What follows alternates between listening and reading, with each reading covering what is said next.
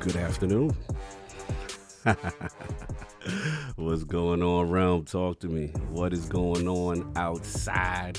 It is Sunday. It is the Lord's Day. We are back. Explosive discussions. Lots to talk about. You already know what it is. Gerald Mack, I see you bright and early. Salute. Let me know how my levels are sounding, how we doing out here. IOP in the building. Salute. Canada's Best 100. What's up? I don't think we're going to see him. Canada's Best. How you, babe? What's going on, man? How you good? Good weekend for Morocco. All right. Morocco in the building. Salute. Okay. Xbox. Okay. Joe Mack with the little man. I see you. You know what I'm saying? The board game renegade. Salute. Marine. $69.99. What's going on? Xbox taking it. All right. Y'all in here early. Y'all in here early. Don Lutaku, what's up? I see you. What's going on? Loon 87. Thompson, what's up? Barry Burton, what's going on? He here for Jaffe. You already know we're trying to get the legend in the building. Should be coming through soon. And yeah, AKW, what's up? Awful Grim Bones, what's going on? Crazy Horse, what's up? Bodminer done said it. Subcog in the panel, the Bodminer. What's going on? UK Bahamas. Okay, everybody thought up. They said Aurora Wolf. Where is your boo, Aurora Wolf? I'm looking for him. Juan Andres Bayalini Diaz. All right. Venezuela in the building. Salute. Hustle in the building. What's up? Yeah. RDJ. Super hype for the show. That's what I'm talking about. William Blankship. Let's go. PlayStation Rewind. Let's go. All right. The Ruham? Okay. We got a lot of people already up in here early. Should be a fun one. Spoke to the King. King will be pulling up. You know what I'm saying? No doubt, Hustle. I see you. And yeah, Saul will be in the building, so it should be good too. You know, he's had a lot going on, so it should be a full Lord card. Just waiting on Addict. He should be in the building too. And then, yeah, we got the legendary David Jaffe. So I'm going to go pull up on him right quick. Make sure we get him into the realm nice and smooth. Put him in front of the congregation. We got to make sure we're going to see how this language thing go. He said he was going to hold me down, but we're going to see how it go. You know he's passionate. But we got a lot to talk about, y'all. I'm very excited. El Domingo, what's up? IMAX, what up? Phoenix Dan, what up? And yeah, everybody get cozy in the front of the congregation. This is going to be a nice one. And I'm looking forward to it. So I'm going to see y'all in a bit. Salute, Corey Mosley. Hear ye, man. Welcome to the show. Hear ye, man. Welcome to the show. If you would not mind, go ahead and find yourself a spot, get comfortable, grab a snack, do all that good stuff that we need to do, and we're about to get started. It's not important who I am. What's important is that you are pulling up to the Iron Lords podcast right now as we speak, and I guess I'm here to keep you entertained until it's time to get this show started. So look. Y'all done messed up and turned me to an animal. And haters be swearing they real, but come to find out that they really mechanical. And yeah, I be eating these rappers, but that's all a part of me being a cannibal. And they say I'm better than money because you can bank on me being accountable. I know a million rappers that don't want to be on a song with me, that's understandable. I kill a beat and they want to compare me to Freddie and Jason. I'd rather be Hannibal. They be like, why use a video game? Just be original, y'all too dramatical. I know it's random, but I'm addicted to flipping the sample and making it flammable. This is that yoga, fire, flame. They think it's arson up in the apartment, they call it department and I get the blame. Still I be running, collecting them rings. You just a target when I'm in the range. I was the hardest to start regardless back when you was messaging people on AIM.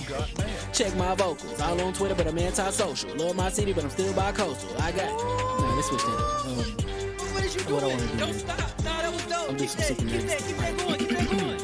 Nah, go ahead. Look, I guess you could say that I'm very spoiled. For them to be your dogs, they ain't very loyal. But I ain't gonna hold you, I ain't here to boil you. You ain't gotta say it, I'm embarrassed for you. Always been a nerd, never been a loser. Making Voltron with a gang of cougars. And I'm going places, better tell a Uber. Cause it's pretty hard to sleep on Freddy Krueger. Let's do that again.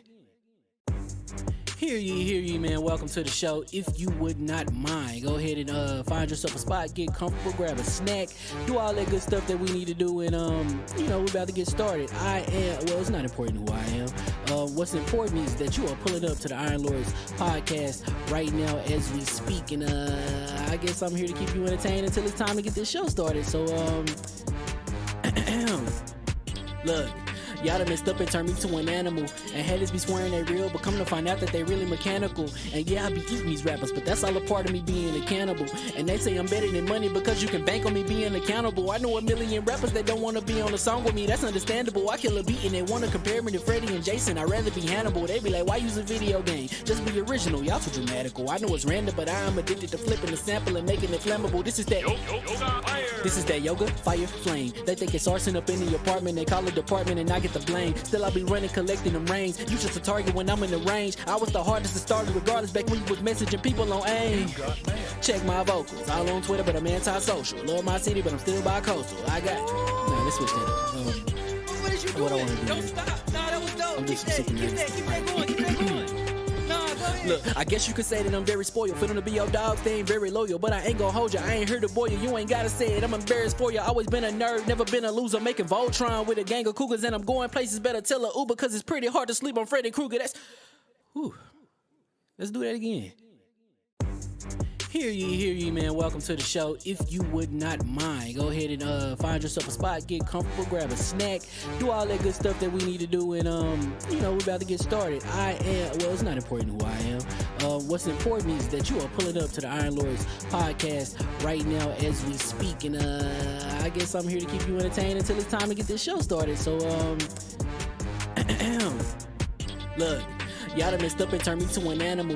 And haters be swearing they real, but come to find out that they really mechanical. And yeah, I be eating these rappers, but that's all a part of me being a cannibal. And they say I'm better than money because you can bank on me being accountable. I know a million rappers that don't wanna be on a song with me, that's understandable. I kill a beat and they wanna compare me to Freddie and Jason. I'd rather be Hannibal. They be like, why use a video game? Just be original, y'all too dramatical. I know it's random, but I am addicted to flipping the sample and making it flammable. This is that This is that yoga, fire, flame. They think it's arson up in the apartment. They call it department and I get the blame. Still I be running, collecting them rings. You just a target when I'm in the range. I was the hardest to start regardless back when you was messaging people on AIM.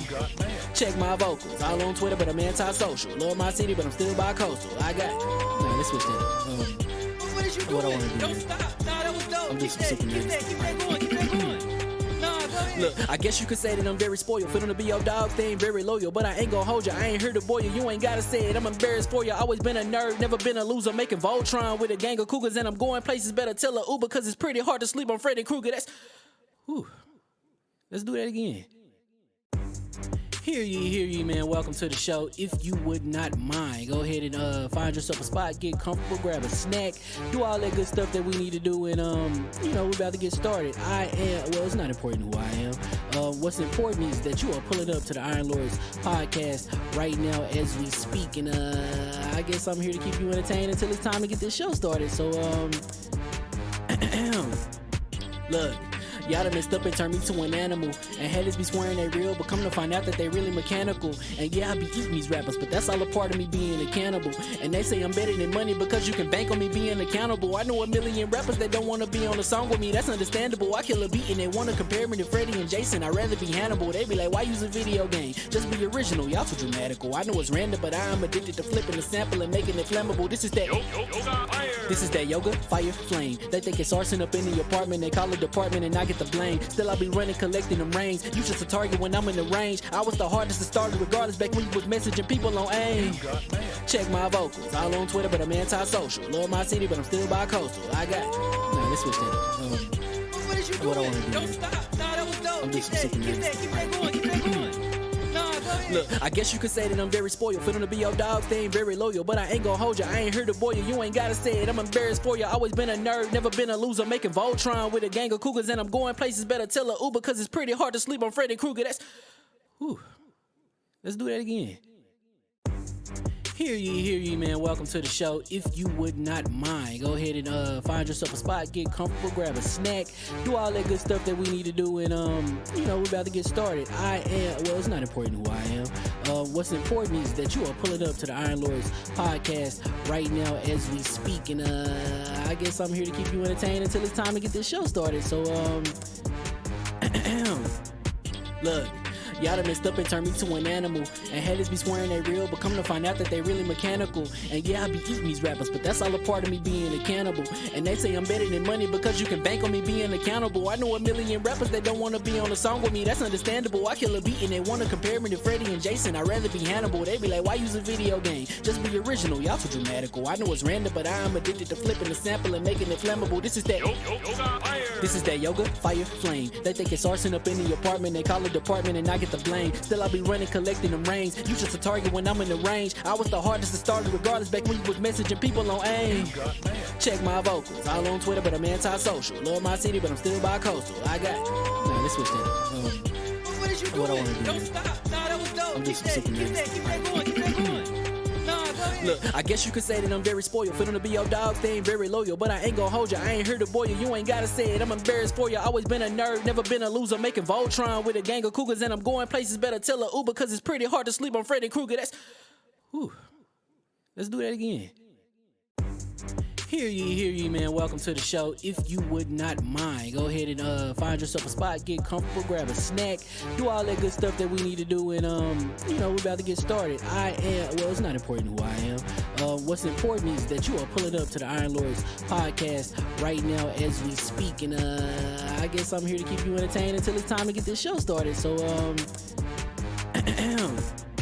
look, y'all done messed up and turned me to an animal.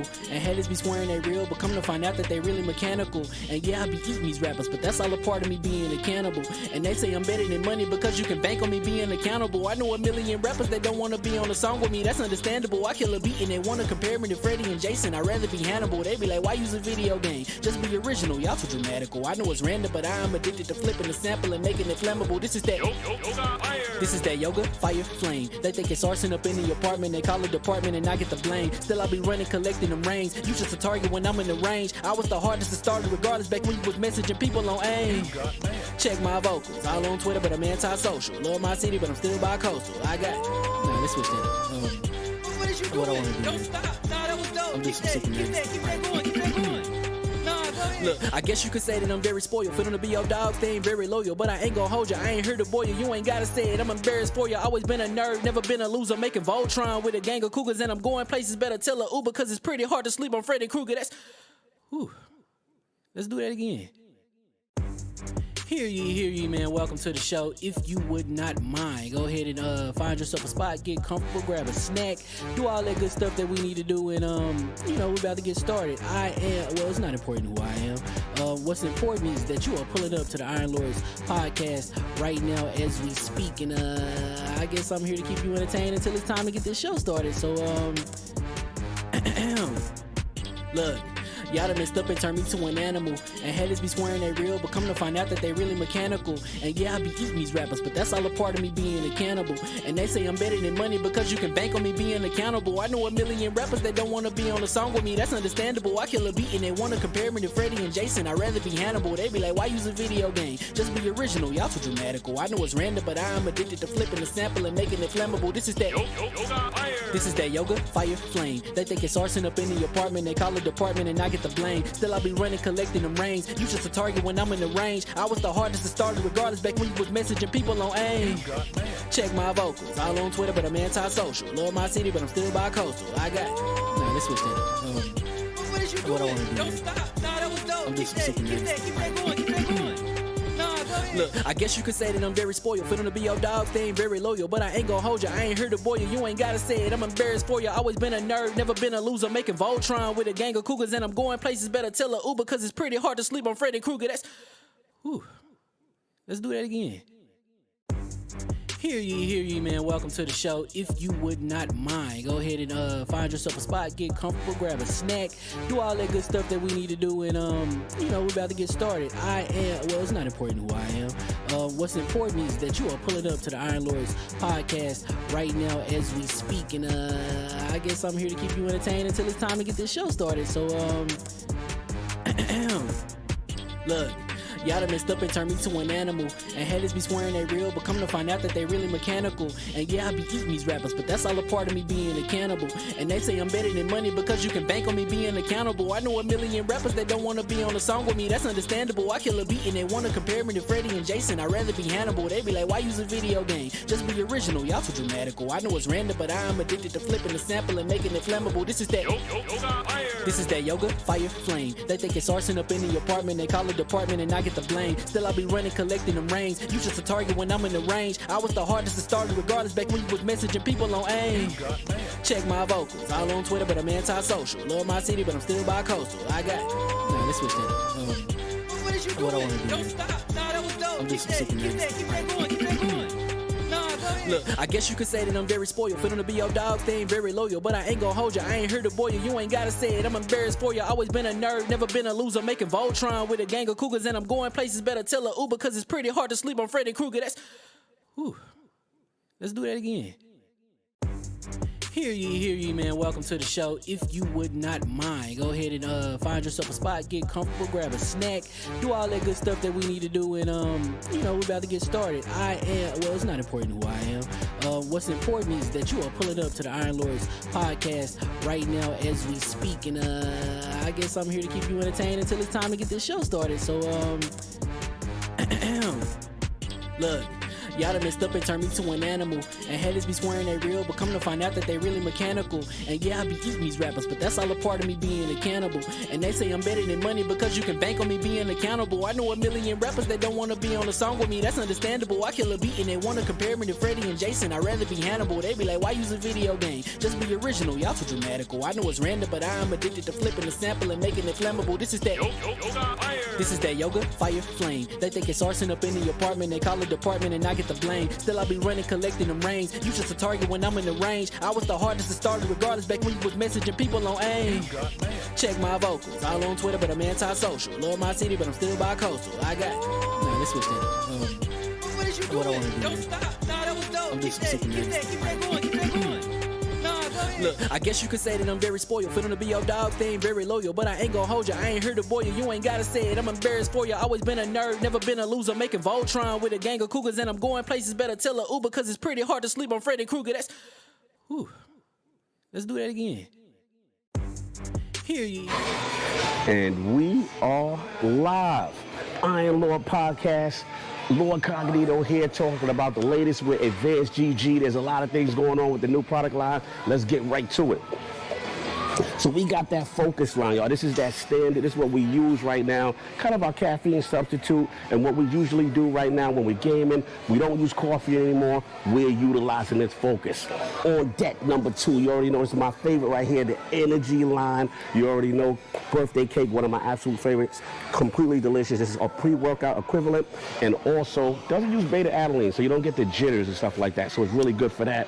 And then the new, we got that hydration line, y'all. This is really good for people who don't like caffeine, who want an electrolyte substitute, and it is really sugar-free, absolutely delicious. So you got your 3 choices. Once again, you know Cog Lover is sour. You already know, and we're doing this right now. So go get yourself to advancedgg.com. Use code IronLord on the checkout. This is something I use all the time. We got to support Advanced GG.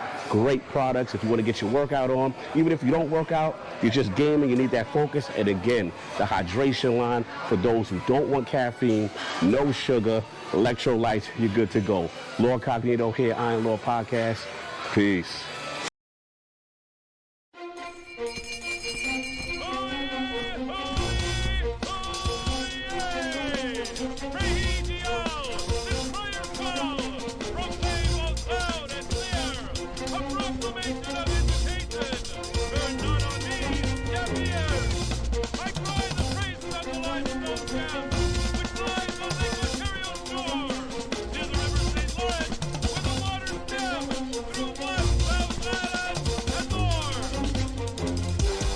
I'ma just chill and watch them and eat snacks in the attic. I wanted to chill with the pack and be like a young wolf, but then they would mistake me for addict. If I can imagine, it's cool to give you some advice, then invite your girl to your squadron. Cause if you don't give her that option, you gon' be single player like Sovereign. You gon' get tossed in the bushes by King David. Royalty and not a pretender. Detrimental to an elemental, what's an avatar to a knee bender? I gotta be me though. I know it's my destiny, word to Cognito. Who cares if you fly, if you still a mosquito? You swear you ain't stuntin', but really be Steve-O. You like to collect stuff and that's cool, but I got bad news. Even if you really was that dude, King David still be the king of the statues. Since a juvenile, I've been cursed with a curse to be musical. And if you hate it, we'll meet in the crucible. Other than that, then it's cool and it's beautiful. We let you know that your dreams are pursuable. Whatever you wanna do, then it's doable. If you got work on a Sunday, it's suitable. Cause you can listen to this in your cubicle on the Lord's Day. Woo. If you got work on a Sunday, it's suitable. Cause you can listen to this in your cubicle on the Lord's Day.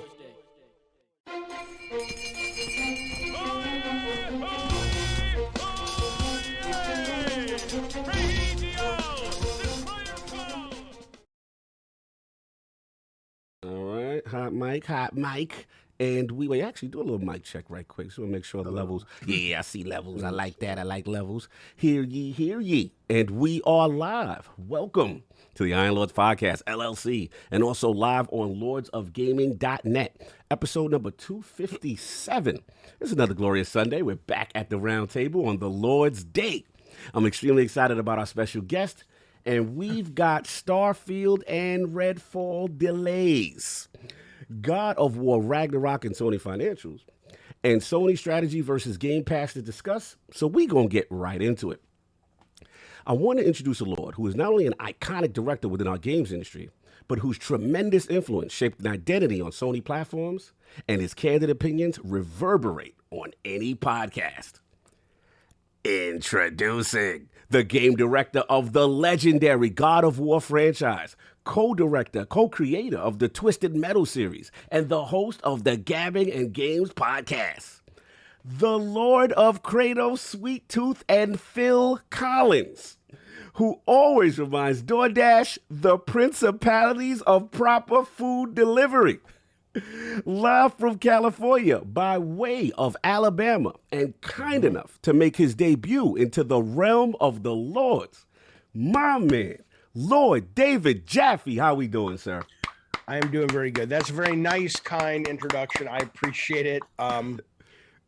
Lately, I've been on some podcasts that have been a little, rough, and so this is like coming to this is like a spa So I appreciate the kind words. I'm doing good. It's kind of early for me. My sleep schedule has been absolutely wrecked since the pandemic. I haven't gotten any better. I haven't gotten over it. And so I'm going to bed at 3-4 o'clock. But I'm happy to be here. I like y'all's show. I appreciate you having me. And yeah, I'm doing good. Well, doing good. Appreciate you, man. I'd usually be in church, you know. Oh yeah. No. Oh yeah, of course. We're gonna have some sermons. This is a Sunday, man. Yeah. Look, man, appreciate you dealing with the time difference and taking the time out your day. But look, man, you are Lord at what you do, one of the icons in the game. So we gonna have some fun. But other than that, like, what you been playing, man? A lot. I have been playing. Let's see. I'm still playing Elden Ring. I'm about 160 hours in, and people are like, "You're not finished with that yet?" And I'm like, No. I'm doing a lot of leveling up and grinding because I don't have the skill set to like just figure out the boss patterns everywhere. There's so many bosses. So I'm playing that. I played a wonderful game the other day called Nightmares of Decay on Steam, which is like a PS1 first-person version of Resident Evil, but then it takes its own path. That's really great. Yeah. I'm playing what's called Evil Dead. We played the other night, which was awesome. I saw a little bit of the stream. Really fun. I'm playing Hearthstone again. I stayed away from all the Activision stuff, and then I realized that Bobby Kotick's on the way out, so I felt I did. Now it's good. Now the water's nice. The water's nice now. That's right. Yeah. And so I'm back to being addicted to Hearthstone. I'm playing Rogue Legacy 2. I'm playing WWE 2K22. I mean, I'm playing a crud ton. Look at me say crud ton. Yo, I see what you do. The little for the Lord. Lord. That's right. Put the symbol up. Put the crest up on the Lord's Day. There Everybody man, appreciate respect you. that. That's I appreciate If you. you can change, I can change.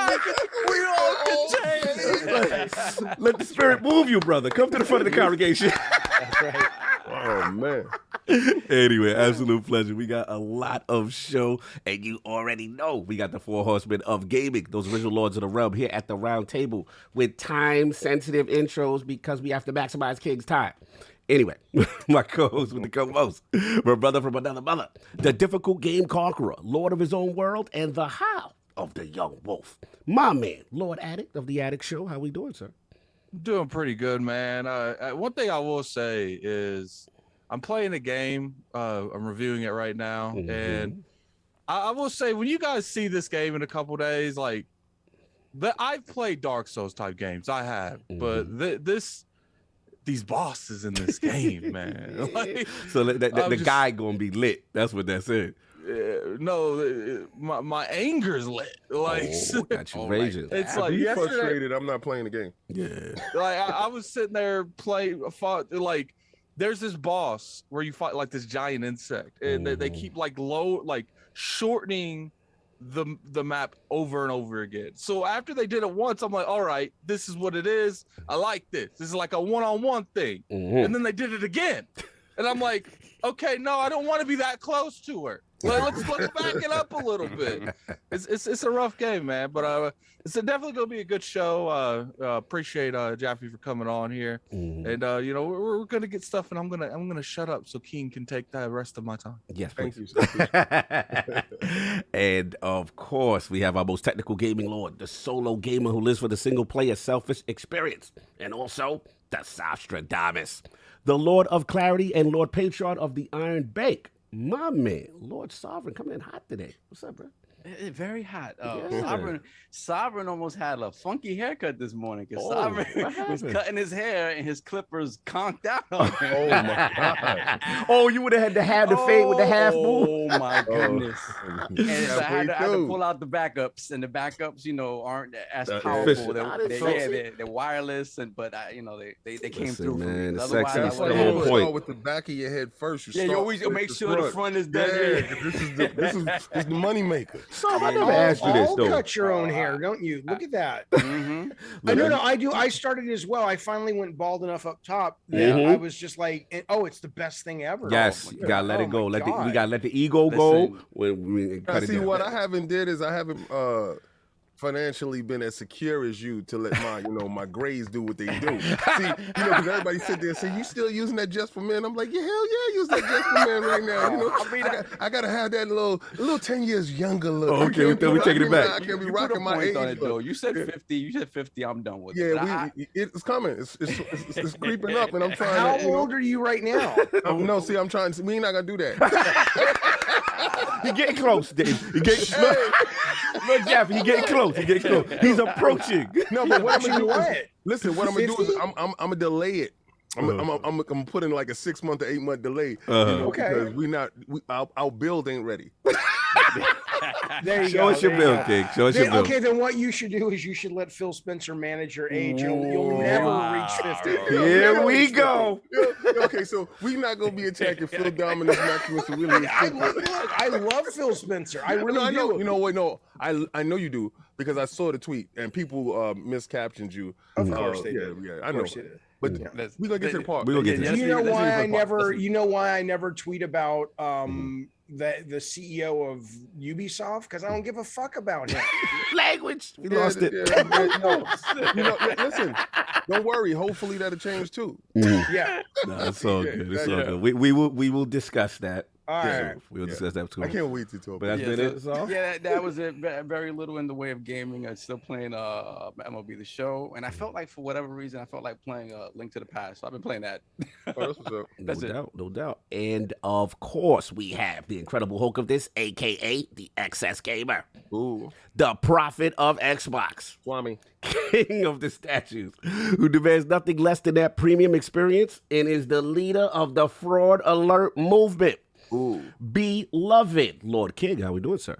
Doing fantastic. I want to thank everybody that came out last night to watch me at Combat Talk with the King. Yes. It was incredible. You guys keep making it possible for me to actually live that dream of broadcasting and talking about fights with people and engaging with others. So I have other things coming. It will be other overlays, call-ins, different ways to interact with you guys. I want to have it the most interactive boxing show that you're ever gonna see. So it's a lot of fun stuff coming. We fixed the mic from last week. Shout out to Addict for doing such a wonderful job with me right before the show. Yes. He is like my little technical engineer because me personally, I'm technologically stunted, to be honest with you. Nah, you good, bro. You good. But he works with me. Jamel Charlo won the super welterweight championship as far as all 4 belts. He is a unified, undisputed champion in that division, has never been one. So shout out to him, and shout out to Castano for taking those punches all the way through. Those guys gave a hell of a fight. Shout out for getting beat up. It should be fight of the year. No, but he was giving as much as he got. It's just, you know how when you fighting so hard and you get hit, he got hit with a left hook that was in close. It was so beautiful in his brutality that his body just crumbled. His mind wanted to be there, and he looked like, no, God, not now. and it was beautiful because he tried. He was, you know how you put that face up, that tough chin, and your chin starts to wiggle in the middle, and your mind wanted, but your body betrays his body you. was like, we did this, champ. It's over. So I want to say, I only have 4 people on my bucket list that I want to interview. Let's go. Right, four people. I advocated for David Jaffe so much. Lord Jaffe, this was your and greatest they advocate. They were like, oh, but you know his language. I said, well, you know what? Listen, I'm gonna have to do a Iron Lords After Dark. I'm gonna have to do it because I saw you doing YouTube. I said he's outside. Oh God, I actually have a chance, right? So it's 4 people, No doubt, that that help my gaming life, my like 4 pillars, because you know it's 4 pillars, and literally you are a rock star in my eyes at certain parts. Because I heard an interview that you did, and that interview really irritated the hell out of me because I said you have somebody that has accomplished something that you honestly, and he will be remembered. Like you know that movie Troy, when he walks in the room, it won't and he remember your name. It's a guy out there. He's so big. I will never fight him. He said, no one will ever remember your name. You did to be great when the time needed it, and your name will reverberate forever. So it's things that you did that formulated. I don't know who you're talking about. I'm talking about you, sir. No. I mean, in Troy. In Troy? When he's talking what about was the his person who name? played Brad when they went Pitt. to Achilles, they asked Achilles. Oh, okay. I was going to say, when I don't remember his Brad name. Pitt. Brad Pitt, he was laying there with the chicks. I understand. And the little boy came in. Sir, it's just. Well, okay. I Well, that's envy nice. that That's interview. nice. It really is nice. It really is kind. I'm not like, oh shucks or anything like that. I'm just like, I can't stress enough how much of a team effort it is. I mean, No doubt. I love my contributions. I am proud of them to those games. I don't walk around with any kind of ego like I did this. I don't really. No. I'm on to the next thing, you know. That's but for us to do. Okay, but what I will tell you is I feel that way about other people, obviously, and so all I can do is hear it and go, I can't relate to it what you're saying about me because I'm just me. Right. But if that's how you feel, that's staggering to me. But I'm happy to be here But and thank you guys. Let me finish giving you your roses because my day is gonna be short. Right. I wanted to ask you about what's it called, Creator Clash, the boxing thing yesterday. I thought you were going to talk because I know that's. Do you know what I'm talking about? You talking about what the boxing manager thing that I did? No, the influencer. I didn't know you were into boxing. Yesterday Oh, there no. was like 20 influencers like from YouTube that went to Orlando and fought in a boxing ring. They got busy. Oh, I wish I would. It was I was like shucks. I didn't know, you know, I was like, oh my God, you should have been there. You know, put me in. Nah, they don't want to deal with you on that. It was amazing because it was just these guys who clearly had no training at boxing. I would have fun. And it was just like to watch some of them though really discover, holy cow, I have endurance, I can hit. And then the guy on the other end receiving it was like you were saying. The guy's like, my heart wants it. My body I've never ain't been got it. full punched in the face before, and that guy's just like crumples. It was It's anyway. different. Sorry, I know you got your time, but Yeah. okay. No Nah, doubt. it's that's why I love you. See, and I got a chance to watch. So I begged for this interview, and these two wonderful Shout out to guys Addict. went out and with Fonz, and they Shout did out to that. Fonz. Shout out to Jay Fonzarelli. Shout out to Games Talk Live. Fonz is my dude. Shout out to Fonz. He definitely do us an alley while you were on this show. And yeah, we wanted to facilitate it. So salute to everybody involved. You had an interview, and all I can say is I was frustrated at the fact that you had the opportunity to have questions and conversations with an individual, and for whatever reason you felt that it was time to do this stick. Yeah, the disrespect. And not get to any real questions, any real conversation, because at the end of the day it's plastic. But I beg for this part, and they really got it. So I got questions later. Start going about your history. And I'm an open book. Whatever you want to know, man. we're gonna get to I know it. that's why I want you here. Thank you so much. I'm sorry I went long. No, I know because your time, you want to get your balls off for most of them, but if you got to leave mid-show. But, of course, we got the gaming ninja himself, the Shinobi, LordCognito, spreading that realness in the realm of the IOP, not telling you what you want to hear, but what you need to hear. Shout out to Defining Duke. Shout out to Mr. Matty Plays. Shout out to Cole Eastwood, who pulled up. Definitely had a good episode. It should be up on YouTube now, Last Stand Media. And we had that stitch-in about the Starfield and Redfall delay. Get the raw reaction. Check that up. Also, if you want that Patreon exclusive, we got that DRM, Xbox Everywhere situation. So me and Matty kind of break that down in an offline future. Shout out to The Last Word. Shout out to Ebontis, Ty Guy Travis, talking Destiny PvP, my man Shadow, talk about the Iron Banner changes. As far as me with gaming, I've been slowly, I haven't been a lot of gaming, but Trek to Yomi, y'all, like, it's like a little artistic little masterpiece, man. It's simple in combat. It's not doing anything crazy. But even just Tsushima. It's the dialogue, it's the background to foreground, it's the atmosphere. It really puts me in a place. I've been enjoying it. I'm only like maybe stage 3 stages in, because I've been doing like one stage a day. I don't have much time these days, but I've been loving it until I got to the end of. I fought a boss. Yeah, just to let you know, and they have mini bosses. I've been getting my parry down, so Sav will be proud. Be getting my parry down. You know what I'm saying? Doing that. I don't believe in that nonsense. You play Soga at it, and you be rolling. I know every game you play, you roll. You got to parry, but parry is the counter. You know what I mean? It's the gameplay, bro. Wait, you didn't parry in Sekiro? Yeah, Sekiro. Did you parry Addict? You have to parry. Oh, he said it begrudgingly. Well, see, like, you can't just dodge away. If you try to do that, you're gonna die. You're gonna die. No doubt. So we're doing that, and then VR. Actually, played this game. Remember? It's called Little Cities. Remember when SimCity first came out, King? Like when it first came out, we didn't know what it was. You had your little map, you putting down your little residential. Yeah, you doing a little residential convert. They're like, all right, now people need a place to shop. Now people need a place to get a job, and you're making your little city. And it's one of the most relaxing, stress relief games. The music is great. It's a small little team. I forget the name. I want to shout. I shouted them out on Twitter. Check that out if you got VR. It's really cool. It's called Little Cities. And then so I've been proud still on my MLB The Show. The Mets ain't eliminated yet, so I'm feeling good about the Mets and doing my March to October. You know what I'm saying? I finished Elden Ring. Playing well. I finally finished that game. What's up? Fantastic. I'm on the Game Plus 2 on Elden Ring right now. No doubt. So let's get a couple of super chats now, and then we tell them the rules of engagement with Lord Jaffe. Mm-hmm. Yeah. So how long we have David for? He rocking. He's rocking. Oh, beautiful. The other David's leaving.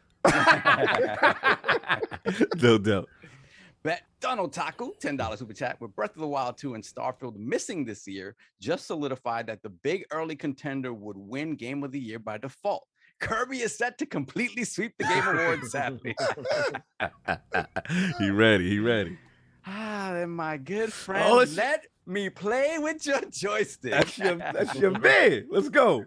$5 super chat. Can't wait for Sabu Boo. Ooh. I've been missing you like Xbox has been missing games. Yo. Wow. Boo Boo. I don't like the icon he uses for you. No, not about this. Go ahead. Ooh, it's good. Glass is steamed up. Continue. Then we got K Asante, $5 super chat. All hail the IOP on the Lord's Day. What an amazing guest. Between the news and the honored guest, hopefully we are forgiven for a few slip-ups. Yes, this is gonna happen. Jaffe good. We got the homie Hargeet Chanique, $5 super chat. Oh, Salute to the lords and welcome to the realm, Lord Jaffe. Jaffe and King on the Bethesda delay is going to be fun. Welcome back to Lord Prophet Saab. Thank you, sir. Thank you, sir. Salute. Then we got Hargeet Chanique once again, $2 super chat. Jaffe already dropping the F-bombs. I didn't mean to. He's doing good. I'm trying, It's a process. That's right. Right. Then we have Plátano J, $2 super That's chat. my guy. ¿Qué es lo que es, Lord? Feliz domingo igualmente a usted. Why Soft get these exclusive? That's good that he got that. They miss me. That's what they do. Clearly, but they don't like when me and Addict read the super chat. Oh my god. Then we got Eric Franklin, $10 super chat. I can't believe the timing of today's guest. Maybe this is the real reason Bethesda delayed 2 games in one day. only so they can get to this moment here. Very excited for the show. Wow. We definitely feel like we got the right guest with these. Now I'm starting to go, what do you, I don't know your opinion on this, so I'm excited. This is like, you know. Then we have the Nightbeard, member for 4 months. Thank you, sir. So happy to see my favorite content creators united today. Have a wonderful day. You as well, sir. Much love. You got 600 plus in the chat. Hit that like button. That like button. Every time you hit the Share like this button, out. you save a little child. I just want to make sure that you're every doing the right fucking thing kid for the cool. children. For when you hit the like Pet a button. kitten. Pet a kitten. So we got Like 2 more, and then we'll move on. Then after that, guys, Yeah. we're gonna save more of the super chats for later on, so we can get into the topics of the show. Dave is gonna be with us the whole time, so that's fantastic. But we'll kind of spread them out. You No know, doubt. I'll rely on Cog to sort of let me know when it's a good time to jump in. Absolutely. We got Chancleta Mangu. Ow! $4. Remember for 4 months. Thank you, sir. I like Hang how these dudes.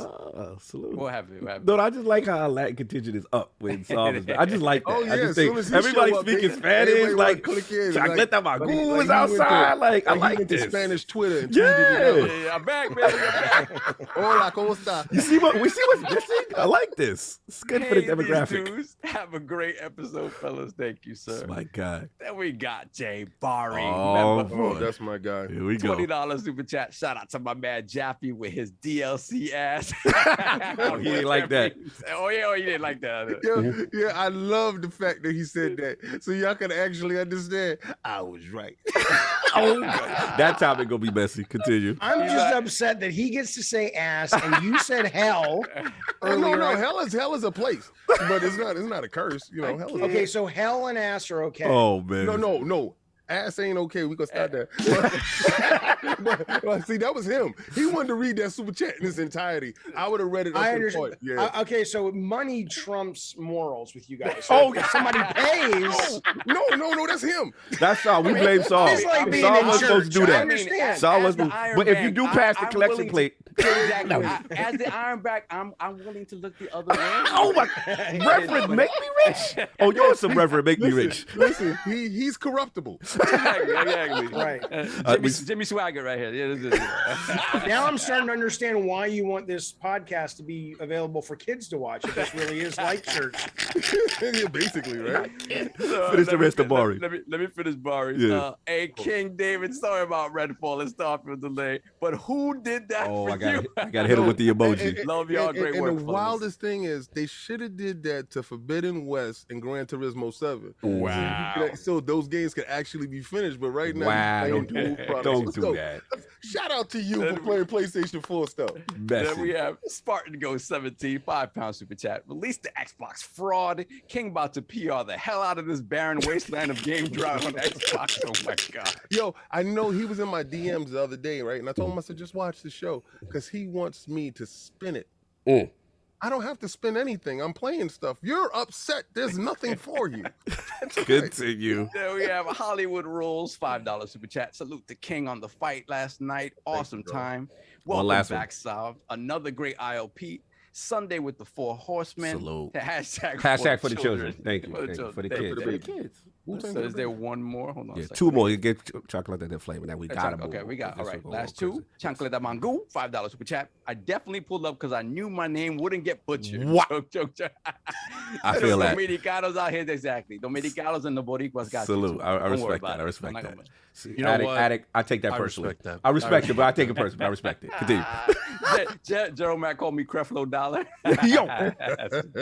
Let's go. Then we got Flame, $5 super chat. Good afternoon, brothers. I would be messy, but we have royalty today. Just kidding. Xbox has no games. Have a great show. Here we go. So Soft set the engagement rules, sir. Yes, sir. So yeah, any super chats that come in from here on out, we'll get a little bit later. Again, Jaffe staying with us the whole time, so that's fantastic. So we will get in more super chats before the end of the show, but I'll count on Cog to kind of let me know when's a good time to jump in with them. No doubt. So now that we've gotten into what the Lords have been playing and all that good stuff, we got to focus on Lord David Jaffe, his video game system history, his journey into the games industry with Sony, being the lead director of the legendary God of War franchise, co-creator of Twisted Metal, and of course what sparked his passion into content creation and the Gabbin' and Games podcast. So Lord Jaffe, let's start from the very beginning. What was some of the first video game systems you had, and what got you into gaming? Let's go.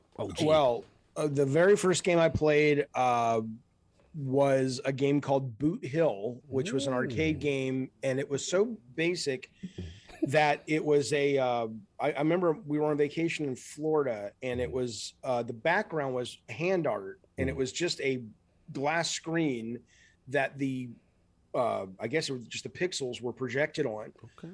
And so it was just two gunfighters shooting each other, right? Super simple, but I was in love immediately. And then my dad brought home something called, I want to say it was called a Telestar, but it was before Atari 2600 by like maybe a year. And it was really neat. It was this triangular console. Okay. And on one side of the triangle, it had a steering wheel. And on this other side of the triangle, it had a place for the gun. Okay. And then the other side, it had like Pong things. And whenever you're talking about. Yeah. And they would sell cartridges that looked like little Triforce, little triangles. And you could put, and you'd put those in, and every cartridge used all three sides, depending on what game you were playing. Okay. And my dad brought that home, and you know, he just, you know, we were kids, so he's just like, I guess kids will like this. And we fell in love with it. And then from there, it just never ended. I mean, it was like I was an arcade kid, and I was an Atari kid, a ColecoVision kid. My buddy had Intellivision, so I loved going over there. That's one of the reasons the console wars is always weird to me, because one of my best friends, even to this day, Carrie, had Intellivision, and I had the Atari, and we were just like, come over and play Dungeons and Dragons. Ding, ding, ding. He came over to my place and played Indy 500, and you know, it was just on and on and on. And so, and then the core industry crashed in '84, but E.T. Yeah. I mean, all E.T. and Atari getting bought by Warner Brothers, and everybody just channeling in junk for the most part. Yep. And but I was learning to program. I'm not like some kind of you know, it was basic, like literally the basic language. But I loved it. We had an Apple IIe, we had a TRS-80, so we had tons to play even during the crash. Wait, so you were learning to program then? Yeah, I took but I'm not like machine language or anything. Right. It Like was like, you know. Yeah, it was like 10, clear screen, 20, print, hello, you know. And I was making my little stupid games and stuff that were like adventure games and stuff. And I loved it. And I was how old was you? I was probably like 10 to 11. Yeah, that isn't right. Wait, hold on, your king is right. Okay, stop that. We ain't gonna just gloss over that. My little games. Like, okay, so you 10 and 11, and you're back then when it's, you know, you got to pull up prompts and stuff, and you got to actually put in manual code. All right, what made you think to do that? Like, I'm just trying to get to your thought process, because I don't remember why my parents signed me and my brother and our friends up for this. Oh, you know, okay, again, okay. Well, we got signed up for a computer class. Obviously, we wanted to go. It was every Saturday, and it sounds creepy, but it was down in this basement of these people's homes. Right. But you would go down in their basement. Is it Alabama? Yeah.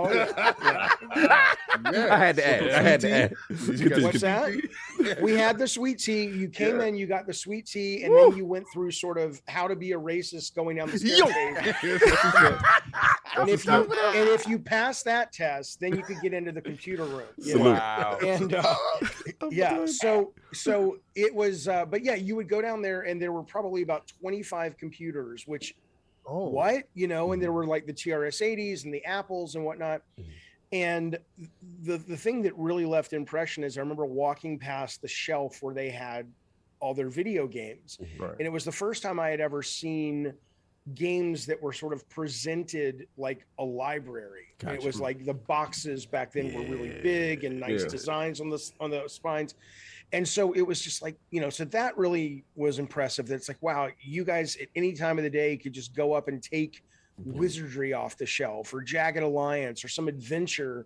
And that's, you know, so that really got me. And so, but yeah, I was, you know, but again, let's be clear. I mean, I understand there is a way you could paint someone who's like, wow, you were 10 and programming a computer. I mean, basic is, you know, kids are really good with computers. Kids are good with that kind of logic if you get them early enough. And I still could program in BASIC today. I remember a lot of it. But the minute I started to try to get to Pascal and other languages, I was like, yeah, that's you know, that's not my cup of tea. So, but yeah, I was doing that, and then suddenly, after, even though I had a lot to play, and I remember there was one Christmas where I wanted to play like a console again, and there were none to be found. The only thing that was out was a game that had full motion video on the TV. And you had like a cursor that you could follow around like you were a jet fighter in Top Gun or something, and that was it. And the next time I went into the toy store, which was about 5 or 6 months later, suddenly there was the NES. And after that, it was like it's never gone away in terms of the console space, right? But I got the NES like the first 3 months it was out. I remember buying Zelda. Which one? Which one did you have? Which one did you have? The standard base, the one with the standard. Okay. Yeah. Gotcha. I didn't even. I mean, I was a gamer. I wanted to make movies, but I was also programming games. But I was aware of like Rob the robot and all that stuff, but, right. But I was like, I just, you know, whatever. And I remember that first year of the NES in America was like, you know, instead of Cabbage Patch Kids or Pokemon cards or whatever, the cartridges themselves, it's like, do you have Goonies? Do you have Goonies too? You know, and do you have Track and Field? Like all that launch suite of games, there were like 20 of them.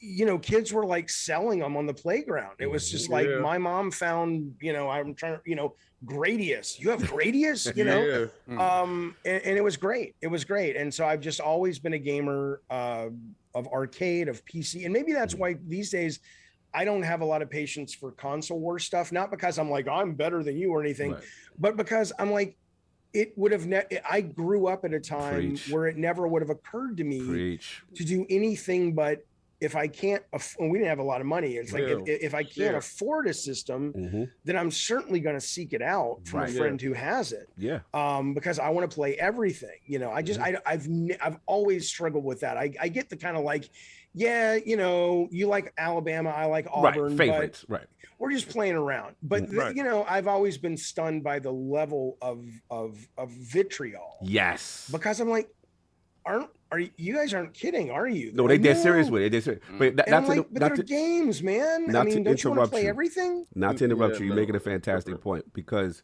we kind of share that era. And you said it beautifully earlier, which is like, we're from the era, like you say, if your friend had the NES, you had the NES, but your friend had the Master System, it was like, hey, come over, check this out. Jesus, who was that? You know what I mean? That was you know what I'm saying? He's alive. Addict's gracing us. He's blessing us. We let the white guy out. Remember you said we didn't let the white guy out. We let him out. So anyway, at the end of the day, Addict's laughing. I made him laugh. So at the end, we come from that era, and it was just the sharing and the joy of games, because we all didn't come from a lot of money, and it was more so like, all was broke. And then there was starting the trade games. So it's like, all right, let me hold this, like you said, let me get the greatest. You got the pro wrestling, okay, you got the Mike Tyson Punch Out, cool. Or let's be honest, that was the days of coming over someone's house. That's right. Right? Guys, You that's go to your your very trusting friends. Ain't none of my friends gonna let me borrow a whole ass system. Like, no, we wasn't lending out the system. We No, were no, lending no. out The games. the games, yeah. the games, the Right? games. The You games. wasn't getting my system. Yeah, that's a different level. But I'm sorry to interrupt you, Jeff. But I wanted to stress that, and No, I no, understand I mean, your logic there. Continue. So yeah, yeah. So I mean, it was always in my life. I had come to California to go to film school. I never got into film school. I got into USC. I was an English major, and I was I was gaming then constantly. I was supposed to be writing scripts, which I did, but I would procrastinate by going down to the 7-Eleven and I would play Mortal Kombat or I would play whatever they had there. I was playing Sonic. My ex-wife, who would come over all the time, she would. I remember it to this. Well, no, I'm just thinking because I'm like, sometimes I would go. She'd come over and we were still early dating, and I didn't want her to hear me go into the bathroom.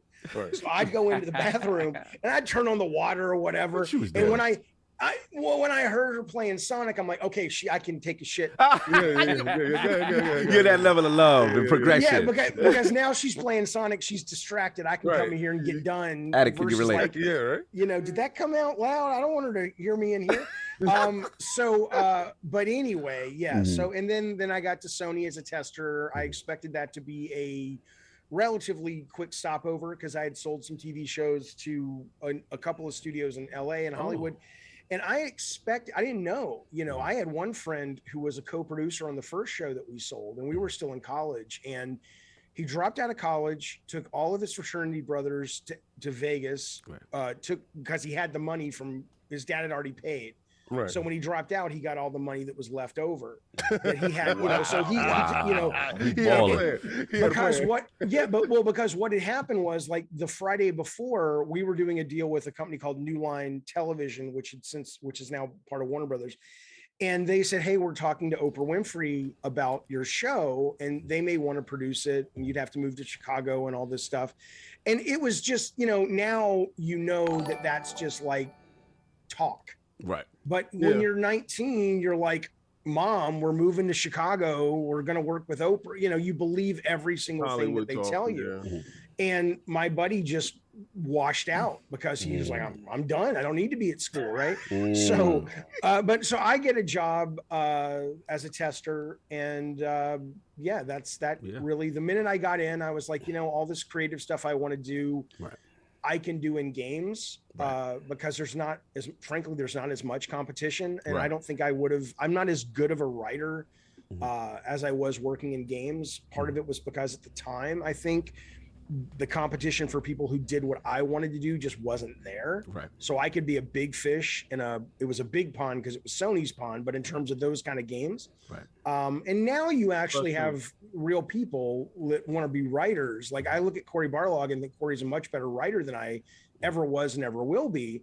But I got in kind of where the fact that I wanted to write and have a character arc and I wanted to have plot points and acts and have emotional resonance in the gameplay, that was enough to put me leagues ahead of almost everybody else. Now you've got people who genuinely like writing who are in the process. So question, once you get into the Sony building, right? You're in the Sony building and this is PlayStation 1, right? I take it. Well, before we were at Sony ImageSoft, before PlayStation was even announced, we were doing terrible games like Three Ninjas Kickback and Cliffhanger and Last Action.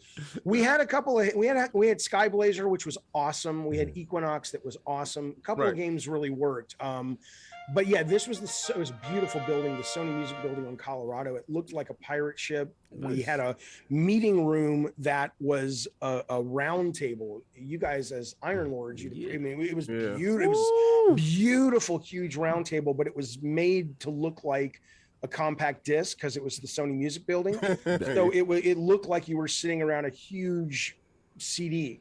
It was great. But yeah, so I started there, and then about a year after working there, the Sony Japan people came in and showed us a VHS tape of, hey, this is this thing we're doing called PlayStation. And we're going around to all the developers to see if there's interest. And we were like, oh my God, it was amazing. You made the transition from a tester to a developer.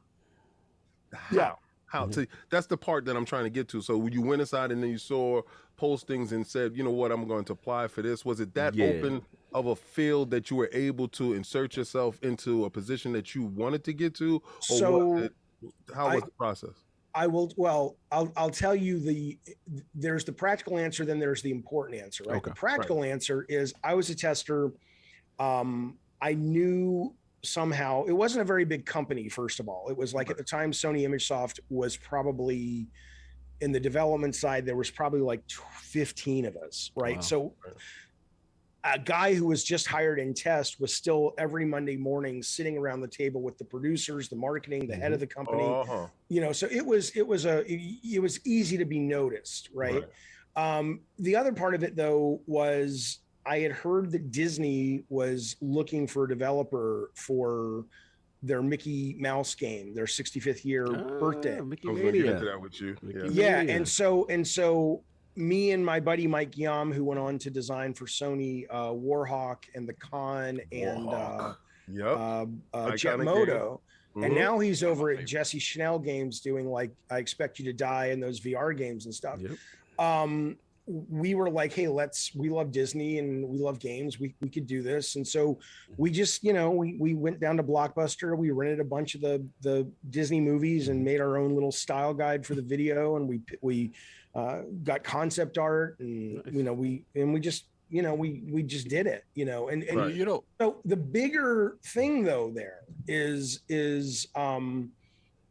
and I've told this story and I don't mean to go on about it, but I think it's really important because out of all of the people listening to your show today and down the road, it's important regarding, I think, getting what you want. And I think even watching you guys, like you're saying, the people who showed up for your fight podcast last night, King, that they're allowing you to continue to sort of pursue this thing that clearly is your passion.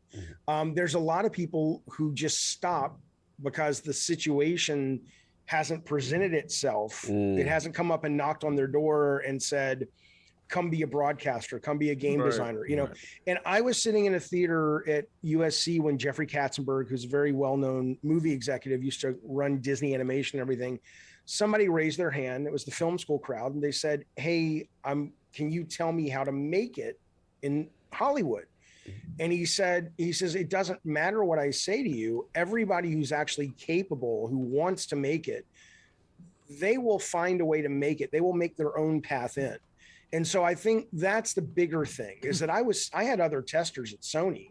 I had producers at Sony that were like, why is this guy who just started 6 months ago getting a shot to pitch Disney? And it's like, because he asked and he demanded it and he stayed late and he pitched it and he put together with Mike Yam a pitch. And then he went to the head of the company and he pitched it and the head of the company liked it. And now you're in the room, you know, you only get in the room because you walk in the room. No one's going to send you an invite.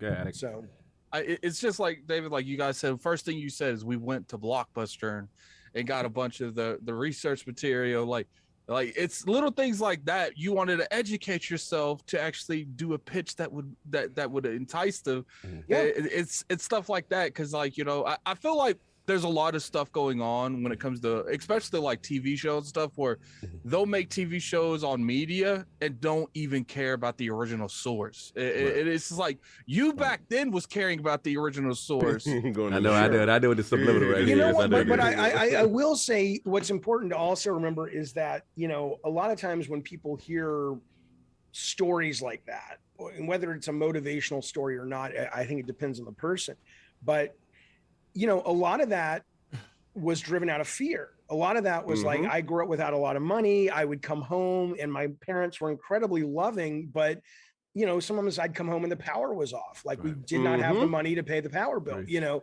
And, you know, a lot of what drives people like, I want to be driven like that. It's like, you can be, but everybody comes up through their own kind of tunneling system, and what they emerge with is what they emerge with, and that one's not better than the other.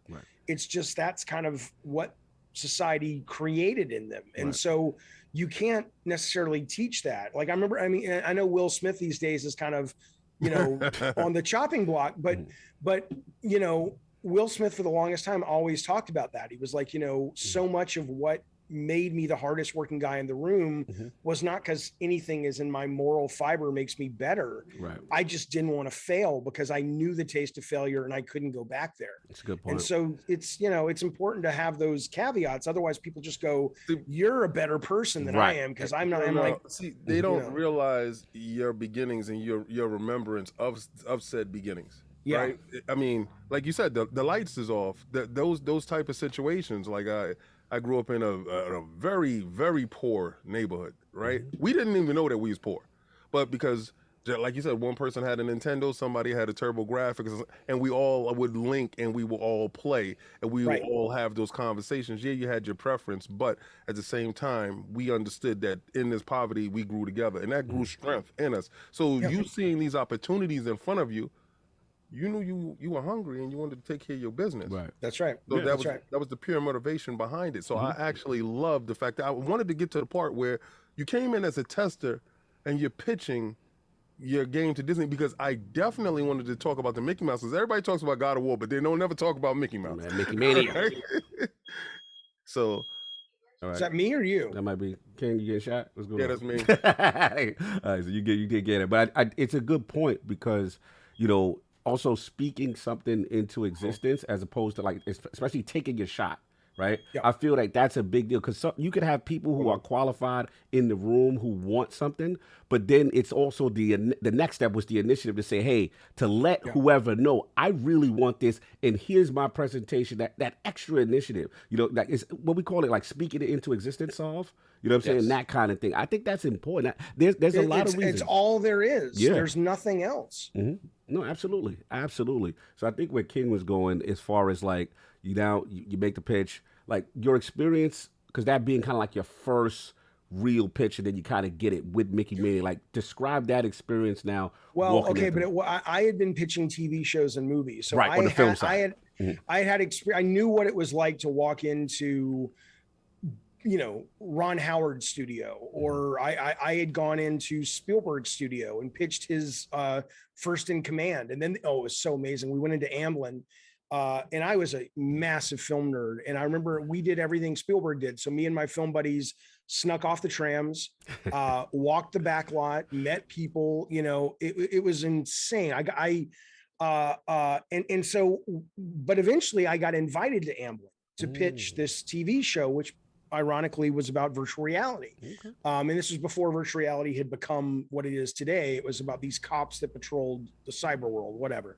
And it was, I was so, I had so mythologized. What's the word?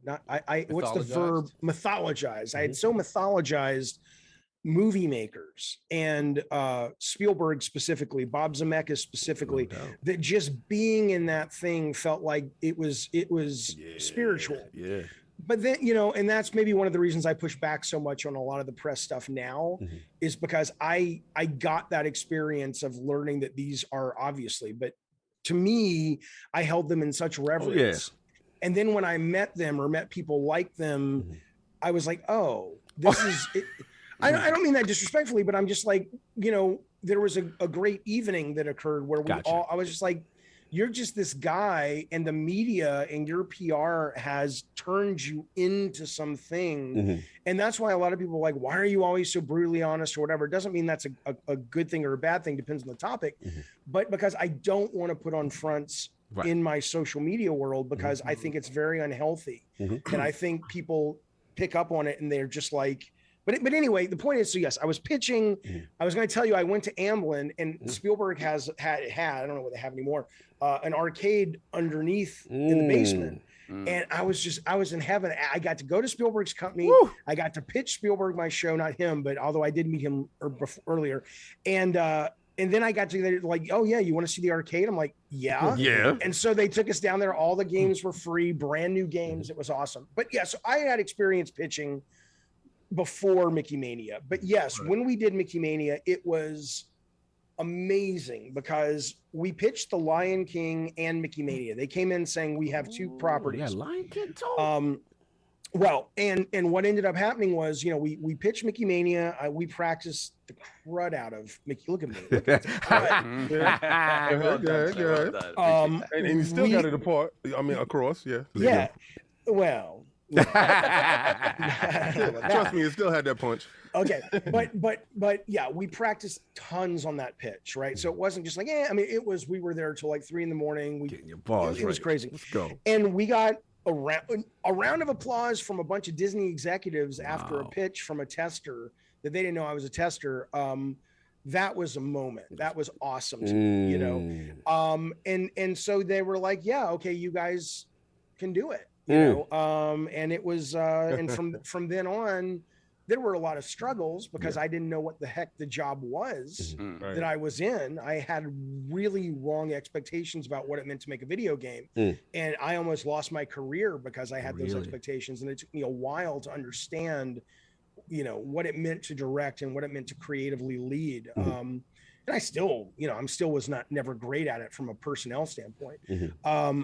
But yeah, so that's how I kind of got in and got it with Mike and the team. Super impressive. So, guess off.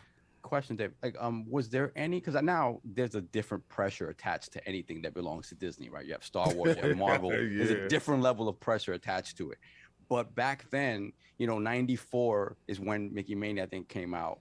Before then, you had Castle of Illusion, which was a big hit, and then I think you had Fantasia in the middle. The one that we loved was a Sega Genesis co-op with Donald and Mickey. Which was like a side scroller. It Takes Two before It Takes Two. And I just thought it was so clever that it was like we're doing different things in order to progress. I forget which that one was called, but that was the one that I loved the most, actually. Okay. And was there any sort of, in your pitch, was there any pushback from the execs like, hey, we need this to be as good as these games? Or no, it was, because if just there excited was, to see here something new. I have to assume ImageSoft busted their butts to get Disney to show up, because it wasn't like we were on the top or middle of anyone's list. It's like, hey, we could go over to Capcom again, who did Castle of Illusion, or what about the guys who worked on the Dracula Sega CD and Sewer Shark games? Yeah, let's go talk to them. That was us. Right. Wait, you worked on Sewer Shark? Well, I was a tester on it for about a week. Okay. Yeah. But yeah, so I don't think there was, we had so much pressure on ourselves that every game we thought we were making Star Wars, you know? So as much as and that's the other thing, I mean, as much as I love Disney now, because I had my kids and now they've kind of outgrown a lot of it. I hope they come back, but because I took them all the time, I became a total Disney head that I never was before. But I was kind of like, I like Mickey Mouse enough. It's like, to me, Mickey Mouse was a trapeze that came to my career, and I said, I'll take that. Yes. And that's, I mean, it could have been Strawberry Shortcake. I didn't care. You got to get to take the shot. Yeah. Right. And so there was pressure, but there was pressure that we put on ourselves because we really wanted to make something really cool. Like Mike and I both were like very big believers in the medium, and we were like, this is not this doesn't have to just be jump and bop on people's head mascot games. There's something here. I remember, I mean, this is crazy. I remember, and part of it's delusions of grandeur, but I remember going back to my apartment in Culver City. I was just a tester, or maybe I was out of test as a assistant producer, whatever it was after test. And I had taken a laptop home that they had assigned me. And I remember, again, this goes back to the toilet. I was sitting on the toilet with my laptop, so never borrow my laptop. I'm sitting on the toilet with my laptop, and I remember just journaling. And I was like, I remember writing this. It was just like, you know, I think I'm going to be somebody meaningful in this business. Like there was something in my brain back then that made me go, I'm in the right place at the right time. And I recognized, and that's happened to me a couple of times in my life. One was when I met just like a little voice of like, just, you're good. You're good right here. Another one was like when I met my wife at the time and had a disaster, and you know, she's now the mom of my kids, disastrous first date that she didn't even realize was a date. That's how bad it was. You was on a date. Yeah, that's right. You was hanging out. Yeah, she may as well have just been like, I'm going down to pick up some pants at the store. There's this guy You on with a me, date. and he's sticking around. He's Yeah. on the cheek. We had a great date. That's right. But I remember getting out of her car because she drove, because I didn't have a car. It was LA, and I remember that same voice going, "Don't get out. I know this was a bad experience for you. Don't get out of this car, and not call her again, because she's going to be very important in your life." I don't know. I'm not a religious guy at all. I don't believe that was anything like a, I don't know. And it wasn't, by the way. Yeah. Cause I want to be clear. It wasn't like, when I look back, I've kind of remapped that story, because it wasn't, I get how the brain can do that. This was in those moments. One of them when I was journaling about. It wasn't like I was journaling about it 8 months after. Right. At the moment, so I don't know. When it comes to video games, I had a sense at the time that this was the place for me. Just like now, I have a sense that it's not the place for me. This is the place for me right now. We're gonna get to that. We're gonna get to that. I want to transition quickly into Sony Santa Monica, and obviously, the God of War. And my question first is, like, while this creative process is going on, like, did the team know you guys had something at that? Are you talking about with God of War? Yes. No. Okay, so it depends on who you're talking about. With me, I knew there were days where I thought we were making the next Star Wars. I thought we were on to something, even though it wasn't working. But sometimes those days, the same day, I thought we were screwed. I thought, this is done. You don't get to know, like, even with Twisted Metal, I had one of the most disastrous focus tests of my life. Wow. The very first focus test I ever had. And they had brought in a bunch of hardcore Street Fighter fans to play Warhawk and Twisted Metal. And they loved Warhawk, and they just thought Twisted Metal was the stupidest thing in the world. And so everybody left that meeting. I thought my career was over. Marketing was going to put all their money behind Warhawk, and what am I going to do now? I guess I'll go back to movies or something. Yeah, where's Warhawk though? Well, I know, but I mean, we didn't know any better. And so with God of War, it was very similar. The story I remember specifically was we were working in Santa Monica. I had gone to Santa Monica Place, which is a mall. There was an EB there, or a GameSpot or whatever. I don't know what it was. One of the stores. And if you guys remember, they had the dummy boxes like 8 months, 6 months, 5 months before the actual game would ship. And so I walked in, it was like lunch. So I went in around 1 o'clock and I saw the God of War box for the first time. And it was surrounded, I forget whatever. I know, like, there was a couple of the games that hit around the same time. Fantastic Four from the movie was one. There was, all the boxes were there. And I remember just going, this doesn't fit. I'm like, this is not going to work. No one's going to come into the store and buy that game. Wow. I'm like, we're so dead in the water. But I stayed late that night working with the designer, producer, Whitney Wade, and Todd Pappy, who directed Ascension. And then he's now over on the Star. What's the big expensive Star game from Chris Roberts that they've raised crazy money for that hasn't come out yet? Star Citizen. Yeah, he's working on that now. But we were working. It was like 3 a.m. and Todd went to the bathroom. Whitney was smoking. I don't know. I was just in the office by myself for a few minutes, and there was a giant Kratos image that we had blown up and framed and put on the wall. And in the same day of coming from EB and going, we're screwed. This is a total failure. The box doesn't fit. When I looked up at 3 a.m, X hours later, I was like, we have the next Star Wars. Yeah. And so within one day, I was peaking and crashing all day long, because you just don't know. And then I remember Shannon came to me, and I won't tell you the person's name because he's still very active and I talk to him much.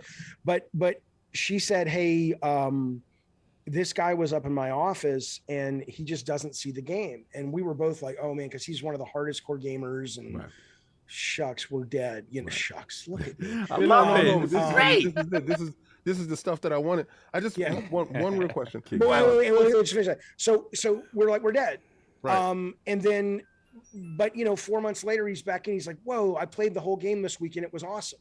So to answer your question, you don't know what you have. You have moments where you recognize a massive failure and moments where you recognize brilliance. Right. And so in a lot of ways, it's kind of like that part in God of War, the first God of War with the Desert of the Lost Souls, where you're following the voices of the sirens. Yeah. All you can really do is grab onto that North Star that is that core vision and just go, I'm going to be surrounded by chaos for the next 3 years as we make this. And so is the rest of the team. Right. And so as long as I can hold on to that North Star, I don't know if it'll be good or bad, but that's all I can do, because everything else is out of my control, because there's too many moving parts to have a conscious awareness of how it's all working.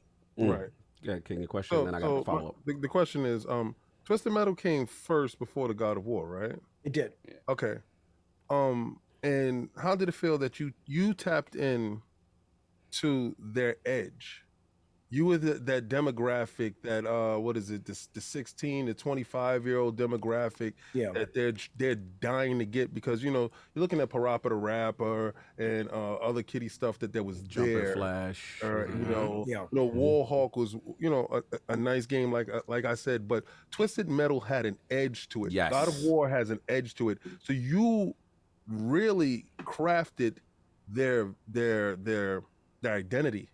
Because that's what made PlayStation hip. Took it away from Nintendo's lane where it was kiddie. Sega was hip, but PlayStation was edgy. Yes. Sure. And you made them. Well, okay.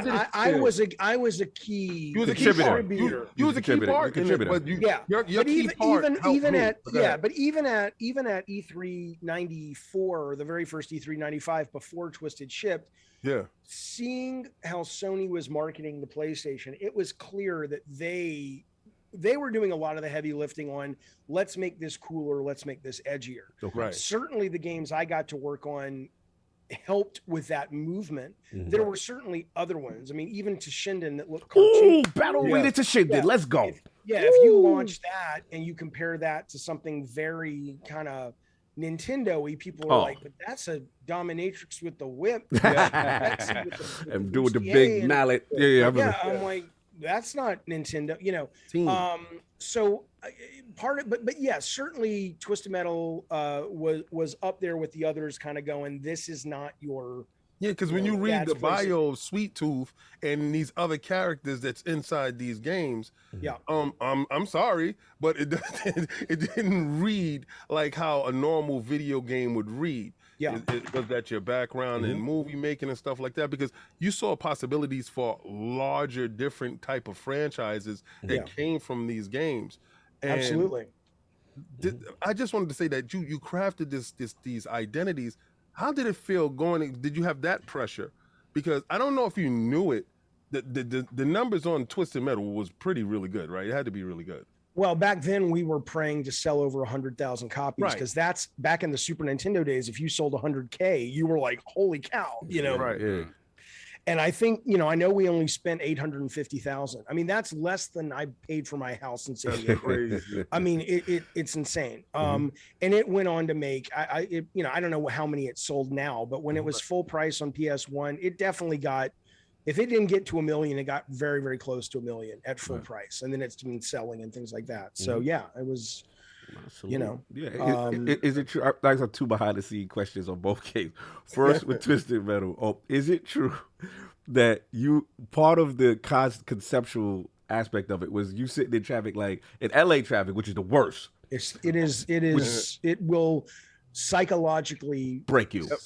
Yeah. One of my favorite LA, Boston, New York, worst traffic. So is it sitting there in traffic going, it'd be cool if these cars had guns and we could just shoot them? Is that part of the concept? Yes. It was coming back from Evans and Sutherland, who became Single Track. And if you like Pixar and you follow the Pixar story, a lot of the guys from ENS that were doing Evans and Sutherland that were doing military sims, a bunch of them broke off and became Pixar. with Ed Catmull and all those guys. But a bunch of them broke off and became single track, which was the entertainment division that E&S wanted, but they changed their mind. So these guys said, well, screw it. We're going to go off and make our own thing with Sony. And, you know, so we had come back from Utah. It was the first time we had seen actual 3D. I was flying through 3D databases and military sims. So me and Alan Becker and Brian Wicklum and Mike Yam were all in the cab. It was back in the day with cabs. You're right. And we're stuck in the traffic, and it's like, yeah, we're just like, my God, all I want to do is blow these cars away, like Mad Max style. And there was just a light bulb moment, you know, for all of us. And then I found, it's somewhere over there, but I found about 7 months ago when I was going through all my old documentation, because we did a stream about the 25th anniversary of PlayStation, and I found the document, or not even a document, it's literally a piece of notebook paper that's half ripped now, where I wrote, we were going into a marketing meeting around that giant CD-ROM table at Sony Music, and I wrote like 7 ideas for a PlayStation game I wanted to make. And one of them says like, battle cars in city Mad Max, and that was based on the visit to Evans and Sutherland. And so the actual first written idea of Twisted Metal I actually have, and I found it, and I was like, oh, that's so cool that that still exists. But yeah, I mean, and I went into marketing. They were going around the table going, what do you want to make? What do you want to make? And marketing didn't have a green light, but they were important to have their buy-in. And they got to me, and I said, oh, I want to do this thing called Battle Cars. It's basically Doom with cars in a city. And they're like, done. That was it. That easy? That was the green light. I mean, I hit that industry at exactly the right time for what I was able to contribute. That's why a lot of people are stunned about, well, why aren't you still in games? I'm like, I had my, and I don't mean that like I'm done with my ambition, but in terms of that realm, I hit such a sweet spot of my ambition for storytelling, my limits of how good of a storyteller I could be and what the medium could do. How much I was willing to put up with corporate BS. Whereas now to get a green light, no, I would not jump through your hoops. I mean, you know, my time at Sony was like being on a writer's commune or something where it was just like, Jaffe, what do you want to make? I want to make this.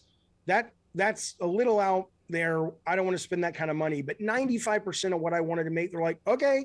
Oh, so you know, everything was a go back then. Like, yeah, it was a good time. Not for everyone. Not for everyone. I remember my boss, somebody did a picture of my boss who greenlit this stuff. And he was and remains very zen and stuff. And he's in like these like monk robes, and he's got this stone in his hand. And he's like, I will give you a green light if you can figure out how to remove the stone from my hand.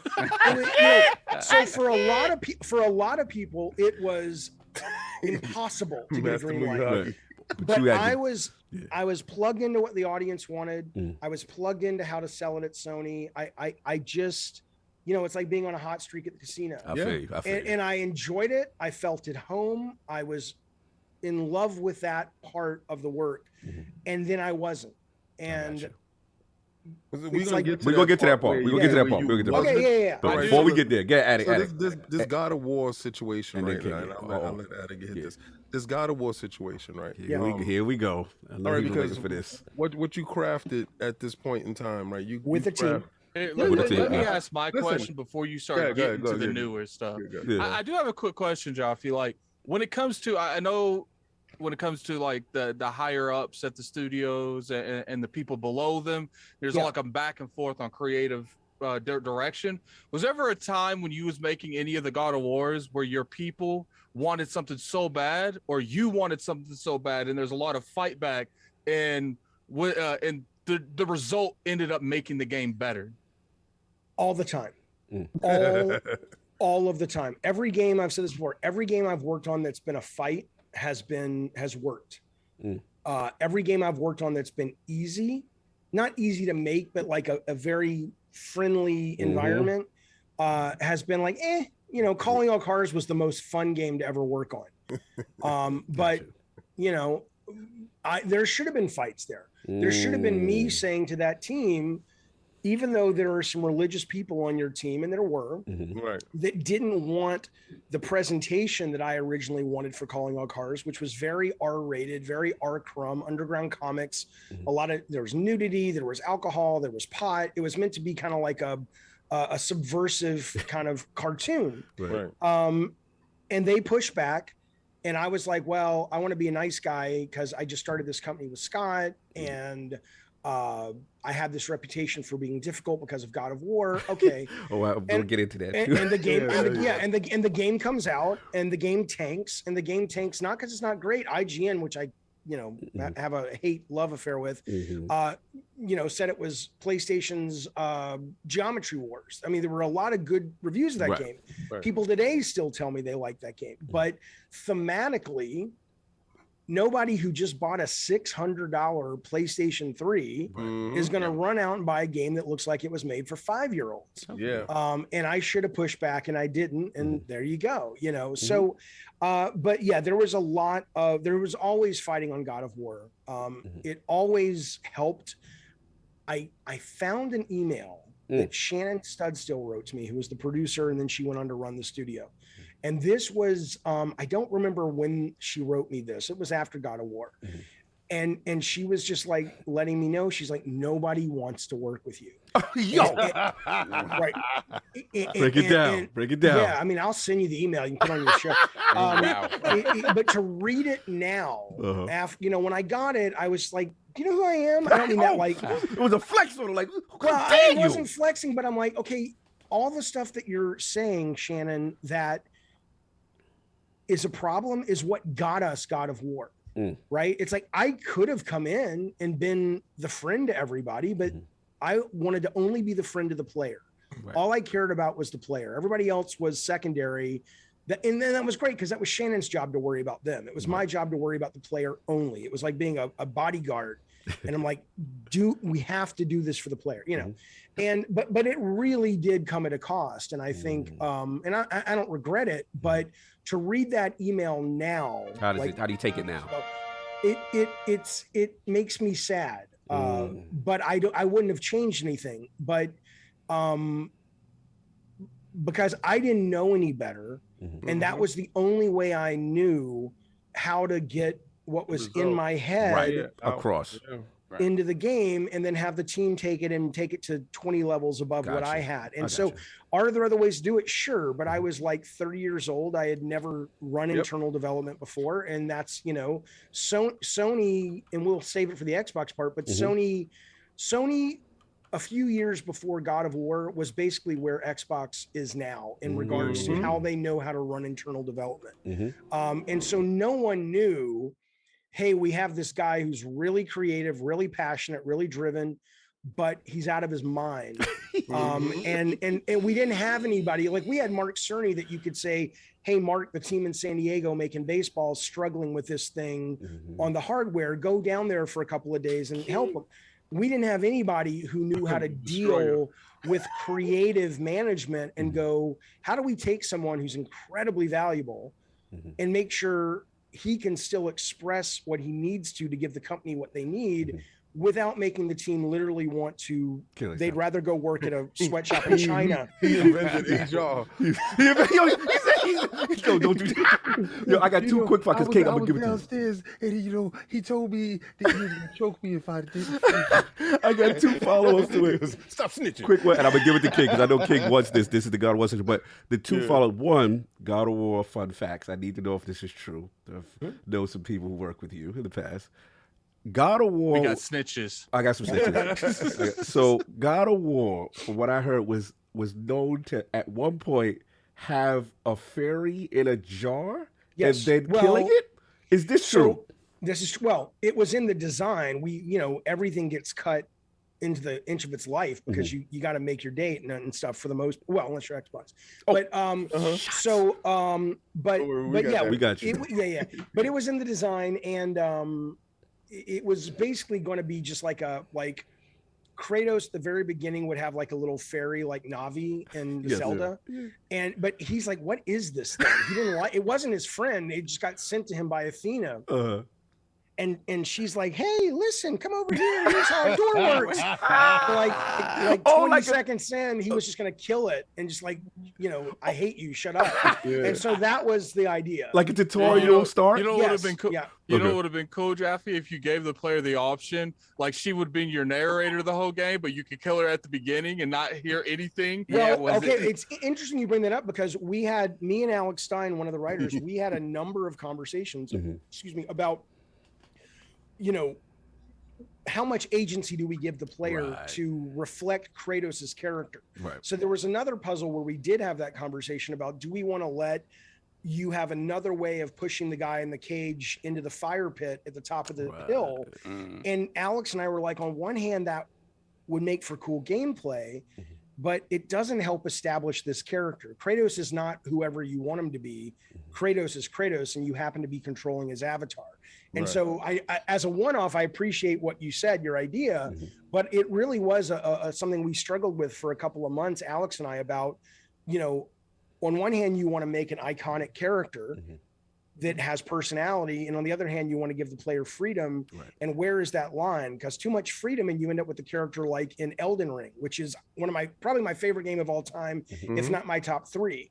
But nobody would, what's my character? I don't know. It's not Rando. There's which is part of its strength. So no, I feel so that. okay, so all right, good. I'm glad that you said that part, right? Because you made an icon in terms of the stuff that we was watching, like 80s and 90s stuff. We grew up on Bruce Willis, Die Hard, Schwarzenegger stuff, and and all the horror movies in the Grindhouse 80s. stuff like that, right? So and going into God of War, you were tapping into that 18, 26-year-old, more like 14 to so younger girls, and then you had little nudity and stuff in there, but and the blood. And the jump button. Shout out to the jump button. All right, here we go. Here we go. This is what he's been waiting for. I don't care. I think are you talking about God of War 2018 having no jump button? That's a shot. That's because Kratos is so depressed he can't jump. It's so heavy. Why? It's so sad. Why would you jump? They took the hardest dude in the room and made him the softest dude in the room and gave him a kid. But anyway. Oh my God, kid. Hashtag I love that's your God of War. We really do that. Hashtag not my God of War. And this is not his voice. This is my voice. I did love 2018, but it's definitely not Kratos. It's not the same game.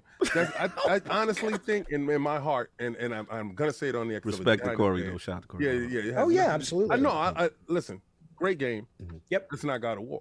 Right? That's right. So, I think so. Right? Because they took that character, this character that, and this is me, the player. Okay, kid, get your balls. In love with this alpha male that walks in the room, baddest dude in the room, 100%. His motivations is to kick butt, get see God's back for what happened.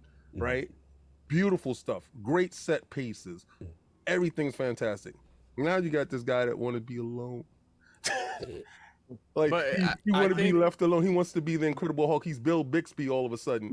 But the thing is, though, King, I will say that I feel like the reason that it feels that way is like he achieved his goals. He killed the people that ruined his life. Like, where did you expect him to go? To stay angry? Like, I don't know. Well, the character is made up of that.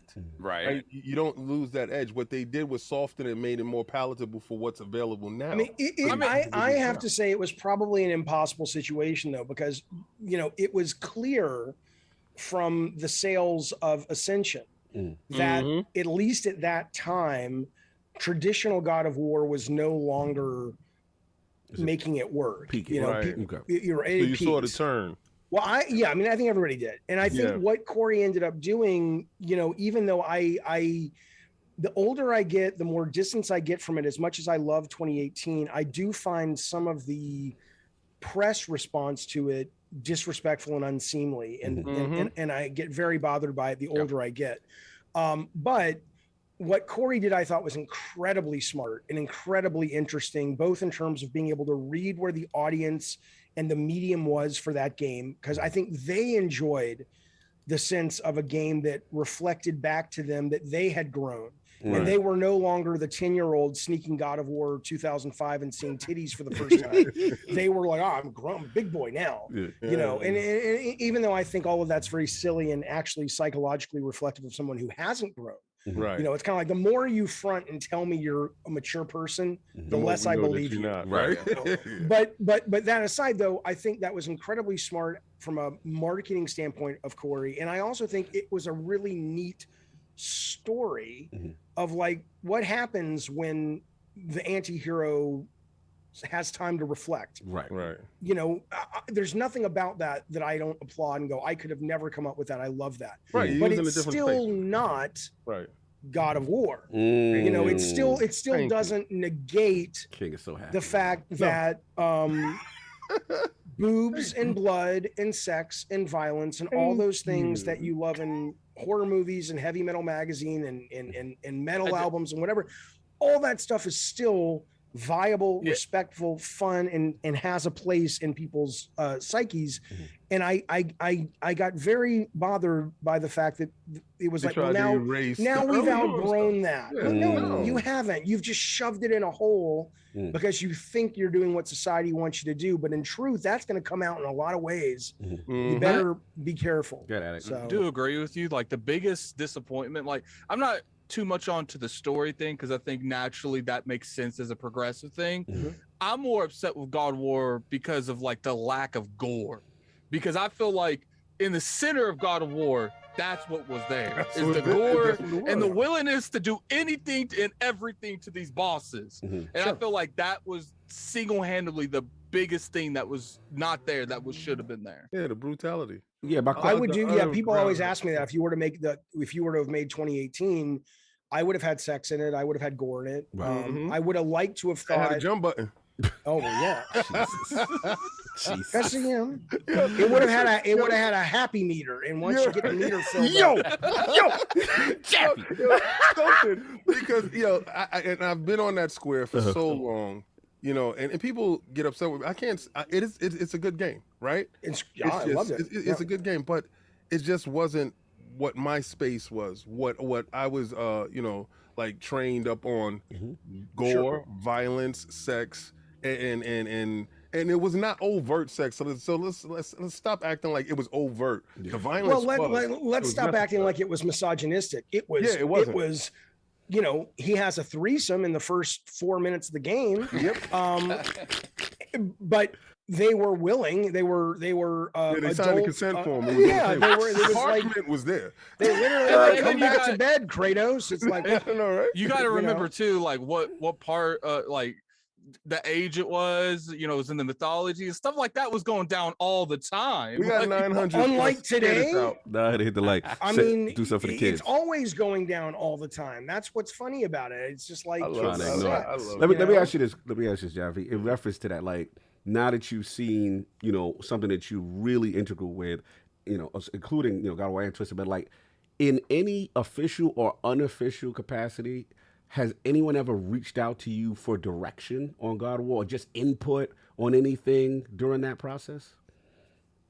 Which process? Let's say 2018. Let's start with 2018. Oh God, no. Okay. Shannon and I were on the outs for a very long time after I left Eat Sleep Play.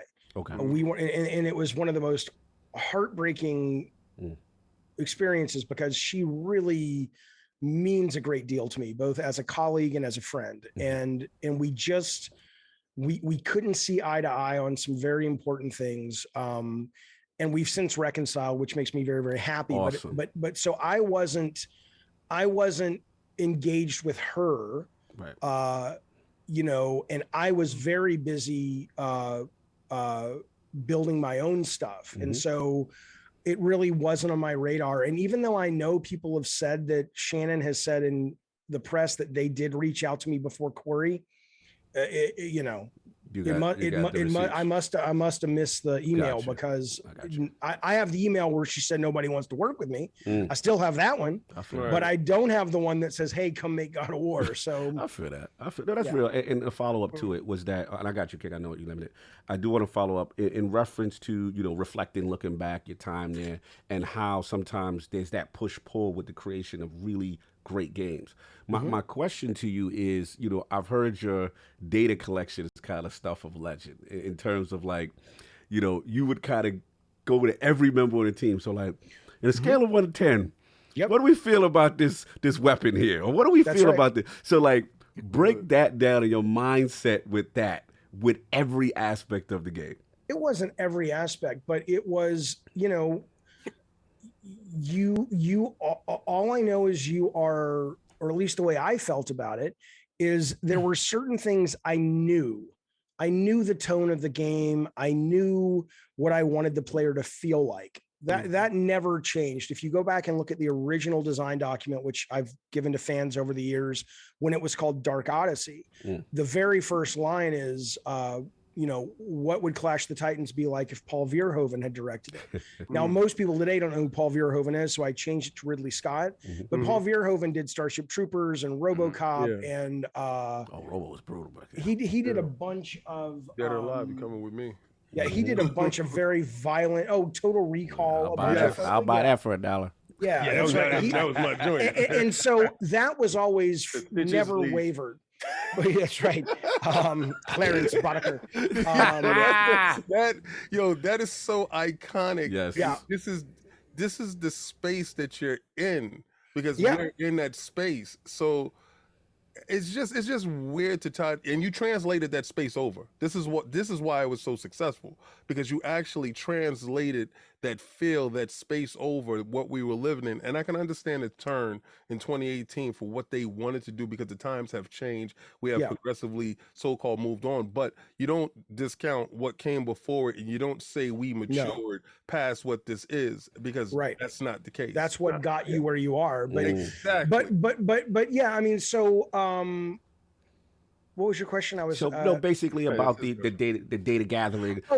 So I knew what the North Star was from the very beginning, but when you're going through that desert, you need all the help you can get, and whether that's creative help from the team going, I had an idea, and you're like, oh my God, that's brilliant, put that in, or whether it's just like, I think these three things are cool, I'm too close, what do you think? So yeah, I loved getting feedback of just gut reaction. I didn't need a write up. I didn't need an email. I'm like, here's a picture of who Kratos could be. Here's a picture. 1 to 10, 1 to 10. Cool, thanks. And I'd move on. I saw them old pictures. Thank God you ain't picked one of them other designs. Oh Lord, no, that was gotta go. The one with the helmet and all that. We spent over a year with multiple artists under Terry Smith and then Charlie Wynn, trying to find this character. It was a huge endeavor. It was a huge endeavor. And so, yeah, I was 1 to 10ing all the time. And then I'll tell you what, when we did play tests where they'd come into Santa Monica, you can best believe those forums were like, how was this? 1 to 10, 1 to 10. And I went home on a cloud of rarefied air when the final one was rate the game on a scale of 1 to 10. And what chances would you buy this? And when those were in the 9s and 10s, which they were, I was like, oh my God, this is the greatest day ever. You said you worked with a lot of artists to find out the final design for Kratos. Was there any after that, or did you eventually come back to that one after they showed you other ones? No. Once we kind of had the Ed Norton epiphany, and the American History X epiphany, and then Charlie did the art in that with that guidance, and I saw it. I'm like, oh, that's a go. And a lot of artists get frustrated. The good concept artists don't. Like, some of the concept artists would be like, I would go to them, and a lot of this was because I was a kid growing up learning how to make movies, so I would see the Star Wars concept art of droids or Creature Cantina characters or whatever, and it was sometimes like, I think it was it Ralph Marquand or whoever their famous concept artist was, but he would sometimes just fill a page with rough sketches of like, could be this shape, could be, and that's what I wanted. I'm like, I don't know. And they're like, well, he doesn't know what he wants. I'm like, no, I don't know what I want. I know I have a feeling, but I'm not an artist. But I'm not going to come to you, concept artist. The job title is the job is in the title. Concept artist. Part of it is it's a collaboration. I can come to you and give you the emotion. I can give you the feeling. I can show you examples of how it makes me feel in movies and comics. But I can't say I want the eyes that you're not a police. So you're not a police sketch artist. It's like, let's figure this out. So honestly, in a lot of ways, you go, well, how come it took so long when all it was that simple thing? I'm like, because that's how long it took Yeah. for the brain, for my particular brain, to be able to put the pieces together. And there you go, you know, but fair enough. that's how it works. Soft, and then King, before you move on to the final question. No, it's interesting because when you look at this, like all of those little details at any point in time could change the arc of this game, the arc of this entire. They did.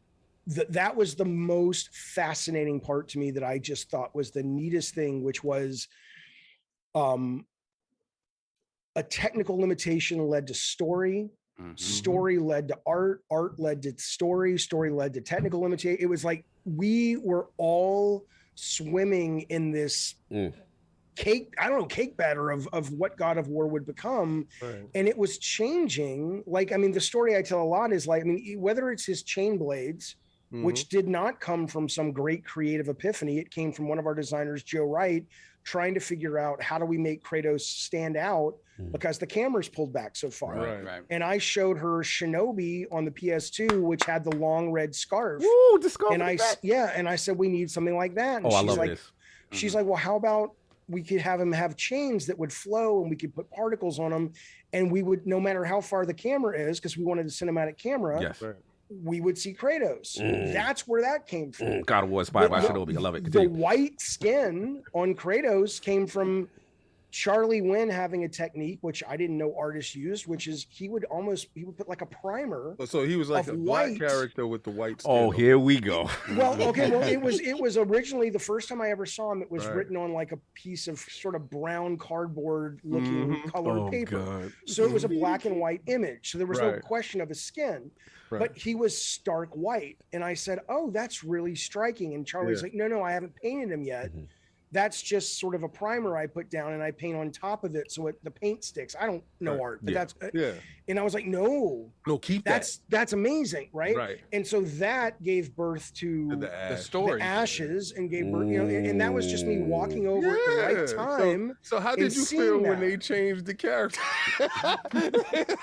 in what part? What do you mean? Okay, so Here we my go. whole thought, right, all the way through. Regardless He's been waiting his whole He's life. been waiting his whole life to ask you this. Beautiful. This is beautiful, right? I don't care. The good news is now after this, you've achieved your goal, and you can stop with the just for men. You've done it. You've done it. We're not gonna do that until actually that date. So I'm like Bethesda and Microsoft and push the date back. Continue.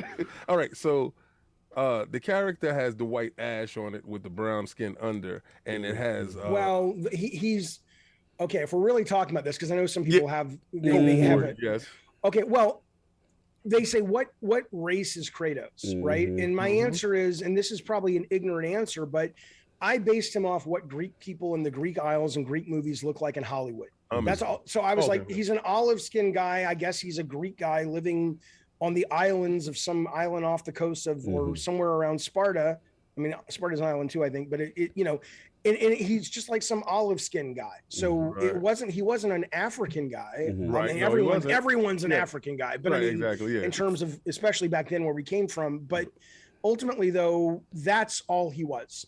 I never thought about it other than going, he's like, you know, in a movie, if you saw a bunch of Greek people running around, they wouldn't hire people like Lord Addict. Here we go. Maybe the Greek people would be stealing Lord Addict's potatoes, but you know, they're always after me potatoes. Why you gotta steal my potatoes? Why can't you steal cars? I'm done.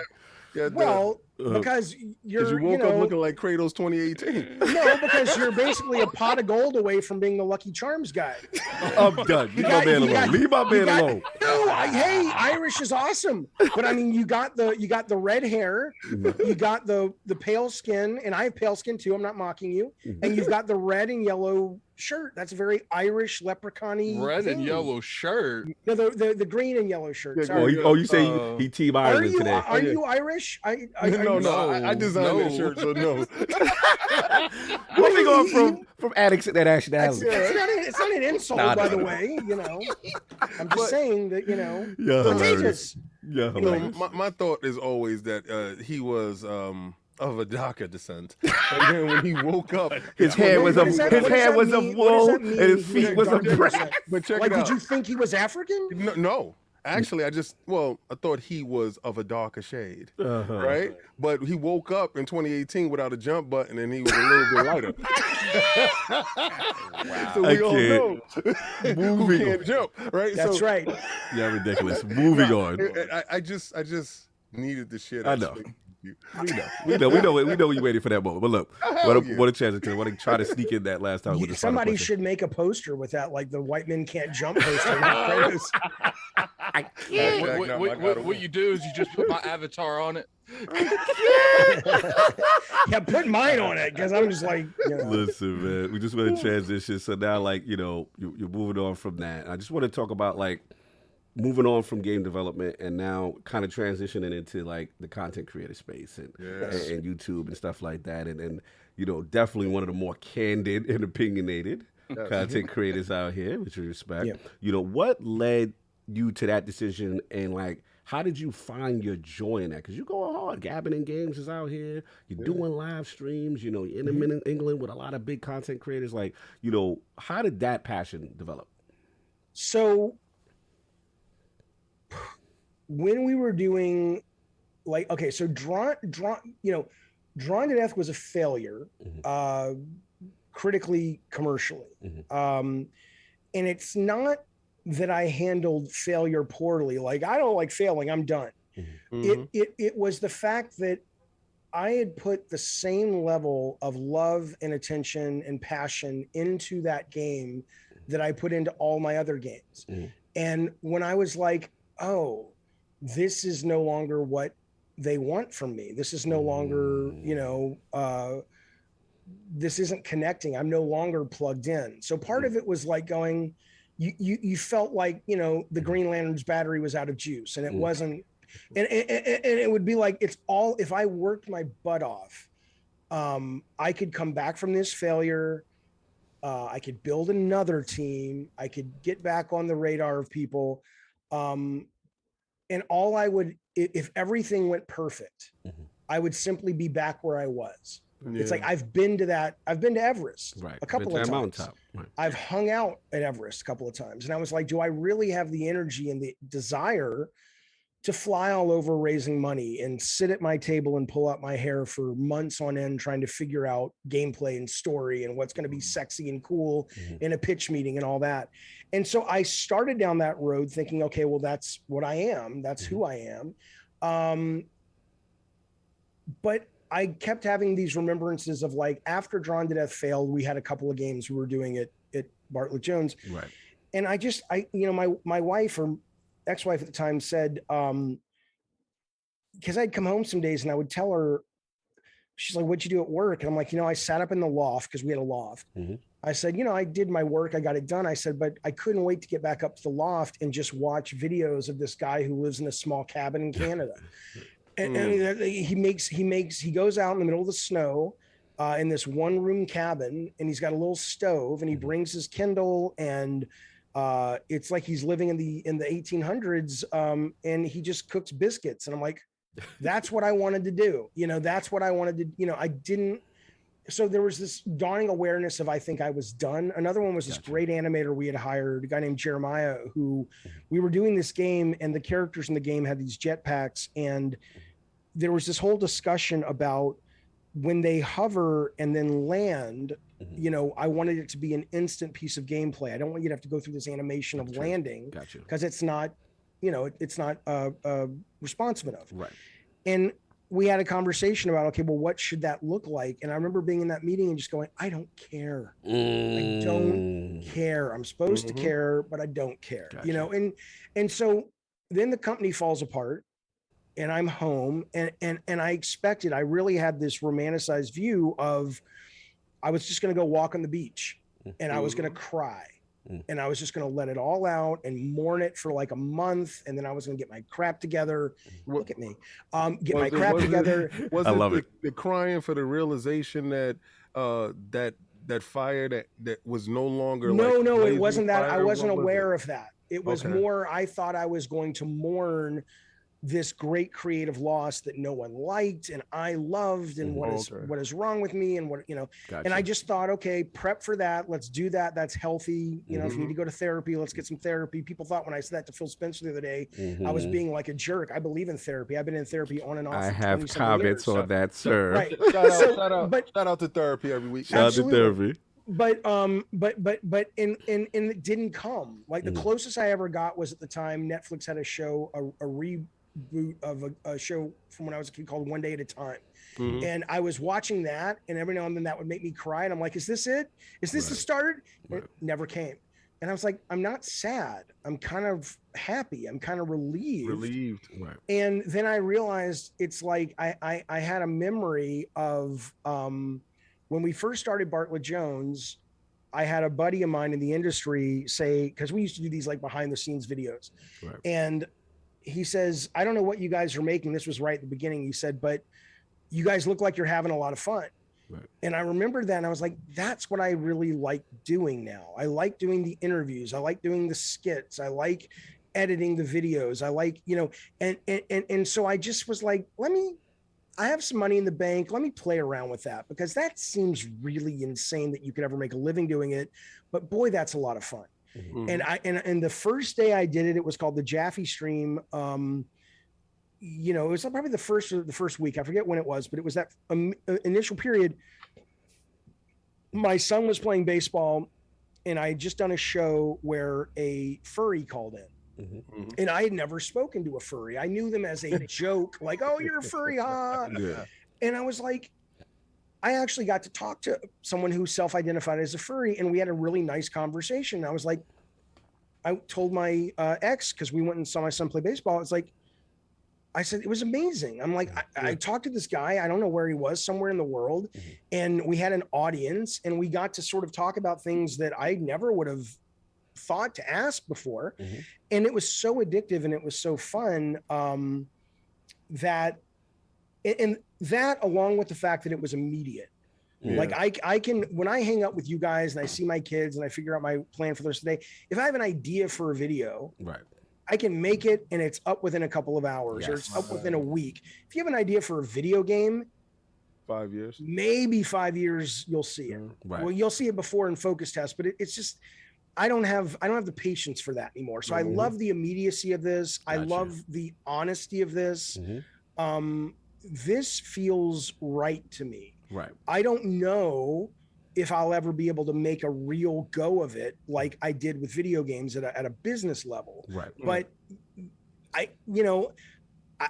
can work, you know, I'm not an idiot. I mean, I have to worry about that at some point, but I can't worry about that right now, because right now I just know that this feels correct and everything else feels wrong. And I've had opportunity to get back in the business. No 10 cent through a bag. Well, they said, hey, let's have a call about a bag. About a bag, yes. It wasn't a done deal or anywhere close. The minute I heard it was 10 cent, I said, give me a couple days to think about it. I wrote the guy back who was an American executive for 10 cent. And I said, man, I don't mean to be a jerk. I really do appreciate it. But I'm doing this show and I want to see where that goes. And also I just can't square the China thing. Yeah. So anyway, that was how I got to this. No doubt. No, look, very, very impressive. And I like what you said in reference to kind of like your gut and what you feel, you know what I'm saying? And you have to gravitate towards that. And to go ahead, Addict. What I was going to say, Jaffe, like, you are having some success on YouTube. Like, we always say, like, the most successful type of person that has a lot of talent is people that can do stuff by themselves. And you do that in tenfold, because it's hard to do stuff by yourself. There's no one to bounce back and forth. It's all on you for the show. And, you know, there's not a lot of people. It's like, that's the skill anyone can get, but a lot of people don't want to learn that when they could just get one of their friends. Oh, you mean in terms of the conversation? Yeah, that's very difficult. I mean, it's much easier to have talks like this because, you know, and I don't mean it's easy like what you guys do is easy, but in the sense that every time I go on a show like this, there are these, it's like when you're a kid and you go bowling and the guidelines come up, the little bowling lane things to keep the ball from going in the gutter. When it's just me, stuff can happen. things will happen. And on one hand, that's fun, but I have had my challenge has been. I talked to you guys at the beginning of this. I struggle with the ums. Yeah. You know, and well, yeah, but the reason I say it is because it's like, you know, usually people like don't read the comments, and I'm like, I don't care about the comments, because if it's something that affects me, it means that's actually important to me. Maybe the guy or the girl was rude, right? But if that stuck in my psyche, I'm like, what do I have to learn about that? Because he's saying something that's getting to me. Whereas if someone said, Jaffe, you know, every time you eat a lollipop, you know, one of my ancestors goes to hell. I'm like, okay, whatever. You know, there's no basis of anything. Yeah. But so, you know, sometimes people will hit me on the comments and go, oh, dude, the ums are killing me. And I'm just like, oh, yeah, you got it. I know, you know. But people don't realize how hard that is to break. Like it's hard to break. An easy thing.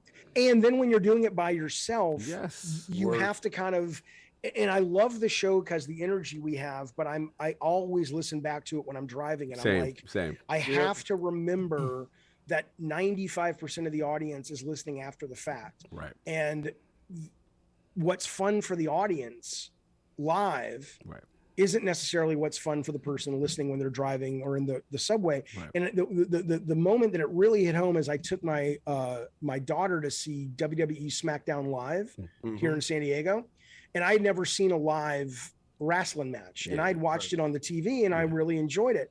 But it's kind of like going to a live football game. There are no announcers. There's no one to help you figure out what's going on. It doesn't exist for the people in the arena. They're there for, you know, the drama, but it's really made for people at home. And when I realized they're two different products, going to an arena show for wrestling and watching it on USA or Peacock or whatever, it's not the same product. And so I really have started to try to learn to walk that line, because that energy from the live audience makes the show better. Absolutely. But it can also go off the rails very quickly. Not because things go bad, but because someone's like, dude, I tuned in to hear you talk about Ubisoft, and now you've spent 20 minutes talking about this guy who thinks he's seen the smallest penis ever in the world.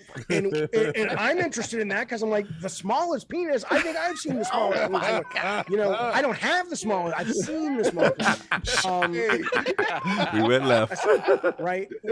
So it's a very, and I think I'm getting better at it, but it's a very hard, you know, bucking bronco to stay on. Absolutely. But it's fun. It's fun. I like to give a shout out to you for your integrity as far as, you know, the activism stuff. You was like, yo, I'm not gonna mess with that stuff until. Well, my intent, like, okay, I appreciate that, but I always have to preface it by saying my integrity is only as strong as my bank account. Yeah, I felt no, and I'm gonna get to that bank account thing too. Crucial. The 10 cent thing, the millions, 10 cent thing. Well, came your situation, came your way. And again, you know, you stood on your square because of whatever you felt in that situation, right? And you couldn't square that. And not all money is good money, right? That's right. So trust, because you know, hey, take this. But anybody would take any type of money if they need it. So. Not true. Well, it is true, but it's not. It's everybody has a line where it's different, and everybody wants to think that end of the day they would not be like Denzel and John Q. Right. They can offer you $20. You know, I got to eat, and it's $20, but there's stipulations in that $20. No. Exactly. But what I'm saying though is that's true. But I think when you have a family, I think it becomes very, very different. And I think when you're like I said, that John Q movie with Denzel Washington, when it's like, look, I'm not a bad guy. My kid is going to die. I don't care what I have to do. Yes. Right. There are, you know, and so I just think that, just like I was saying, I think it's important at the beginning of the show, we were talking about ambition and drive in a career. Yeah. That is a result of things that have already been baked a long time ago in your psyche. Yeah. It's not something you just go, I want that. Right. You are who you are and you can change it, but who you are in the meantime, the choices you make are based on who you are at the moment, right? Yep. And so similarly with money and with being able to have morals, it's pathetic that it is a privilege to be able to be morally upstanding. You know, that I can say, no, thank you, 10 cent. You know, that I can say, good point, I'm going to do exactly what I want. It's like, yeah, it's a nice drama piece or it's a nice story narrative, But a lot of it has to do with the fact that Your I'm not going to position. go hungry, and my kids Right. aren't going to go hungry Right. if I tell That's a good 10 point. Cent to fuck off. That's a Yeah, good yeah. point. So like, But if- I'd like to think my line is really far away, but you're never going to know. But if till you were get like to it. 4 months behind in mortgage, lights getting ready to get cut off and stuff like that, and 10 cent be like, "Hey man, I was thinking about." Oh, Right, all so of a you know sudden, that's what? a good bag. 10 Cent. I thought you said 50 Cent. I hate that guy's music. No, I'm in. Look, what The routing number is. the routing number. Look, All what right, so people in the chat, I think you're about to do it, but they want the real. Yeah, so I'm questions, about to apparently. I want to transition Yeah. because I want. Plus, I want to sneak King in for this final time before he goes. Yeah. Yeah. Leave early. Yeah, So, last question that we do again. First of all, tremendous journey. Got to give you your props on that. Okay. And love hearing these stories. You know, truly inspirational and to help people understand how the business was and works on a lot of levels. So that's cool. And your drive, tremendous. I wanted to get more in arcade, but we'll get you back because I definitely want to get more into arcade stuff. We didn't get left game and stuff.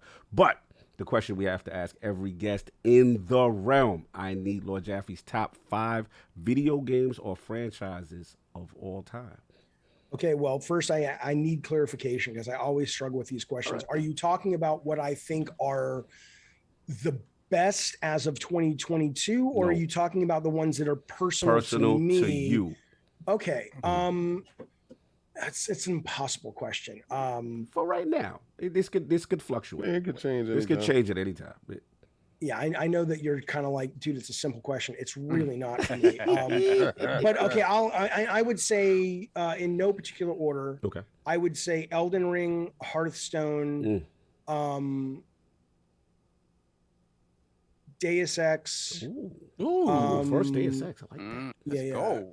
Great franchise. Great I franchise. like this. Eco, Wow. Okay. Eco. and maybe Resident Evil 7 VR, playing through VR. Ooh, VR contingent likes that. Okay. I But think he's had first of a couple. Yeah. but I would say though that if you're going to things that are more, foundational building, Okay, let's get that. Atari's Adventure 2600 or Let's go. Miss Pac-Man and Galaga Let's go. and Mario Kart Battle Mode Okay. from the SNES and Yes. Flashback from the Flashback. Sega Genesis. Flashback. That's Hell yeah. But that's what I'm Yeah. saying. It's like there's like probably 20 categories of course. favorites based on Of what you're course. looking for. And it's I don't know why I struggle with those questions, but people on my stream will always go, Jaffe, here's $10. What's your favorite video game? I'm like, dude. Yeah, But because that's, it's more like if you're on a stranded on a desert island, you only take. Oh, 5 Hearthstone. games. Hearthstone. Yeah, Okay. that's basically it. So that's the mentality behind it. If you can only play these 5 games for the rest of your life, and Okay, that's a very different question. That's But yeah, I would King say transformed it into that. But continue. yeah, that's my I would thought. say okay. I would say Hearthstone. I would say Roblox. Because I can play with my kids, but also because it's never-ending variety Right. of games, and they're a lot of them are crap. But I would say Elden Ring Okay. Mhm. because it's a great escape.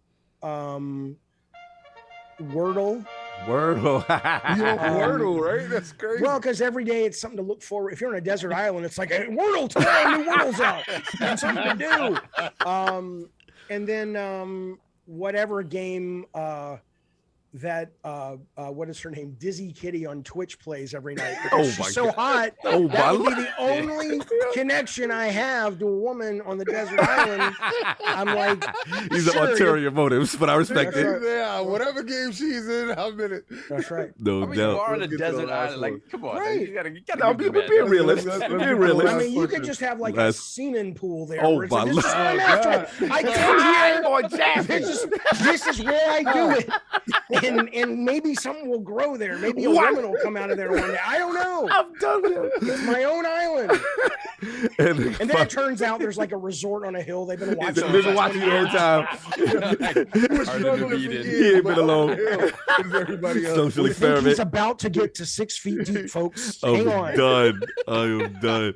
Favorite console of all time and why? I mean, again, okay. King's got to take the question. I'm so sorry, but your question is too impossible. Okay, you love too much. That's All what right. it is. So- But what do you? like, What you do you? go to a What, desert are you island. asking about? Are you asking about which one has the Atari has the nostalgia win. For Okay, me. Right. okay, that's an answer.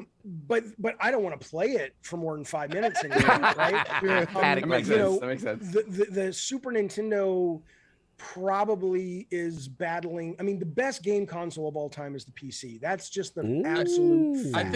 I think the best way to do this is, what is the console that you have the most memories of? Like, best Atari. memories He of. said Atari. He said nostalgia. Yeah, anything that you were. Yeah, but that hard 5 minutes though. It's like it's a hard. Yeah. Pitfall Harry is a hard Pitfall Harry for 10 minutes. Done. Right, or Load Runner. It's like, oh god.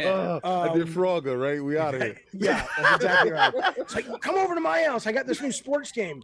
What do? You shake the stick back. Really Run up the block. No, I respect that. So nostalgia would be the 2600, and then you would say SNES or PC. You said PC. Well, SNES, the Super Nintendo, or what we called it, I came to know it as the SNES. That's what we called it at Sony when we were testing games for it. I think the variety and the creativity was really big then. So I would say, if you're talking console, I would say it's got to be between the Super Nintendo, the 3DS, and the PlayStation 2. But I think for me, if you really were to say you can have a desert island thing to play games on, people got so they got so mad at me because I was talking, I tweeted, I said, people were talking about the delays and Starfield and all that. We gonna get it to it. And I was just like, and I made sure to preface it and say, hey, when you can afford it, because it's expensive, I get it. My parents had to save up like crazy, and then they could only afford the display Apple IIe that was on display in the window. The computer's not cheap, but playing games on a computer, if you love games, not if you're a console fanboy or whatever, if you love games, the sheer volume and the sheer variety is just I would say at this point, if you want to be a designer of games and you're not playing on PC, or you're not saving up for a PC, or you're not going to a place that has a PC to experience Steam and itch.io. Literally 4 days ago, the USC Game Expo, USC is where I went to school, but it's been named like the #1 school for video game theory and design and production in the world. They literally had their expo. You can go online now, only on your PC, see like 40 games these students made. Most of them are shit, crap. But there's a couple of them that you're like, these guys or girls could be the next, Genova Chins and that game companies, right? Well, you can download those and play them, mostly all of them, on your PC. I get that's not Uncharted 5, but if you're into design, if you're into the medium, graphics is only a part of it. So if you're serious about design, you either need to be on a PC or be figuring out how you can get on a PC, because that's where the games are. No doubt. Tremendous history, tremendous top 5. Love the experience, man. Absolute legend in the realm. He's still hanging out with us. We got more to talk about. What I want to do, King, if you don't mind, just I keep looking at my email. So I just want to get right into that one topic with you. Go for it. So let's just transition. Solve. We'll skip the poll, and then we'll do the super chat after this topic, because we got to get King and Jaffe. All right, so we can get this one topic. Yeah, we get this one topic. Just popped in. All right, cool. No doubt. Fars, we got you. Games Talk Live, we got you. King is coming, but the realm demanded all of them be present for this topic. So look, let's just get straight to it. So May 12th, it looks like Bethesda put out the tweet that rocked the industry right now, and an update on Redfall and Starfield. We've made the decision to delay the launches of Redfall and Starfield to the first half of 2023. The teams of Arcane Austin and Bethesda Game Studios have incredible ambitions for their games, and we want to ensure that you receive the best, most polished versions of them.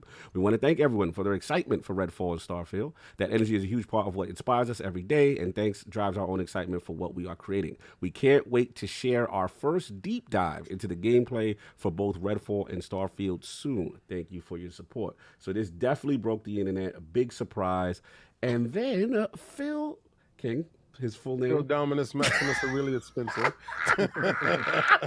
Put out the tweet that definitely also reverberated right after it, which was, "These decisions are hard on teams making the games and our fans. While I fully support giving teams time to release these great games when they are ready, we hear the feedback. Delivering quality and consistency is expected. We will continue to work to better meet those expectations."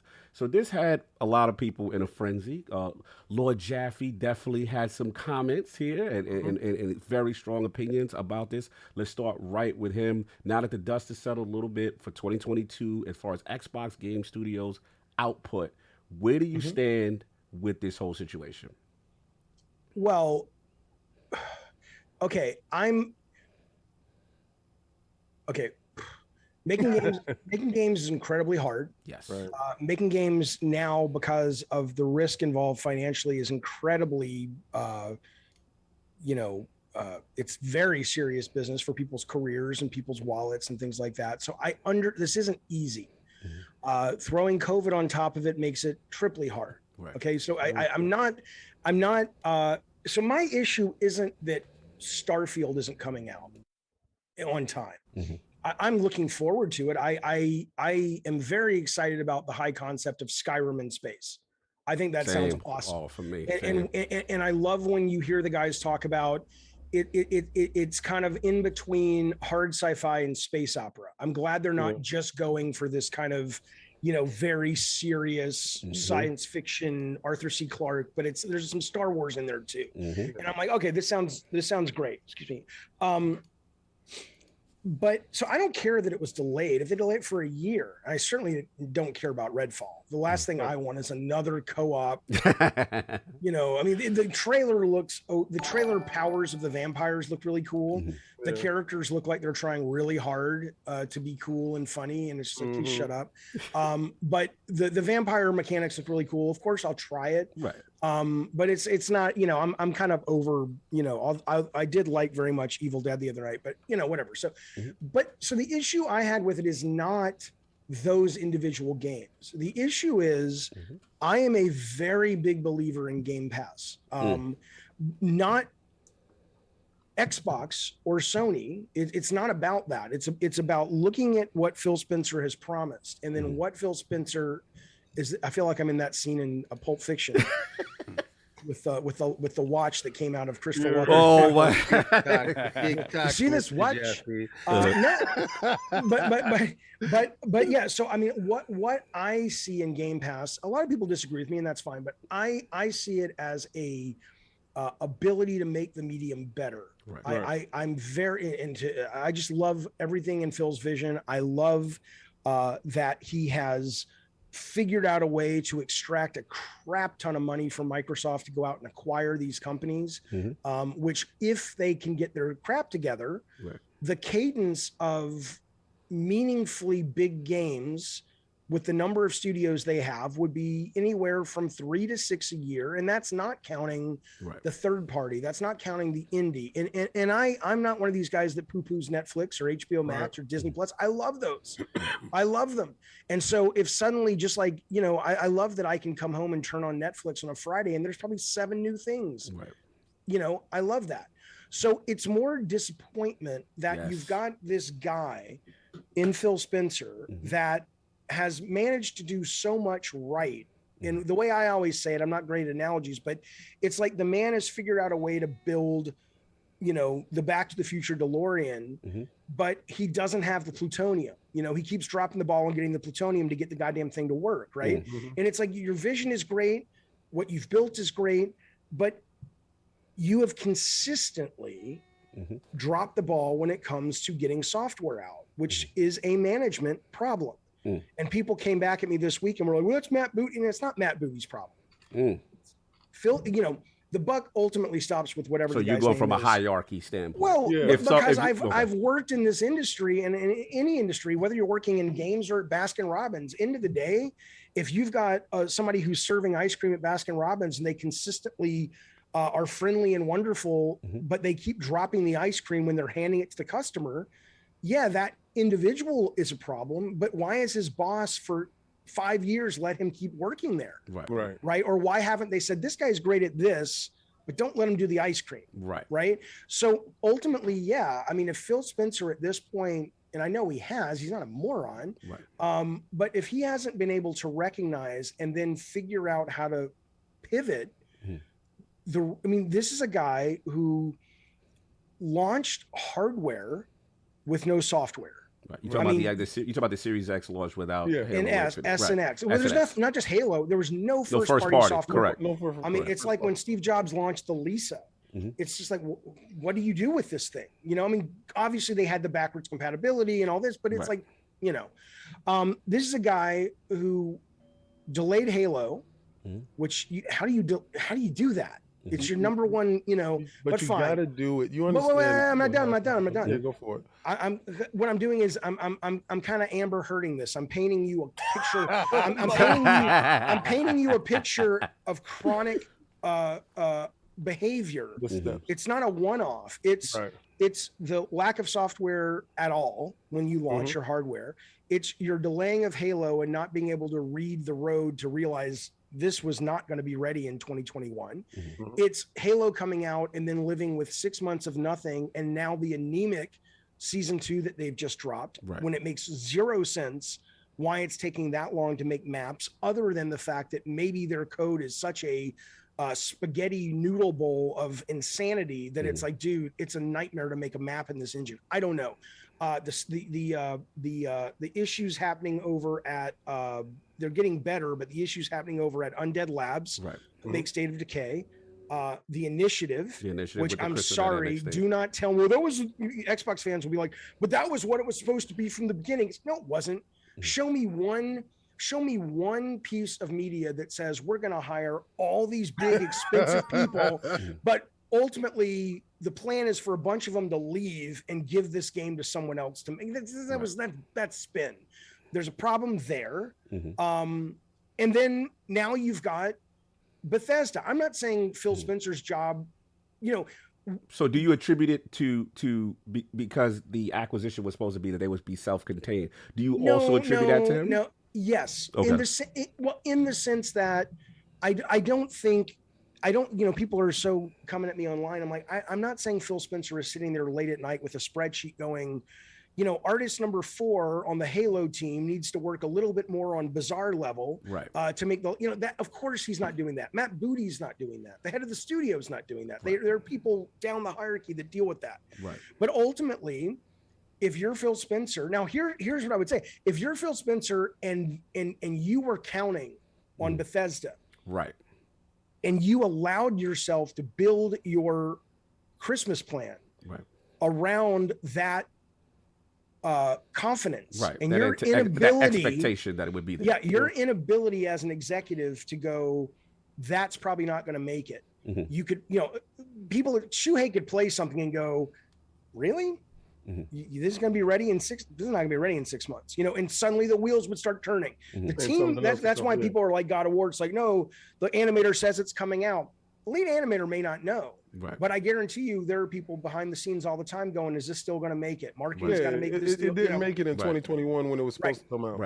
So it's less about it not coming out and more about one more example of a very important milestone that under Phil's leadership has been missed. Now, if Phil comes out in June, which I think he will, or maybe even before, and say, I know you're disappointed, we got you. Trust me, you're going to love your Christmas. And what he comes out with is, the only company, I'm going to make a video about it later today, the only company I could find is Warner Brothers that they could possibly go to and say, we can't have exclusives right now because of the acquisition. We really got to, keep our nose dry. But Harry Potter is going to be Game Pass day one. Yeah, it'll still be on PlayStation. But Hogwarts is going to be day one Game Pass. Gotham Knights is day one Game Pass, and maybe one other thing. And they're like, he won't say this, but we've written a check for over like $600 million because we want you to have an amazing Christmas. Then I'd say, awesome. You got a backup plan. That's what a good executive does. But there's no indication of that. And maybe, let's put it this way: if they were having those conversations, his message wouldn't have necessarily said Gotham Knights and Harry Potter because they might want to save that till June. Yeah. But his message would have been, I know this is disappointing, but don't worry. There's great news stuff coming. to reassure the base, the base. But there was nothing, which means if that comes, he's probably trying to do it now, which means one more example of you didn't see this coming. I got one question before I give it to Kid, because this is a great. I know you got to go. This is a great discussion point. My question is, what about the mindset that we heard during the 2018 and the acquisition of all these studios, right? Yeah. And one of the things that, I mean, ILP has had a lot of these studios on, Obsidian, Undead Labs themselves, you name it, 343 and all these guys, right? So my question is, part of the discussion piece was said that made the acquisition and for these guys, compulsion, these guys like attractive was that they were told, hey, we're going to allow you to do you. Right. And it was almost like the Budweiser distillery thing. Like, okay, we leave small little studio that makes this craft beer. And then here comes Budweiser. And it's like, yeah, do what you want with the distillery. And we're not going to micromanage. Now, my question to you is, do you think there's an issue with the conflict of micromanaging and kind of hovering over studio, where as opposed to Microsoft with their reputation, like, hey, you know, if you get acquired by Microsoft, they go metal. You know, the older reputation, you know, like, you know, if they come in, you know, the studio culture is going to change. Do you think maybe the problem might lie in that, where it's maybe, do you think it's two hands-off approach? Well, and there should be a cracking of the whip, so to speak, and then comes the crunch culture stuff? The thing that's important to know, though, is just because the press release tells you something, like everyone's taking that as gospel. And I guess for me, the reason I don't is I'm like, you know, again, I worked in this for 20-something years.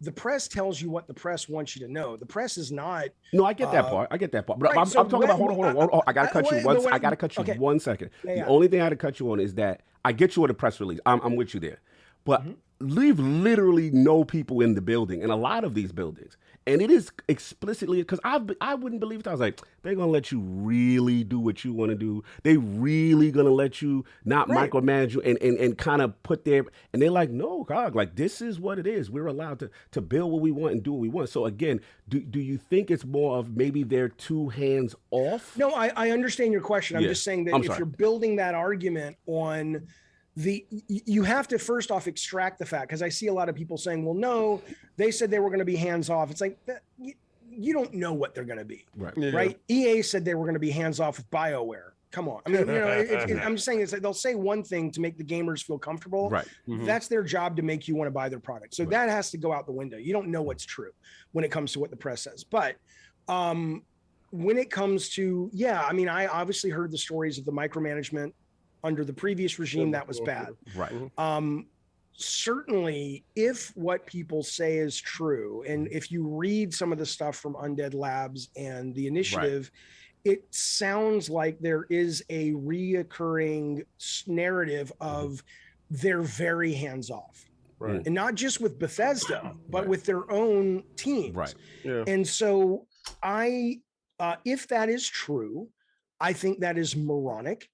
I think that is, and it's like, also, we don't have crunch. That's moronic.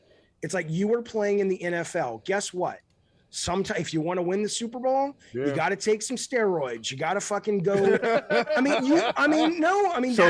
So we saying crunch then. Absolutely. So we saying Microsoft got to make them crunch. They've got to do something. Now, if Microsoft, they don't have to, Microsoft could say, we're going to keep throwing money at it so they don't have to crunch. That's fine too. Because if you don't crunch, your costs go up if your quality doesn't go down. Right. But then the job from Phil is to make sure, while they're taking the extra long time because they're not crunching, is to have something for his consumers. I feel that. It's like, you don't go to McDonald's. It's like, I know Burger King has, you know, the Whopper. Right.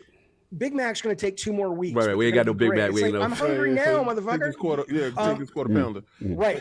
But yeah, so the idea, yes, it could be that. It seems like that's part of it. But that, again, is a Phil problem. It's like, you know, the buck stops with the ball. But also because of, and this is what I mean, when I was at Sony, when we first became PlayStation, we spent 5 years canceling things left and right. Things were greenlit that there was no gameplay. We signed developers that had no fucking idea what they were doing. That is learned, right? Running product development from Shu, from Alan, from Shannon, from Connie Booth. They're brilliant at their jobs and they're good at their jobs in terms of they have that skill set, but also they've gone through boot camp, which was PlayStation 1. And in PlayStation 1, we got to fail because we had Metal Gear Solid, we had Crash Bandicoot, we had Spyro, we had all these games. Well, yeah, but we had all these games that were feeding the fans while first party was becoming what it is today. Right. Well, Microsoft. So then you're saying that they had. All right. To get to this. Well, let me just finish this. I got to run to this dude show. All right. I just want to finish the thought. Let Jeff and then King go right. Yeah.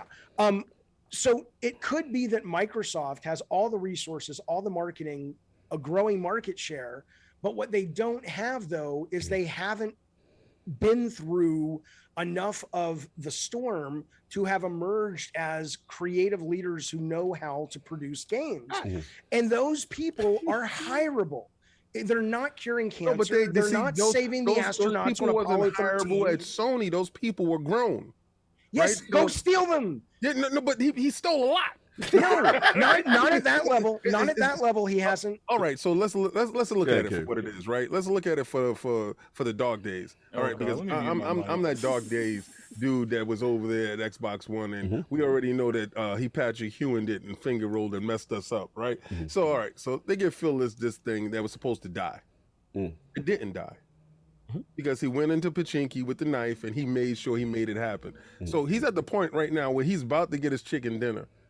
But this thing called crunch, this culture that they had before where, Microsoft gets their hands in it, they're going to meddle in it and they're going to mess it up. That's not crunch. That's different than crunch. Well, meddling. Hey, you got to get this done. Crackdown. Remember those things? Well, those are very different things you're talking about. Microsoft coming in and saying, we don't like this. We want this changed. This isn't good enough. That might be meddling. That's different than saying we demand. Yeah. All right. So we already have the checklist of games. Like Scalebound didn't make it because Microsoft wanted one thing or whatever.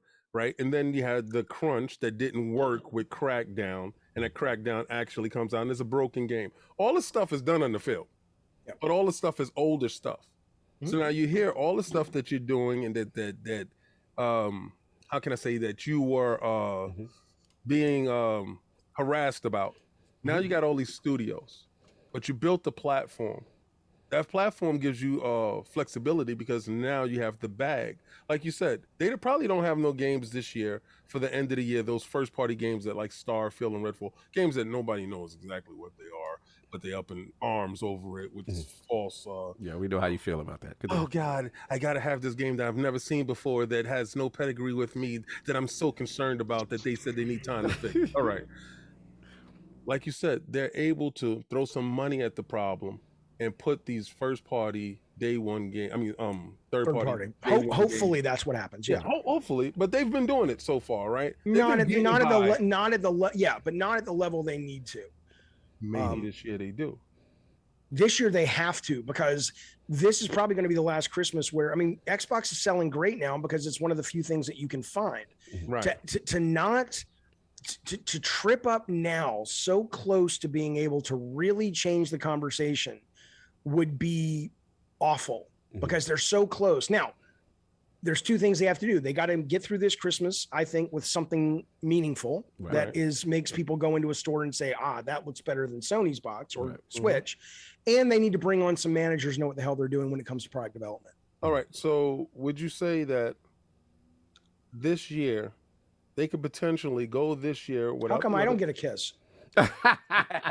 Wait, who? It's you, David. Oh my God. We went left. Continue. You say that this year they can potentially, because they're selling high-end software, high-end hardware, and Game Pass is being, successful. And they're probably going to announce the puck or the stick. It's going to be on people's TVs without a console. It's great. I love it. I love it. Right. Yeah. But okay, so you think that they can actually do something in that vein as far as throw more stuff inside Game Pass to give the developers more time on these games that if they do come out broken, there's no recovering from Starfield coming out messed up. That is true. Sure, well, that's not true. That's absolutely Wait, you think they could recover from a broken Starfield launch? They recovered from Skyrim. They recovered from CD Projekt Red. I mean, come on. I think Gamers are obnoxiously full of shit. yes, we are. Yes, we are. There's a lot of hyperbolic talk going around, and it's like you complain, but then you show up for But then we have a cyberpunk situation where you have a game that clearly did not meet expectation and should have been delayed. So you rather than put out a half-finished broken product? No, of course not. But that's the job. It's a balance. It's like, and you're saying that he's not balancing that job, and he needs. Well, if he shows up in June and says we've got Harry Potter day one, and we can't make Call of Duty exclusive, but we can make it day one Xbox. We can pay Activision for that because we know we'll be getting the money back. Because it's our money, once we buy them. But I mean, but that's what an executive does, right? It's like people are like he managed to get Microsoft to spend $60 billion. It's like, well, now he's got to get a little more, because if you walk in, and again, I don't know, a lot of people buy on digital now, but let's say you walk into Best Buy and you're a parent or you're a college kid, whatever, you're looking for a console, and PlayStation 5, for the most part, better graphics, definitely better first party software in terms of the best of the best in a certain genre, which is they're amazing. No one does it better than Sony first party with the narrative based single player games and all that. Hashtag just one. But if you walk into Best Buy and they're like, this is the Sony proposition, and the Xbox proposition, Call of Duty, the new one, Modern Warfare 2, that's day one. Hogwarts, my kid wants to play that. That's day one. Gotham Knights, and all these other games, that's day one. And then here's what's coming. Okay, baby. That is what. That's it makes the system more attractive. Your job is not to ship Starfield buggy. Your job is to ship something to make your fans happy. Absolutely, and I agree. King, I'll let you go because I was. Listen, had a great time. This is everything that I expected it to be, and I'm so upset that I got to go, but. What is better? Where else do you have to be that's more important than here with me? Shout out to Jay Fonzarelli.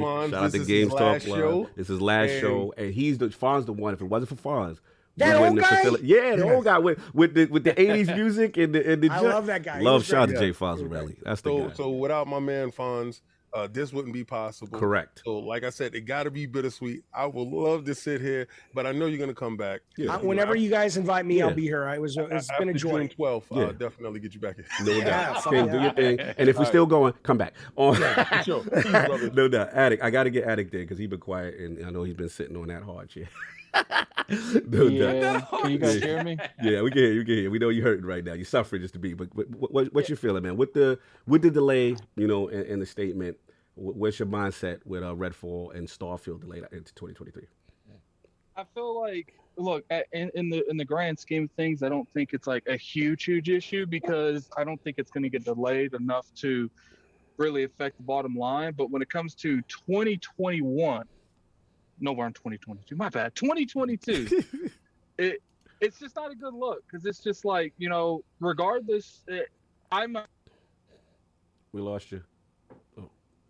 We lost. Okay, you're back. He's back. I'm 100% with Jaffe on. Look, just because you guys might not necessarily need Starfield this holiday, considering you have nothing, because the competition, unless God of War sticks it, there's not going to be a lot over there either. But it's just like Nintendo is doing good. But the thing is like, you don't come up. It's like I was telling Cognito. It's like Microsoft here lately has been the king of setting up the layup, but not actually getting the bucket. And it's just like, look, like. You can do good. This is probably the last holiday where it's going to be a limit on how much consoles is out there in the wild. Now, look, people could say, that's not fair to Sony. Well, it's not. But guess what? Microsoft had the money to make it a little advantage to themselves, and it's just like it's not a sport. Right. It's business. Sony had the money too. Right. Why they didn't spend money accelerating chips, I don't know. But anyway, sorry. Go ahead. Yeah, good point. Yeah. So look, like this holiday is going to be very crucial on making sure they get as much sold as they possibly can. But I don't know how much they're realistically going to make either. So maybe their mindset's like, look, Starfield needs a little bit more time to develop. And what's the point in putting out a game that might be broken? And I do understand where you're coming from, Jaffe, where you say they can recover, because historically we have seen games recover over and over again, but I do feel like Cyberpunk put a giant spotlight on those types of Stain on the industry. Please don't misunderstand. I don't care if Starfield comes out. If they need more time, if God of War needs more time, I was worried, Jaffe. You sound like you was cool with the broken game shipping. Jaffe's pretty much saying the game can recover if it was broken, but he don't want it. He's just saying that it could recover. What I'm saying is the issue isn't Starfield not coming out. The issue is not having a backup plan. And the issue is having assumed Starfield would come out and not being able to read the roadmap well enough to go, this ain't coming out. I think the biggest issue, Jaffe, is like last year they put a date, and it's just like not only did they put a date, they put a date in the trailer. Right. And at the end of the day, like, you know, it's not just one or two things, it's multiple things. It's the condition the 343's in, it's the condition that the initiative's in, it's the condition that you see Everwild doesn't even know what they want to be. Like I do understand that. Now, I do feel like there might be a management problem, but the thing is what else would it be? Well, no. I'm not disagreeing with you. No, I know, but you're saying might, which means you have an option. So what's the option? It's not a management problem. What I was going is, I don't know if it's that, or there's just so many studios and maybe they need more help monitoring them. That's management. Right. Well, you get what I'm saying. I'm talking about the current management and adding additional management. I know, but if the current management doesn't have the wherewithal to recognize we don't have the resources to deal with our massive number of studios, that's bad current management. You're not going to improve that by bringing more people in to follow a bad manager. I agree with you, but if there's too much work for the amount of people realistically doing it, wouldn't you think it would be more beneficial to bring people to help them? But we're in triage mode. You're trying to sort of you're sort of operating under an assumption that this isn't a chronic problem that has been going on for many years at that company. Ultimately, you can bring more. Look, if Phil Spencer at this point or Matt Booty at this point can't recognize that they don't have enough people to do their jobs, that's a very bad reflection on their ability to do their jobs. All right. So just for clarity, I just want to ask in reference to this specific, because obviously it's Bethesda Game Studios. It's, to Addict's point, 1111 was kind of put out there by Todd Howard in all the interviews. They said this was outlined in ink or chalk or whatever. And, you know, at some point we saw the marketing, right? We saw even the Xbox and Bethesda showcase marketing, the whole Starfield kind of vibe, right? We've seen the Vidocs, right? Whether or not gameplay is there or not is another issue, but we've seen almost like this cadence to almost a rollout of like something that is anticipated to launch. So I say all that to say this in the sense that now that this has happened, right?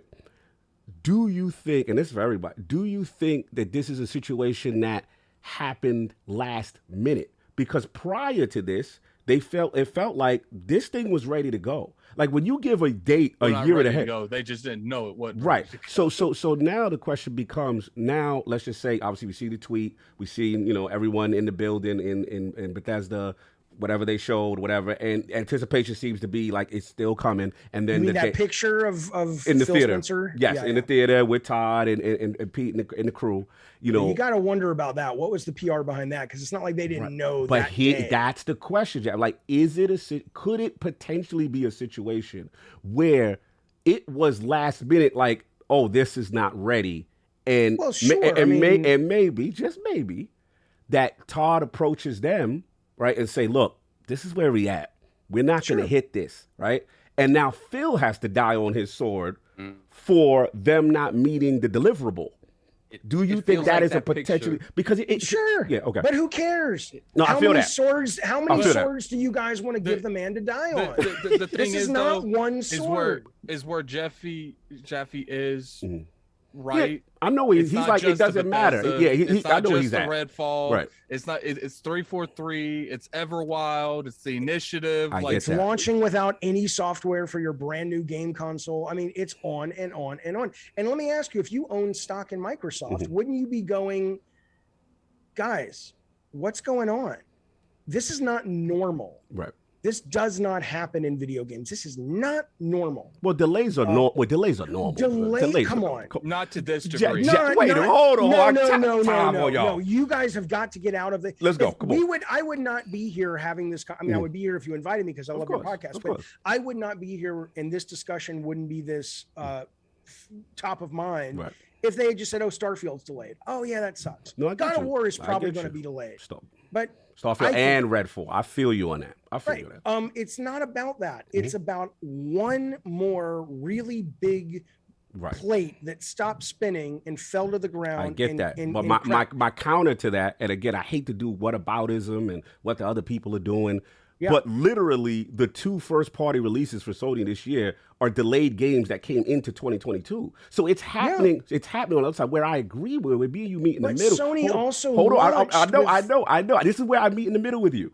Where I meet in the middle with you is foresight to say, okay, if these are not going to launch, right, we got to have contingencies, right? We got to have either some third-party exclusive game that's going to be ours or launch a Game Pass, and you look at Sony, they've got Forspoken, even though it's kind of timed exclusive or whatever. There's other things in play, and that's where I meet in the middle with you. All I'm saying is that when delays happen, Breath of the Wild is supposed to have been out a year or 2 years ago, right? So it's just a like contingency. You said, they have plenty of other games. That's where I'm with you at. Yeah. I think that's the disconnect. That Microsoft seems to want to invest more into their first party, and Sony's willing to do both. So, and I think that at this point, like he said, I don't think they can do like exclusivity stuff because, these games are probably too close to being launched. On top of that, they have the whole Activision thing going on. But how bad is that marketing going to be if you have nothing to market? No, it's a devastating blow. It's a devastating blow. Again, Forspoken, I don't think it's going to set the world on fire either. I don't think people are like, I can't fucking wait for Forspoken. But it's still a game. It's still a $70 game that you can, it's very easy that it could also be the next Ghostwire Tokyo, which is like some people like, but it's not going to, But again, though, my issue is not, I don't even know why this is like, I know Phil Spencer has this kind of cult of personality and I don't really understand why. I'm like, I because believe of the in brand saving. But I believe in his vision. I think it's great, but he's a human. He can drop the ball. Of course. And more importantly, there are things that we're good at. Right. And there are things that we're not good at. He's not good at this. That's your opinion. That's what you feel like he's not good at. Yeah. Well, there is no other option. Based on the information that is given, I would agree. Based on the information we have, these are the assumptions. They've given us no choice to assume what you're assuming. It's is what perception's you're saying. king. Right. Everything is perception. And it's not even perception. It's do you have games for your Xbox? Right. No, I get that's not perception. You either have them or you don't. Let's get Sav in because I know he's been patient, and I'll go. But Sav, what's your feel? I have not talked to you this whole week really about this. I am very curious. To him in like 2 weeks, really. Yeah, let's Sav. Agree with everything I said. I'll let you kiss me again. That's all I'm saying. Don't blow kisses to Jaffe. Continue. No, I mean, all right. On your response itself, David. I guess the only thing that, again, you're known for saying things off the cuff. And what I mean by off the cuff is sometimes whatever comes to mind comes out of your mouth, whatever, but you're never disingenuous. So everything that you say comes from the heart and it's something that you truly believe in. I just think for me personally, I'm an old school guy. You tell me I need therapy and we have a discourse about it. I'll be honest, I didn't like that part. That doesn't bother me. Like that doesn't bother me. But I can see how it can bother other people because it personalizes it. That's the only thing. I understood what you meant, Dave. And I don't want to make I'm sorry. Did I personalize the console war? Did I step over the line? But it's like if me and you get into it, right? Right. And I'll be like, yeah, but that's why you need therapy, though. It takes it somewhere else. That's all I'm gonna say. But it's a back and forth too. Like we can respond to one another, and we could see the tone. We've talked a number of times about how Twitter, you can't tell tone. Right? You can't tell intention. And I wasn't on Twitter. It was a video. Oh, it was a video. So it's one of those things where it is left up to people to sort of kind of interpret as they see fit and pull out of it as they see fit. And you've been a victim of this a lot of times where they just pull stuff out and it happens. And not to cut you, so I didn't, to be brutally honest with you, Jaffe, I didn't like what they did to you when we're gonna get into the God of War, the DLC thing. That's Right. your opinion. Your But opinion. when you Yeah. personalize it and it is and I That's know you didn't not- go to that extreme. I know you didn't go there, but that's all. Are you talking about the therapy thing? I ain't like it. Okay, but what you guys have to understand is I don't. There's nothing about therapy that I find shameful. No, I am no. on antidepressants with Zoloft. I am on ADHD medicine. I've been in and out of therapy since I was 20 years old. I'm not in it all the time, but Right. and I think everyone needs therapy in terms of like a check-in. Even if you think you're the most healthy person in the world, once or twice a year, check in with a mental health advisor who's objective, because the world would be a better place if we got out of our own heads and actually was able to sort of be the isness of the moment. So I wasn't insulting him. What I was trying to point out was this is an Achilles heel. This is a blind spot that I think is personal with the guy. I think this is a guy. Well, I think it's personal in the sense that why can't you recognize this blind spot? You have so much. You have so much to offer. You are so close to disrupting the game in a great way. In my opinion, people accuse me of being a shill for Game Pass. Yeah, they hate that's how much I believe in Game Pass. But I'm like, dude, why can't you recognize this? No, I get Everybody, that. I just feel that's what I meant. I was not saying I you're get it. For sure. broken, And again, the way it I sounded see like it that way, right?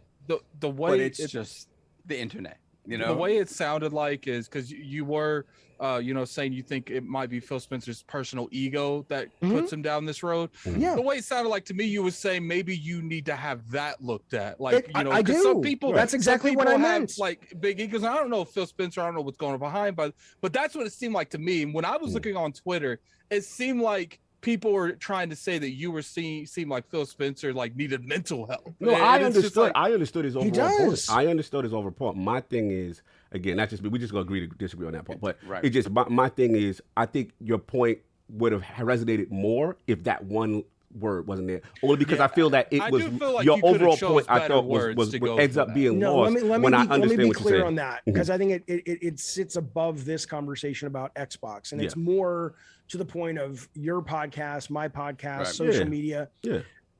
When you do this as frequently as we do this, you have to make a conscious choice to say, I'm either going to make an effort to communicate to people who are not listening and not really paying attention. I get that. And the more effort you make, chances are the more successful in numbers you're going to be, because it's just, people are busy when they're listening to a podcast and they go off half cocked because they got their own lives and all that.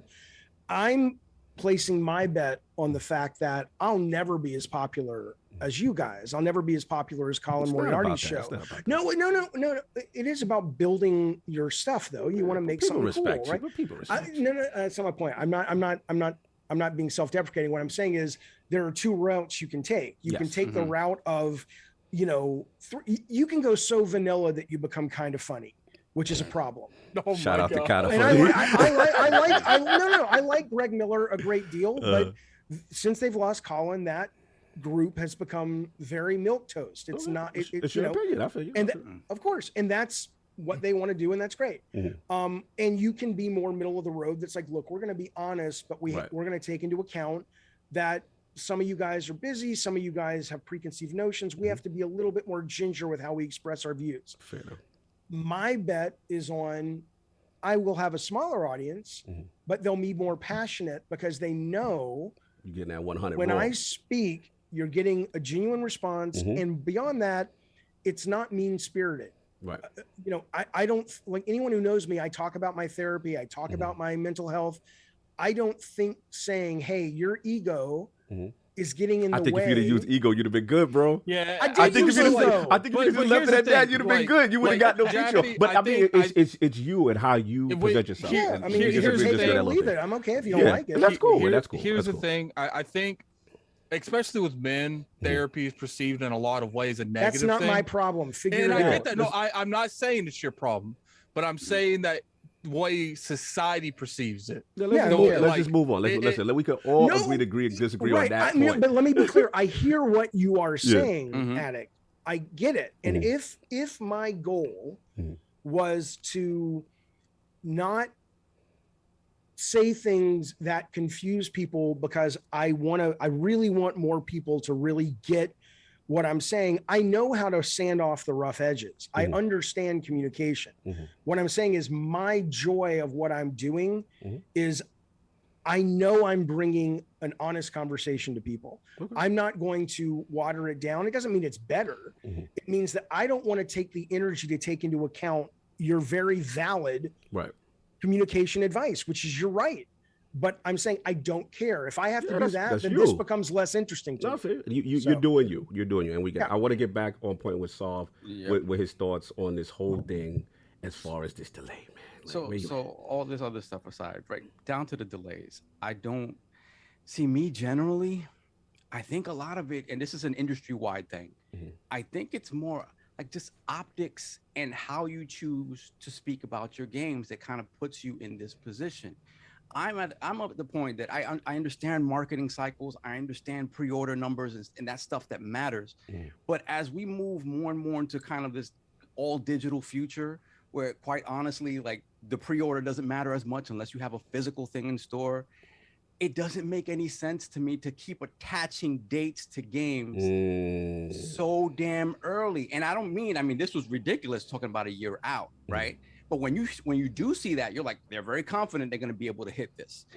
And so for me, a lot of this can be avoided if you just don't attach a date to it. So your thing is this, it's just because they keep stepping on this rake.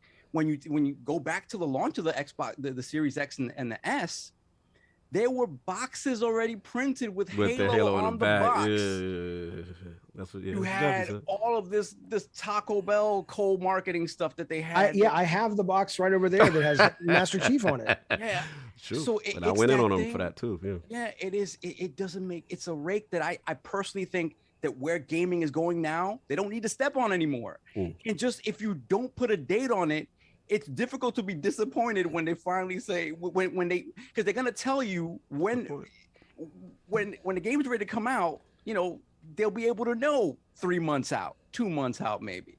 It's just one of those things where I don't understand this, and they keep creating a disappointment in my mind that doesn't need to continue to happen. And this is industry wide.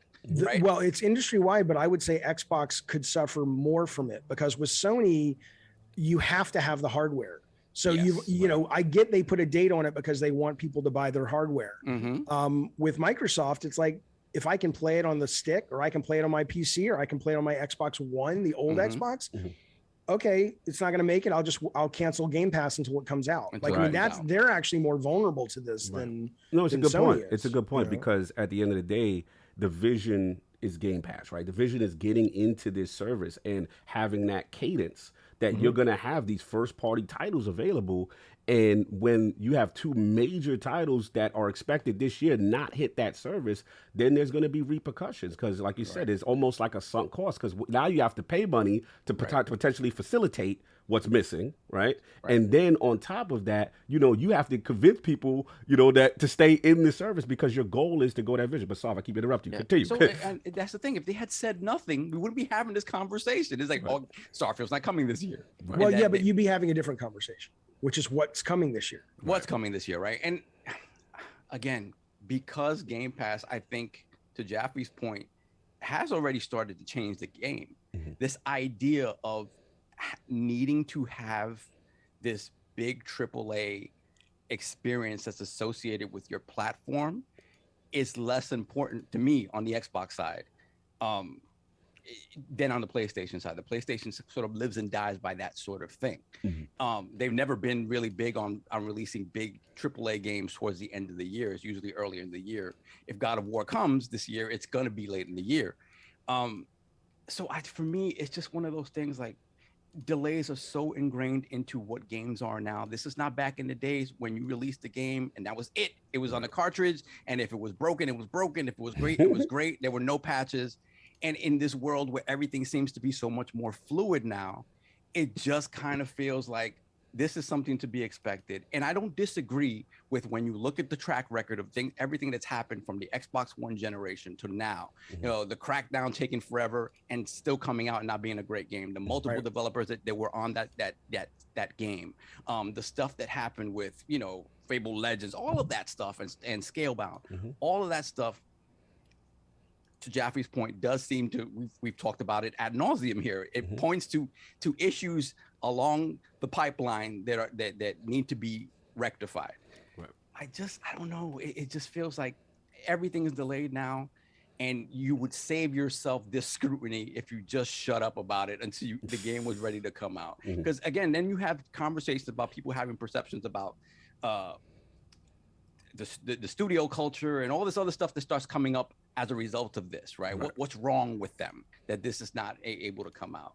And for me, it's just it's unnecessary scrutiny. Basically, you say they're doing it to themselves, putting themselves in this position. I'm just of the mind that that's where we are in gaming now, as these games are becoming more and more expensive to make. I can tell you firsthand that when someone delays a title, I mean, everything's on the table. It's like, if we do this, this is the hit we take. If we don't do this, this is the hit we take. So it could be that those release dates that I agree with you are becoming more problematic. Marketing could still be in there saying, we get it, but the value that we get out of telling somebody it's coming this day, even if we move it, the damage we take moving it is nowhere near the value we take announcing it. But I don't know what that value is, they would say. Right. Maybe it's more hardware sold. I have no idea. Yeah, and that's the thing, because when you look at the value proposition, when you think about how many people are purchasing games digitally now, where, to me, honestly, if you purchase your games digitally, there's no reason to purchase that game until maybe a day or two before it comes out, just so you have it downloaded already, right? Preloading and pre-ordering is stupid. I don't understand. Beyond that, so I don't understand that part of the marketing cycle. If there's a physical thing you're selling, a collector's edition or something like that, I kind of get that, but that is only for the hardcore, really. It's not, when you talk about the masses, that doesn't matter to the masses as much. So for me, I don't know. It's just a rake that I think doesn't need to be stepped on, and it happens industry wide, and it disappoints people all across the board. And we have these conversations, and for me, I want a good game. Right. So, and I do agree that when it comes to a Starfield, ideally they want that game to come out and to be the antithesis of what we expect of a BGS game, which is not buggy, all of these other things. And if they need another year to get it there, because I think it's going to be a year. It's a year. Flat out, it's a year. And I think the same for whatchamacallit, for the vampire game. Redfall. Redfall is like, I don't think anybody cares about Redfall. I think the thing about Redfall, I'm not, in my mind, I don't know what that is yet, but when I look at Arcane, I'm like, okay, if you're applying like sort of immersive sim type gameplay to something that's co-op and something that's PvE versus PvP sort of stuff, that's interesting to me. But it's interesting to me if you describe it that way, but what they've shown so far just looks like it's Back for Blood, Left 4 Dead. Back for Blood, or trying to be kind of like a Destiny like or something like that. And that definitely doesn't appeal to me. Yeah, we know you don't like Destiny. Look, man, if I want to get Big Cloud in, then I'll go. Shout out to Lord Big Cloud Gaming, RGT podcast in the building, PlayStation Nation. What's going on, sir? How you doing? I didn't know if you guys even saw that guy. He just appeared. I was like, is that just me seeing? I don't say anything. Sometimes people come through the back door. What's going on, Big Cloud? What's going on, man? I got that VIP access. You got that VIP. I had to coming through the back. How you doing, Jeff? Good to finally meet you. You as well. Hey, Saab, man, I'm glad you brought that up, though. It feels like we always have this conversation going into an Xbox event, right? Like every time, like whether it be a month away from the show, a few weeks away from the show, there's an announcement or something that just is said on an executive's part that takes the wind out the show type of thing. The biggest thing about this showcase, and this is not for the community doing this, right? This is Microsoft doing this. They said literally the biggest thing we're going to get out of this showcase is Starfield. Wouldn't it made sense logically just to wait to the event, have the game be shown, and then at the end it says it's coming next year? Sony does this on numerous times. What's the point of a tweet taking out? Honestly, I kind of don't agree with you there. Why you disagree? Why you disagree? I just think because whatever positive comes out of what you see at that, and this is just gamers being fickle, being petty, being childish. You're going to see something great, and you're going to see that change in date at the end, and all the great stuff's going to go out the window, and the conversation is going to be dominated by, they lied to us, all this. And it's just, again, I'm not saying that's us necessarily. We'll have that conversation, but it's just perception becomes reality. Twitter's not a real place. The stuff that that's going to bring the most clicks is what's going to rise to the top. And obviously them coming out after giving you a date 11/11/22 and all of a sudden just changing it slyly at the end of the trailer is not going to bode well for them. It just listen to doesn't. this though. I'm glad you said that. But I got you, Addict. If you look at the situation now, right, even with them announcing this, going into this, saying that it's still delayed, does that even change the situation as it is? It's still kind of the same conversation regardless. Yeah, it's true. You're being transparent, which is the big thing to take away from this. Microsoft is very transparent. Sony's not transparent as much with the community. But sometimes, though, on some real, I would prefer some stuff you keep to yourself in times like this. Especially when you know you don't have anything pretty much there. If Redfall, it would have been different if Redfall probably would have dropped this year, right? At least you ended the year with something. You had a game, right?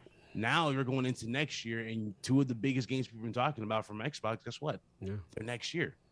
And this makes people question Sony as well. Is Sony going to do anything for this year? Are we going to get that God of War Ragnarok? I mean, I think we are in June, right? All these reports. That's the next topic. We'll get to it. Well, that's the thing, but I don't, it's a lot of stuff. But back on the Xbox thing, it's just like, I don't know, man. It's always that weird announcement, that weird tape. That just messes with the shows. Like another thing that kind of got me about sort of the tone of a lot of the responses to this has been like, they have nothing. And we always get surprises, right? I don't believe in my heart they have nothing. Right. It may not what be. What surprises did we get? No. In the past, like well, the Forza Horizon 5 wasn't announced till very late. So things like you that, got stuff like Rare Replay, like little titles like that. Yeah, stuff like that. Well, basically, when people say nothing, it's the replacement of a AAA. No, it's not at all. Starfield is where people are saying there's nothing. But some of the conversation, like I said, it becomes hyperbolic, and it's like they have nothing. They haven't announced anything. But I mean, the thing is regardless what they announce next month, there's nothing that's going to take the place of something like Starfield. Correct. Oh, I don't agree. I don't agree with that. If they announce, if they say day one Call of Duty for free on Xbox, if they say Hogwarts day one for free on Xbox, Sony got the marketing for both. Well, they're not saying exclusive. Okay, you just said if they could finagle like a Game Pass. I mean, MLB is a Sony game, but it's still on Game Pass, right? So, and I don't know if they're going to do that, but they better fucking do something. We're getting into the third hour, so I can't. The filter's gonna. But yeah, I mean, I think if they do something like that, then I mean, more people are interested in terms of a big audience in Call of Duty and Hogwarts anyway. Right. So if you're like, oh, you mean that's day one? That's quote free, which is psychologically what it feels like. That's better than Starfield. Hey, Jeff, let me ask you this, because next year we got Spider-Man 2. That's going to be a big seller for the PlayStation 5 by itself. Oh, yeah. What's your take on Microsoft not really playing? I had this conversation with these guys multiple times about this, but what's your thoughts about Microsoft really avoiding the superhero-esque, I guess, character for like mascot for Microsoft? I mean, where are they going to go? DC? I don't think DC would really matter. There's a lot of characters. You can go the Marvel route. You can get somebody like Punisher to fit your console. You can go with, I mean, I love superheroes, so I think that would be great to see. I would love to see, I know people say the Collective, and I agree with that, but I would love to see Double Fine get a character like Squirrel Girl or even Doctor Strange and get some help with their platforming because it's not very good, but their imagination is almost second to none when it comes to things. I mean, they could Doctor Strange the crap out of Doctor Strange. It would be amazing. But I can tell you firsthand that Spider-Man at Sony was not an easy sell. There were many people for a very long time saying that's a dumb idea. I mean, and I'm a huge Spidey fan, so I'm like, are you sure? But I was stunned when I heard that, when people told me that there were a lot of executives that were like, they didn't see it. So, but I don't think they need it, but I'd love to see it. Yeah, I mean, like, a lot of people think they don't need it, but I think it's just it doesn't help the console when you're kind of out of the conversation. Of the pop culture. One side, right, and one side is known for having so many options, like you, right, with the storytelling games, the action adventure, the shooters, the horror games. Now they have a dedicated developer making you those crazy, over the top, comic book superhero games. I think it would be awesome for them to get the rights to like Batman, Superman, World's Finest, and then basically never ship it because they don't seem to know how to ship games. I think that would be fantastic. Sylvester, salute. I mean, come on, Jeff. Let me No get fun? Addict, No and fun then I'll in get it this because we go along with this one. Get I Addict. think at the end of the day, when it comes to Starfield, when it comes to Redfall, I think it's just the games. It's like, look, like you could delay the games, but when these games come out, they got to hit. Yeah. Oh yeah. And you got to show us consistently more games. Obviously, the pandemic's been a factor, and I'm sure it's delayed a lot of internal stuff 6 months to a year just naturally. But it's just like when these games start getting out, they got to stop putting dates. That's the biggest thing. They got to stop putting dates. And, you know, Microsoft needs to do a better job at managing some of these internal studios to hit these dates. Because if they're not going to hit the day that they're supposed to, they need to say, we're not going to put a date on there. Like, it's like I said, like they put the date in the Starfield trailer. Yeah. And people are just disappointed because it's like, look, I know a lot of people have like multiple consoles, a lot of people, but there's a lot of people that primarily play on stuff. You got the Bethesda fans that was excited for Starfield. You got the Xbox fans that was excited for Starfield. Then it's just like when you see, if you only have an Xbox and you see Horizon being played on the other side of the lake, and you see the Kirby game being played, you all right, I get mine in November. And then you wake up to, oh, I don't get mine in November. So it's just, people are upset. And rightfully justice, I do think that the criticism is valid. You know, and it's like Jaffe said, it's like we've said multiple times, there's just too many incidences where something is going wrong. And I don't know if that's a connection between the head of the studios and above the head of the studio, or that's a connection where the studios aren't doing what they're supposed to and the management above them aren't setting things straight. Right. But that's as far as that goes. Not for you. How long do you think Starfield will take you to finish? Addict is gonna be a week. I'm just saying, think about that. I mean, all this nonsense over, you know, what's my game? It's like, think about the state that we're in where one game, like that's how long it's taking to make these things. That's how important a single game is. I mean, it's that is not sustainable. I mean, the sooner we can leave consoles behind and get it pumped into the TV. I know not everybody can stream yet like that, but it's a ridiculous concept that you get one big game to look forward to on your console and you'll finish it in a week or two. And then what? Right. I mean, I agree. Wait years ridiculous for these games, especially me, where I finished them. I do a little bit too much and finish them. But it's just like, you know, people just excited and like the hype. It looked like, sure, some people shouldn't have hyped a game like King says that has no gameplay or anything like that. But it's just like at the same time, people like King have no right telling me what to be hyped about. So it's just like, I okay, want but to they play. do have a right. Go ahead. Sorry. It's just, I enjoyed Starfield. And I want to play it when it comes out. And whenever, I'm assuming like the beginning of next year at some point, like March or April, I don't know. But it's just like, you know, it takes the whole year of 2022.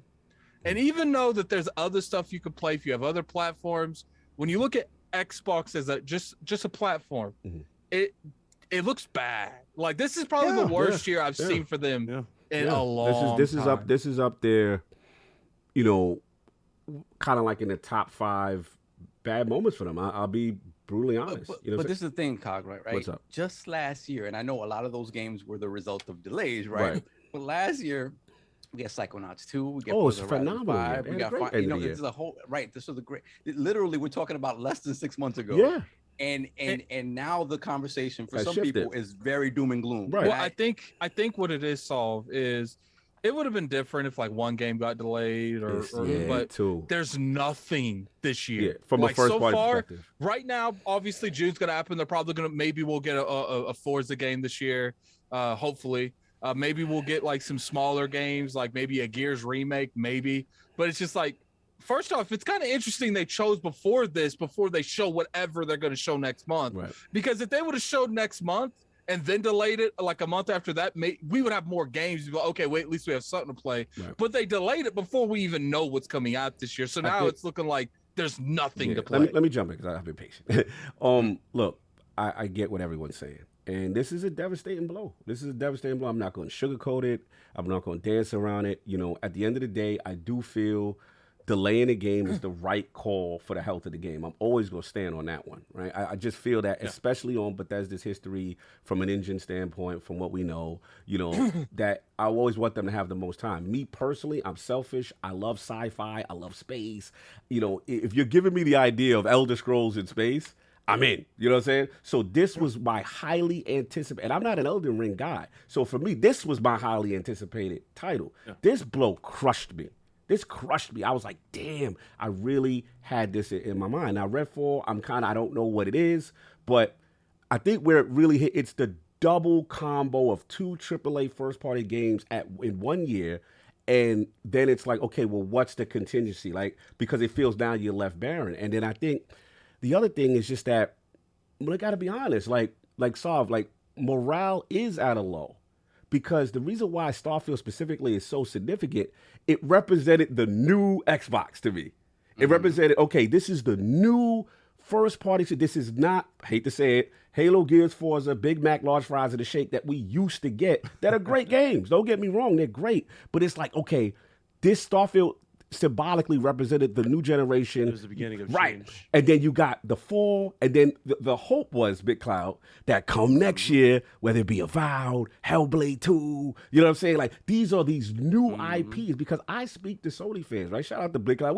I put it out there. I spoke to Blaze, and he'd be like, yo, why, what is it about the Xbox ecosystem? But I could write a book on their rules. I get the rules, but that, unfortunately, we got to be real with the fact that those cinematic, over-the-shoulder AAA experience that Sony does so well is doing well, right? So to have at least a couple of those in their tuck gave people who may not have been interested in the Xbox ecosystem some like, okay, I'm thinking about coming over now. And then to Jaffe's point, it really affects the balance of Game Pass in that cadence of having things in there. Now, let's just get to the nitty-gritty. My thing is this, me personally, I'm just going to assume I have no inside information. I feel that Bethesda may have approached them and said, this thing's not ready, right? Now, at the end of the day, this is where me and Jaffe align. No one cares because they're going to say, I want what I want, and I've been waiting, right? And this is especially after you was told. It's right, and the reason why it's such a severe blow, because it feels like that old Xbox One energy. And Saul, you're going to appreciate that. It's like I'm a Mets fan, right? And when you're a fan of a team with it's like they slip on the banana, but like something always goes wrong with what's the snatch? Snatch defeat from the jaws of victory. Right. So it just seemed like this year was lined up for them. You know what I'm saying? I'm just like, man, like how did this happen? So I understand. And to Jaffe's point, I disagree on the field part, but I do. At this point, we have to say, based on the information that is presented, I can't get mad at Jaffe or anyone who says mismanagement, because what else do we have to go by? You know what I'm saying? That's where it unfortunately they've put themselves in this position now that people are going to question, hey, what's going on over there? What's going on with this studio? What's going on with this studio? How come you can't? Unfortunately, perception sometimes becomes reality based on what's going on.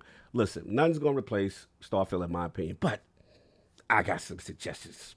Of what you could do. You're hyped for it, but at the end of the day, listen, that's why I asked you to put this on a T-shirt. Listen. You never saw the build. You never saw the build. Listen. They were smiling in that movie theater. Damn it, they were smiling in that movie. No, they were. That's because they took the picture when they first. Listen, man, they were smiling. They saw something, and then somebody pulled Phil to the side. I was like, look, man, we're ready. We don't need nothing. I'm joking. I don't know, but look, at the end of the day, this is what you do, man. It's times like this, soft.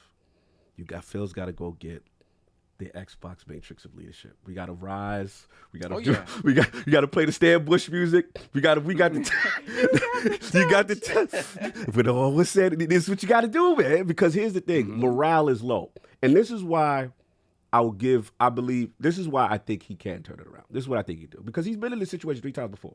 One, the X Series X launch, like Jaffe said, they came out with a console that didn't have the first party game that was on the back of the box, right? That's devastating, right? So I said, short term, what you got to do? You got to free up, put some third party releases that's going to align day and date with the launch. Like Yakuza Like a Dragon, a couple other games they tried from a third party standpoint, because they didn't have the first party. They even got Yakuza exclusive to their platform. Then what they did was they did the EA Play deal. right? So all of EA stuff went in there, right? And then what really is the magic it had that people forget is the actual Bethesda ZeniMax acquisition, because now it takes pressure off. It's like, yo, we bought this. You know what I'm saying? Look at the hope. Look at the so people now forget, like, oh my God, we have ZeniMax Bethesda. Situation 2, where I feel Phil did a great job of kind of rallying the troops, was, again, now we're coming off 2021, but where we sit there and we like, man, they had a great year. Psychonauts, Forza Horizon, whatever. But I told people, Sony is coming at the top of 2022 when Turismo, Horizon Forbidden West, and God of War, which we assume, like when they hit, and Microsoft, we looked at that first half because we assumed at that point Redfall and Starfield was coming, and that first half looked barren. I think we assumed Stalker too. And Stalker was supposed to be right, and I don't put no blame on Stalker. Ukraine situation, we know what's going on. We're not going to go crazy there. But what I'm going to say is, it became a situation like, yo, what are they going to do for the first half of the year? And once again, here came the Activision Blizzard announcement, right? And all of a sudden, it's like, oh my God, they have this, and you know, your potential, exactly, Call of Duty and Blizzard games and all this stuff, and it takes the pressure off. Unfortunately, they're in the same situation again. So the only short-term fixes I could think of is, okay, exactly what Jaffe said. You have to attach yourself to every major third-party release and somehow get that day and date in Game Pass. Now, whether it be if you can do the Hogwarts, whatever, if you can do the Gotham Knights or whatever, if you can do any of the anticipated games day and date, you're good to go. Because at least it helps ease that there's some reason it gives you the perception you're getting this for free. I mean, to Jaffe's point, I can the COD, because they're in bed already. It's just a matter of It's a matter of you got to pay yourself ahead of time. Cool. But if you can get Modern Warfare 2, one of the most anticipated Call of Duties, especially coming off of Vanguard, like you get that in Game Pass day one, and give people a preview. If there's somehow you could do, I don't know if they could do it because Sony with I don't know, but if they can, right, that would be a huge boon. The second thing is, I feel we heard the talks about Ubisoft Plus for a long time. Now's the time to kind of bake that into the service. You know what I'm saying? If you can, if you're able to, if you're able to speed the negotiation somehow, make that similar to the EA Play deal, where you're not like you're going to purchase Ubisoft, because let's be honest, they're under the Microsoft from the Activision thing from the FTC, whatever. But that's a huge boon. And then the third thing, look, man, it's like you're in a relationship and, you know, the boyfriend and girlfriend, you know, keep saying they're going to change and they don't change and they keep doing the same thing. And you're like, oh, it's the same thing. Sometimes you got to put a ring on it, man. You might have to do one of them WB acquisitions, man. You might have to call up NetherRealm, something small, like smaller scale, to show like, hey, we're still invested in this ecosystem to give the hope back. I know, listen, nothing's going to replace Starfield Redfall. That's just the reality. It's just that's in my opinion. I want to see what the show is. I don't know. Hopefully they have surprises. Hopefully they do it. I'm wrong. I don't know. I'm just going to go based on what we know and the information presented. And that's all it is. It's sad because the perception and optics has put them in this situation, and it didn't need to be that. If there was any way, and we have to give Sony credit in this way, they always have, whether it be the third-party time deals, or they always have something in place to kind of make their yearly cadence from an exclusive standpoint still stand up. And I think Microsoft is going to have to make an adjustment. But that's what I actually. They know how to appeal to the public. Like when it comes to the public, just anticipation, they know how to like really capitalize on it. Like there are still people still waiting for that PSVR 2 showcase. Right. We haven't got anything for that yet. Addict and then Jaffe, then we got to move on for this topic. Part of me feels like the only real out to this is the Game Pass games, because I feel like if they announce another purchase before Activision, people are just going to say, you're just showing me more studios, where's the games? I think that's going to put more of a magnifying glass on the issue, because now it's like, you're not showing us games, you're showing us more to that other point. stuff. To that point, if they show a lot of gameplay on the 12th of whatever they're going to show, if they show actual gameplay and it's looking next gen, whatever, and it's impressive, I think that helps them a lot too. They got to have an amazing show. Let's be honest. Like they put a lot of pressure on it. Look, that's all I got. So let's get a couple of Jaffe, I'm sorry. Well, I mean, I do agree with the Addict. I think the only other thing I'll say is it's like when you talk about the abused spouse syndrome. You know, I tweeted the other day, and only like 2 people got the joke. They were like, "What is this?" It was a picture of Ike Turner and Tina Turner. Oh my god! And then I said, Tina Turner is the gamers, Xbox gamers, and Ike Turner is Phil Spencer. No. And then in the middle, I had a piece of cake, and I said the cake was Xbox 2022.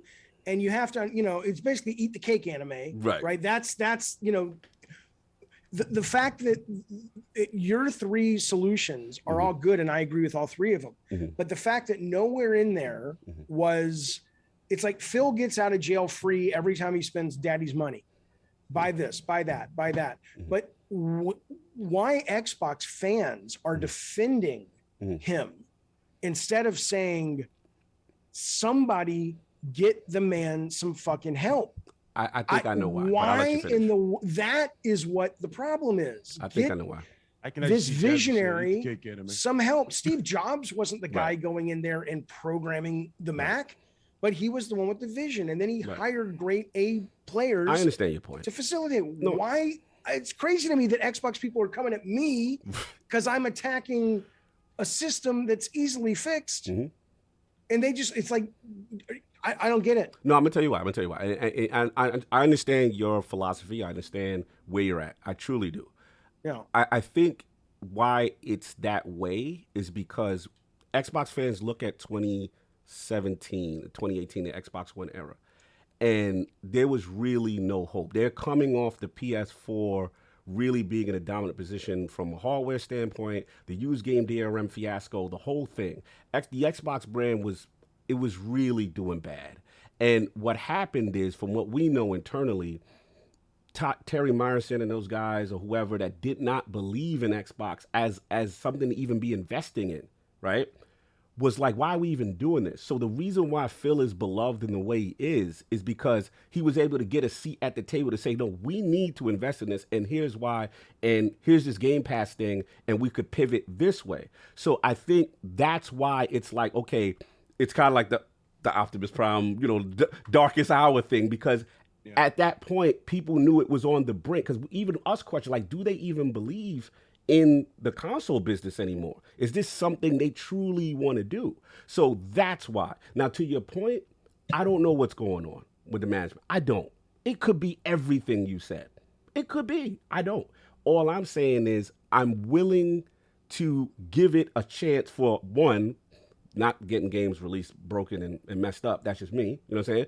And two, the vision, if it goes according to plan, right? If it was a perfect world, this is a great vision. But to your point, they got to execute. And I don't know what's going on. All I can hope is see what happens on Sunday. And all I say is, for people who are frustrated, shout out to Ben Fonz, a couple of people, I get it. Like, hey, you know what I'm saying? They're not doing it for you. You out. You know what I'm saying? To me, it's either you in or you out. I think I'll let you go at it. The last thing I'll say is that if I'm a person that's into something and I don't see any type of change or any type of vision, then yeah, I'm out. But I do see it, and I do see it that this thing could line up, but it's up to them to execute. I think where it comes from is where they came from. Like Carl said, like he was able to put the Xbox in such a unique position where it's got all these studios, it's got this Game Pass structure, and until I see some of these games like the Starfields and the Outer Worlds 2, I have to reserve my judgment then, because back when I was judging him, he ended up showing me that, look, we said we need more studios. There ain't enough studios. He sat there. He's like, all right, IOP, I got you. Right. And then we got more studios. So until I start seeing the games come out, which I get it. Right. And he still got to land the plane, though, Addict. These games got to be good. These games got to be fire for all this waiting. Until I see the games come out, agreed. I can't really truly criticize it. Now, if the games come out and they bad, right, then it's have a different conversation. Then Jaffe, I'm like, bro, come back on. We gonna talk, and we gonna be like, what you said, right? It's just like, yo, because we waited for what, right? And I get you. It's a crazy situation, man. That's why I always say, you can all, like, anyone that says I've waited all this time, go play somewhere else. I get it. They got to prove to you that it is worth coming back to their brand. And if you gotta wait for Starfield go to drop next year before you invest in the Xbox brand, totally understand. No, I feel that. Look, we got to get the super chats, bro. We got to cut the topic. They're a lot. Yeah, Like, we got it. We got to get them, bro. They've been. I gotta pee. Go. I'll be You right do back. that. Yeah. Go handle that. All right. We got Bounty, $2 super chat. Wagwan ILP, enough respect. Big up. Bow. Bounty, thank you, sir. Dope. And we got D Nasty, $5 super chat. Question for Jaffe as Jaffe goes to relieve himself. How much involvement have you had in the upcoming Twisted Metal TV series? I believe the answer to that is 0. But we'll ask him that when he comes back, just to be on just to be on the safe side. Yeah. Then we have Hollow, member for 1 year. Thank you, sir. Appreciate that. We got Lord Metroid, member for 8 months. Shout out to you, sir. Salute to the Lords in chat. Salute to Jaffe. God of War 2. PS2 is still my favorite in the series. I gotta get up while you read these super chats. Yeah, go. Get it working out. Everybody work it out. Cog looking like Schwarzenegger with the promos. Advanced GG, 15% off this week. Y'all get that powder, you know what I'm saying? That focus, get that focus, you get that hydration. Get that powder, because you know he got that white. Got that white. Powder. Go to advancedgg.com. I got my sour. You got that sour, let's go. Go to advancedgg.com, do what you got to do. Continue. Then we got Mr. Too Opinionated, $2 super chat. Who knew TC Carson was the voice for Kratos? Is that who's the voice for Kratos on the PlayStation? I forget. Christopher Judge. Oh, I mean, not 2018. Before that. Oh, I forget. I don't know. Oh, the dude from Living Single Life. Yes, that's right. Yeah, that's right. TC Carson. Yeah, I think that's him. Was it TC? Yeah. Kushik Talukdar with the 20-pound super chat. Hello, Lords. My dad is in prison now. I'm so stressed. I feel like the whole world is on my shoulders. But watching you guys talk about games and having fun reminds me that everything will eventually be okay. Thank you, ILP. Salute, anything brother. we can do just to bring a smile, man. That's all it makes. For sure. And we got Baby Farva, $5 super chat. Great game, but I think God of War 2018 is a reskin. They needed a recognizable face for whatever game that was supposed to be. Okay. Then we got Fonzarelli Gaming, member for 12 months. Love Jaffe's candidness. I don't always agree with the man, but I respect him 100%. Really appreciate his thought-provoking takes. Yeah. Then we have Hugh with the 2-pound super chat. Cog and David, how do you keep your teeth so white? Salute to brushing my teeth. Thank you. Brushing them. Thank you. Brushing the dentist checkups. Thank you, sir. Then we have Hard to Find, $2 super chat. Lord's Day or not, Jaffe's gonna Jaffe. Yes, he is. Yes, he is. That's why we love him. He's authentic to who he is. Then we have Matt Titchbon, a member for 5 months. Shout out to you, sir. Great seeing Jaffe on ILP. Love his no-nonsense, non-biased takes on things. Salute. This guy is the gamer's gamer. Big respect for everything he's done, no doubt. Salute. Then we have Matt Titchbon again, 10-pound super chat. With the Starfield and Redfall delays, does Xbox need to plug the gap with third-party day and date, or does Game Pass already have enough value? I see it as that $120 of value just dropped out of this calendar year. Yeah, valid. True. Valid. Very valid. Then we have Fox Hop Smash with the $5. Oh, that's chat. the homie. Salute. Yo, Iron Lords and Jaffe. I just want to thank Jaffe for his work. Twisted Metal was such an amazing series. I loved them so much as a kid. Shout out to Sweet Tooth. So this is David back? Yeah, he's back. Oh, okay. Yeah, they wanted to know his involvement with the the TV series or something? Before we move on to this next one, Jaffe, they want to know if you had any sort of involvement with the upcoming Twisted Metal TV series. No comment. He's on that. That's the NDA. That's the NDA. Okay. He's muted. He's eating. Okay, he's eating. He's eating. Okay. Yeah, don't let him choke. Don't let him die on ILP. It's not good. Then we have Paris Lockhart. Shout out to you, sir, with the $100 super chat. Shout out to the Iron Lords and the podcast. There's way too much toxicity in the industry, and for someone in Jaffe's position to come out and say what he said feeds into it. To question the timelines on releases is fair, but for you to hold on a second, I have to scroll. My apologies. But for you to attack part one and then it jumps to the next one, $20 super chat, someone personally, and then tell them to get therapy is wrong. Everyone is going through something and your tone is off base. Not looking for you to apologize, just looking for folks to be better. We can all be better. Salute to Paris. I'm done eating my Baby Ruth. Can I respond to Yes, both please. of those? Yes, please. Absolutely. The Twisted Metal show, I don't have any input on it. I mean, I'm engaged with the people. In fact, I just talked to the executive producer yesterday. Awesome. But it's not like Neil Druckmann on Last of Us. I'm not writing Right, it. you're I'm not not, an executive producer. Or I something. know it's going though. I know it's going to start filming. I think I can say this. I mean, I think it starts filming next week in New Orleans, or the week after. I mean, it's greenlit. They've got the cast. They just, I think, announced the woman who was the main voice in Disney's Encanto, and she was also in Brooklyn Nine-Nine, I think is going to be the main female lead, along with Howard Mackey. So it's moving. It's going to be a thing. I hope to do a cameo or something we've talked about, but I haven't read any scripts or anything. I like the people who they've pulled in. But to make it, the Karate Kid guys, I love Cobra Kai, love Deadpool, so I think they have a really good team. Let's go. Oh, yeah. Well, yeah, but I hate they moved it up, though. I love that it was the New Year's thing, After what they did with Terry Silva, I'm okay. I know. And they're going to keep creasing.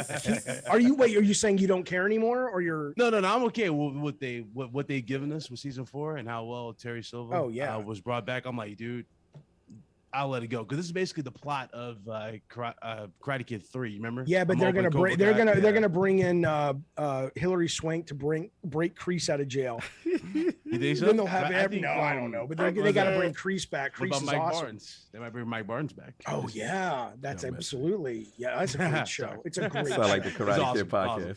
Oh, it's so great. And I loved it when Daniel's wife slapped Kreese. And called him a psychopath. He's like, but I like that. She's like, bam. She's like, I don't give what you like. Oh, it's awesome. Anyway, yes. So yes, but I'm excited about it, but I'm not like heavily involved, but they keep me abreast. No the other guy, all I can say is I don't really care what you say, in the sense that I'm not attacking anyone personally. I am a customer. I am a owner of Xbox, of the hardware. I am a gamer. I am passionate about the hobby and the industry and the art form. Saying someone needs therapy is not an insult. That is more of a problem with our society. And that is more of a problem with, I guess, as Addict was saying, maybe with men in general. If you think there's something shameful about needing to sit down and have a professional doctor work with you to figure out some of the stuff that you're not dealing with, that's a you problem, pal. Saying someone needs therapy is actually a kind thing. Phil Spencer, the buck stops with Phil, and the buck is not working so good right now. So, and it hasn't been working for a while. This is not a one-off. There's something going on in his psyche that creates the brilliance that he is, and the balls that man has to sort of really try to disrupt the industry. And that same thing probably is also working to keep him from going, you know what, I need some help. I'm not good at all of this. So tough. Sorry you don't like that. Sorry you want to be better. This is how we be better. We actually genuinely get to the root of things and say, stop thinking therapy is shameful. That's how we get better, not by platitudes. Jaffe spoken. we not gonna go back. I totally respect. That's where you're at with it, and let's move on. We got Hargi Chini, $5 super chat. Unfortunately for Zenny and BGS, they are now caught up in a console war. If they were on their own, no one would be this upset with the delay. It's sad. Yeah, that's kind of true. Although I don't know that Redfall exists without Microsoft behind it. Pragmatic Eagle, member for 30 months. Thank you, sir. Shout out to Pragmatic. Respect to ILP, respect to David Jaffe. I've enjoyed this interview, enjoyed his straightforward answers. No doubt. Shooter. We got Hargeet Chani once again, $10 super chat. Can't agree with Jaffe on crunch being necessary. He's right, though, that with the shift to no crunch, we should expect longer dev times than the already too long dev times. Starfield, 8 years in the making. Salute. Then we have Donald Taku, $10 super chat. With 30 plus studios after Activision Blizzard King, the no crunch philosophy will work out once the games start to hit and they have enough games ready to have up to 6 to 7 year dev cycles. They should be crunching. They should be crunching now, though. Wow. Okay. Then we got Hargi Chani once again. Shout out to Hargi. He gave up 2 codes in the chat. If you got those codes and you're still in the chat, just say what's up. Shadow Warrior 3. And he also put a code there for Elden Ring, the global version of Elden Ring. So fine. Shout out to Hargi. Oh, salute to Hargi. That's the man. Salute. Then we have Q-Tang Clan with the 10. Ain't nothing. Thank you, Hargi. I finally got a. Oh, okay, Q-Tang Clan. Shout out to you. You got a code. No I doubt. appreciate you. I also great show, Iron Lords, and thank you, David Jaffe. Salute. Then we have Ham Solo, $10 super chat. It's not about delays, your backlog, Game Pass, Starfield, Redfall, yada, yada, yada. This is about Xbox standing on the stage and not delivering at the end of the day. If you've been a fan this long, you should know. You should know. Then we have Gamer by Choice, $5 super chat. I play games almost every day, and if I could care less if first-party games are not released as long as I have games to play. Great show. Salute. Then we have Doovie, member for 18 months. Another great show, and this week with the legend David Jaffe. Yes, also sir. Great to have Saab back. Thank you, sir. Yes, reading super chats correctly. Now the super chats should be on point. No doubt. Then we got Kids Move, member for 24 months. Starfield 3/3/23. Stop putting dates on things, Smooth. This is what happens. This is the problem. You're the problem, Smooth. Salute. Then we got CW. $2 super chat. Best Xbox game franchise is The Waiting Game. Wow, y'all messy. Very messy. Salute. Very messy. Very messy. Then we have Donald Taku, $10 super chat. I just don't see the point of complaining because we know once Xbox finally blows its load, it'll never stop blowing its load until the industry is covered in Phil Spencer's ... Bro, what are we vision. doing, dog? What are we doing? Very, very, very messy. Literally messy. You're literally messy. Continue. Hold on. Let me scroll back a little bit. We got a couple back here. Give me 1 second. So we have Forza Legend, member for 30 months. Thank you, sir. Thank you. Xbox is fine. We haven't even seen the game show, and people are losing their minds. Now, 2023 will be scary. Will be scary hours if everything lines up for 2023. Just saying, that is true. We've been saying that for a couple of years now. If everything lines up and things come out in 2023, Yeah, but we gotta execute. We gotta execute. could be a lot. Exactly. Then we have Horizon Herbs with the 35, just saying $35 super chat. Salute. I think it's about time Microsoft drops that bag for Persona and Final Fantasy VII Remake on Game Pass. By Sega, yeah. I'm just trying. I don't know that. I don't know.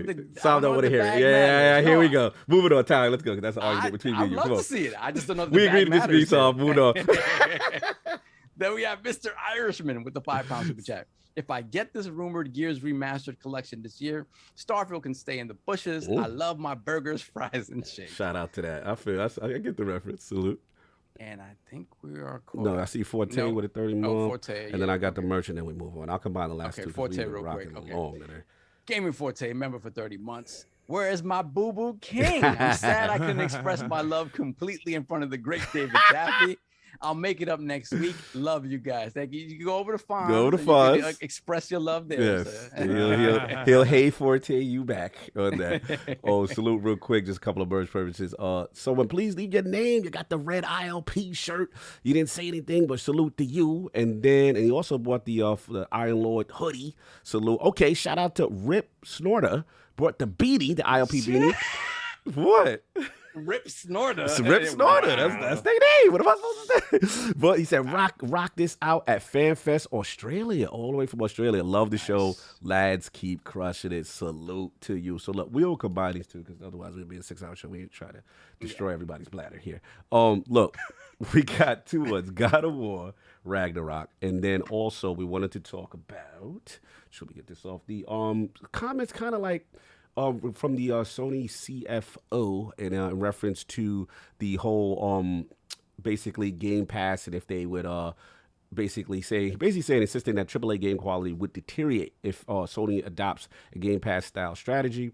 And I believe this was Sony CFO Hikori Totoki. Can't pronounce it. Yeah. But yeah. So pretty much he had made some comments there. AAA titles on PlayStation 5. If we distribute this subscription service, we may need to shrink the investment needed for that. This will deteriorate the first party title quality, and that is our concern. We want to make sure we spend the appropriate development costs to have solid products and titles to be introduced in the right manner. So yeah, that was another big hot point. So we want to get these first. So let's start with you, Lord Jaffe. God of War Ragnarok. One, do you think it's coming this year? And then two, obviously, if we got to talk a little bit about it, obviously your thoughts on the DLC, it being a DLC to you, and like, do you still I'm assuming yes, but I gotta ask you because we haven't talked in a while. Do you stand on that still? And then we'll get into the story. So let's start with the God of War part first. Well, okay, I don't have any inside information that it is or isn't coming, right? Okay. When I say I don't think it's coming, it has absolutely nothing to do with the fact that I'm like, there's no way that game's coming. It's nothing like that. It would not surprise me if the game ships this year in terms of just, it was Corey coming out and making that video that made me go, I don't think this game is coming. Nothing before then. It was Corey's video. What's that? I said it was out of the blue. Him just saying, "Hey, we have nothing for you guys yet." Well, and the fact that he didn't reiterate 2022, and the fact that you're going to have a PR sanctioned video that's going to go out on the Sony Santa Monica blog. I think it was on the PlayStation blog as well. I don't remember. And it's for 420, and he talks specifically about Ragnarok, but he doesn't mention 2022. But then later in the day, you've got people who are hierarchically lower than Corey on the totem pole in terms of what they may know that are not tweeting out sanctioned PlayStation tweets, just going, no, it's still coming. It's still coming. And you would think at that point, PR would have gone, oh, crap. If it's still coming in 2022 and we still stand behind that, and there's no question, we forgot to have Corey say something, and it's causing a lot of people to wonder. Let's get out there with a message and say, by the way, hey, it's Corey again, tweeting it out. Forgot to say, yeah, of course, 2022 is going to rock. You're going to love your Christmas present. It's going to be awesome. But there's nothing, right? So that's exceptionally unusual for a game that is supposed to be out and that they're confident in. So I think it's... Got to put a percentage. What you think? I think there's like a 90% chance. I said I would wear I would wear a MAGA hat. On my stream for a week, and I would not explain it. So it wouldn't be like at the beginning of each show, I'm like, look, I hate Trump. I'm super progressive, but this is a punishment. I'm just gonna do it. You bending the knee for this game release that hard? I didn't bend the knee. I just think it's like, look, you either know me or you don't. If you think I actually like Donald Trump, but yeah. So I don't think it's coming. Not because I'm like, oh, I have some insight into development that you don't, but because that's PR had a couple of chances to do what PR does, which is control the message, and they didn't do it with Corey. They didn't do it after it was clear the audience was confused if it was still 2022 or 2023. They've just kind of gone quiet on it. Okay. That means they either don't know or they know and they are waiting for the right time. Like, let's blow people away in June, for example, with visuals and the gameplay, and then say March 2023. But maybe not. Maybe they're going to blow us away in June and drop a trailer that says November, 5th. I don't know. But I if they're not, then I would say I've never seen Sony PR be this sloppy, because it's really weird. And do you think there's a chance now with the Redfall and the Starfield kind of out of the picture? Is it a chance for them to, they smell blood? The sharks might be in the water if it was ready. Or could that potentially accelerate? Or they just operate independently? You don't think it has? They have to operate independently because ultimately you either have a PlayStation and Xbox. If you have both, like I have both, I'm playing both. It's not like I'm like, I wasn't going to buy God of War. It's like, if you can afford both consoles, you can probably afford their big games of the holidays. No doubt. I think Red, what is it called? Redfall. You love this title. You love it. It's not that. It's so not excited. that. It's just like, if you look at Arcane, and I'm a huge Harvey Smith fan. He was one of the key designers on Deus Ex, which is one of my favorite games. But Dishonored, it's cult. What's the new one they just put out on PlayStation exclusive? Deathloop. It's cult. It's like there's nothing about Redfall that makes. I haven't heard people like talking about like if this wasn't an Xbox exclusive, people wouldn't be like, oh my god, Redfall. The one that just came out on PlayStation day one, it's free to play. What's that game? The vampire. The Bloodlines, Blood Hunt. Yeah, it's really good. I played it. It's really good, but it's not like people are like, Xbox needs their bloodline. It's like nobody cares about Redfall. No, fair enough. So the second part, the DLC statement. Do you stand on that, and where you at? How's the more time in the process? I assume I know the answer, but I want to hear. I'm going extra messy with that. I have to ask but the only problem with it is yes, of course I still stand on it, but what people won't listen to when I say it's like, if you are going by your not yours, I don't know what yours is, but a lot of people have said to me, our definition of DLC is it's like an insult. Right. Just kind of like therapy. I don't think therapy is an insult. I don't. He won't let it go. Continue. but what I'm saying is I'll do that sometimes where people will, and when I come in good faith and say, no, you don't understand. When I say DLC, I'm not giving it a slight. I said God of War 2018 is one of my favorite games of the last 5 years. I loved it. I'm just saying DLC to me means it looks like more of the same. Gotcha. And so, yes, I still stand by that, but I'm sure that will change when they give us a new trailer and they show us a bunch of cool new shit we can do. So based on what you see right now, that's where you're at with it, right? And based on how I use the term DLC, but people don't hear that and go, they misconstrued it and flip it. Yeah. Well, they have their own definition, and when I say your definition is not mine, that part they just don't hear. They don't understand. And they're like, they don't care to hear that part. Yeah. That's the better way to say it. They don't care to hear that part. They understand it. They're not idiots. They just don't want to hear that part. But I'm like, yeah, but if you're basically saying DLC is lesser and DLC is synonymous with being kind of, not as kind of a shovelware or something lesser than, I would never say that about that game. It looks awesome for what it is. No, fair enough. And final point in reference to the Sony CFO saying, look, if we adopt Game Pass strategy, our AAA, developer would deteriorate. Like, what's your thoughts on that? So I think Sony's had a good run. And they are aware, I think, because you hear what's happening with their service games. They're spending a lot of money on Bungie to help them with this. They're spending money to get 10 studios to make this. They know, I think, just like Sean Layden said, the day, forget people saying Game Pass is not sustainable. I think Game Pass is probably quite sustainable. But that said, though, if it works. But I think the frequency of dropping the kind of AAA Sony is dropping in those genres, I think that's coming to an end. Not those games, right? But the frequency and them.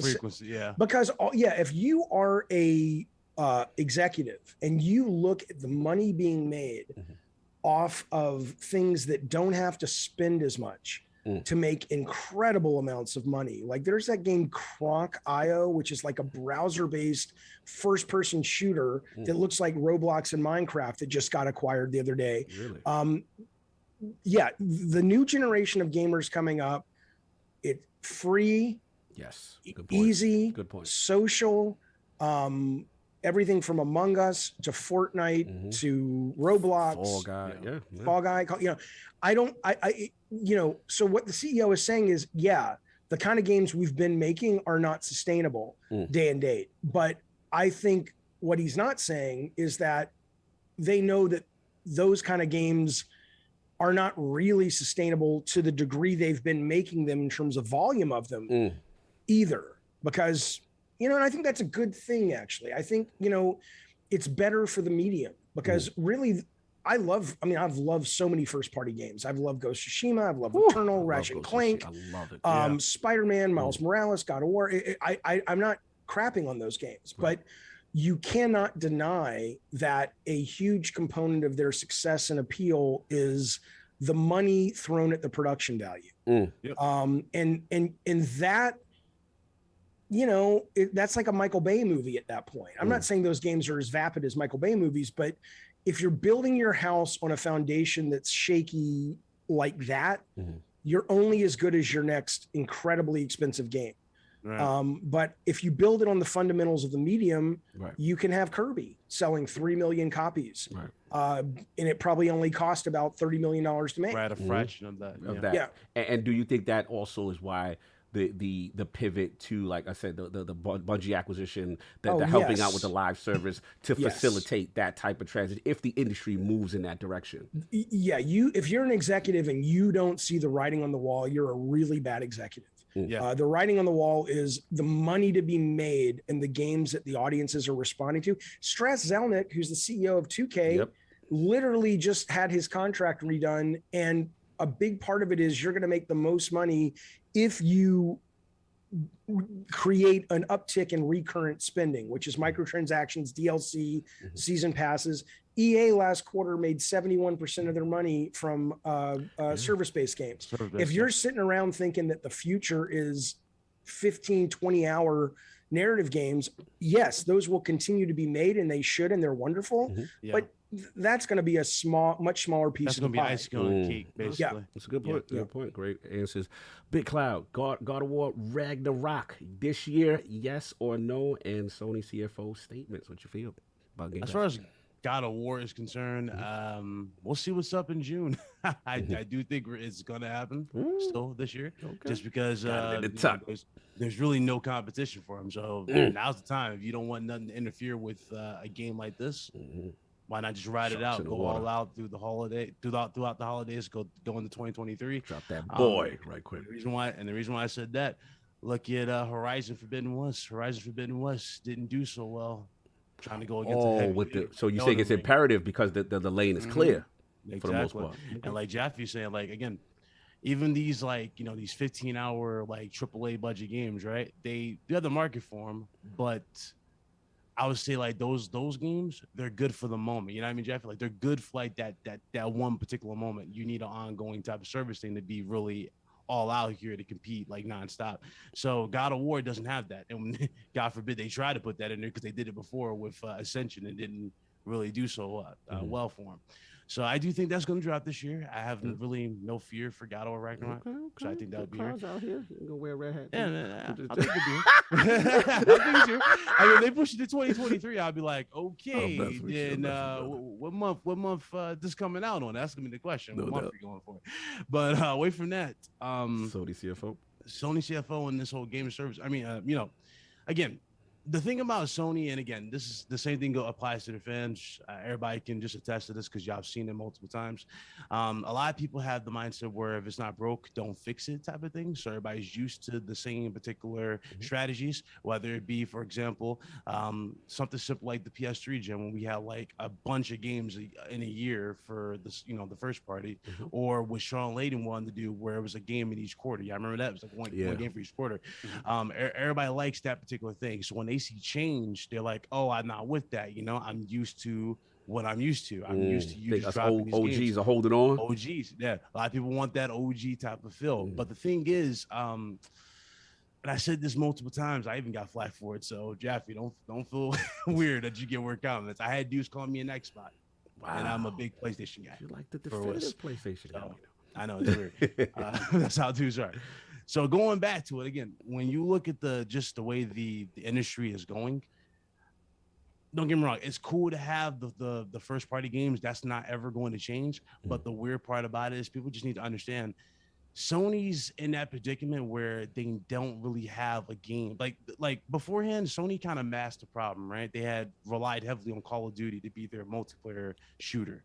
Yeah. Great third party marketing deals in association with even Destiny themselves before they acquired Bungie. It was synonymous with Sony, right? It's like, we can't beat them. Let's just let's ride with them. You know what I mean? Let's get the most out that particular deal. That's basically what they did. Now you see them in a predicament where they have former Call of Duty devs making a next Call of Duty, and now you have Bungie itself helping you with the core, you know, thing that you really, really need. And that's multiplayer games. And I'm pretty sure they're going to help out with networking as well for the games as well, because, you know, that's also something that hasn't really been their greatest strong suit. But when you hear 10 games as a service, right? And Jim Ryan, go back to Jim Ryan, him wanting new and existing franchises, and they brought that back multiple times. I do see SOCOM getting that next, you know, gets the next set of legs. I can see Resistance Fallen Man coming back and getting that next fall, you know, set up. So that's where I kind of see it. It's like, you know, does it hurt the games? No, I don't think it hurts the games. Options are me saying options are bad. No, that's not the point. Like, options are good. You could having the option to play a game or experience it on a cheaper rate is good. Now, a lot of people have this idea where value versus, I guess, Game Pass, right? On the PlayStation side, like, I seen dudes say PlayStation has the best value ever with the whole PlayStation Premium thing. I mean, you're paying the biggest amount out of everybody in here. On top of that, you have to buy it just to get the discount. Microsoft, you're paying a little, still getting the discount, and getting more essentially out there with it. 2-hour game trials for a game versus a full-fledged playthrough of a game for $15 a month. Right. I think the masses are going to choose $15 a month.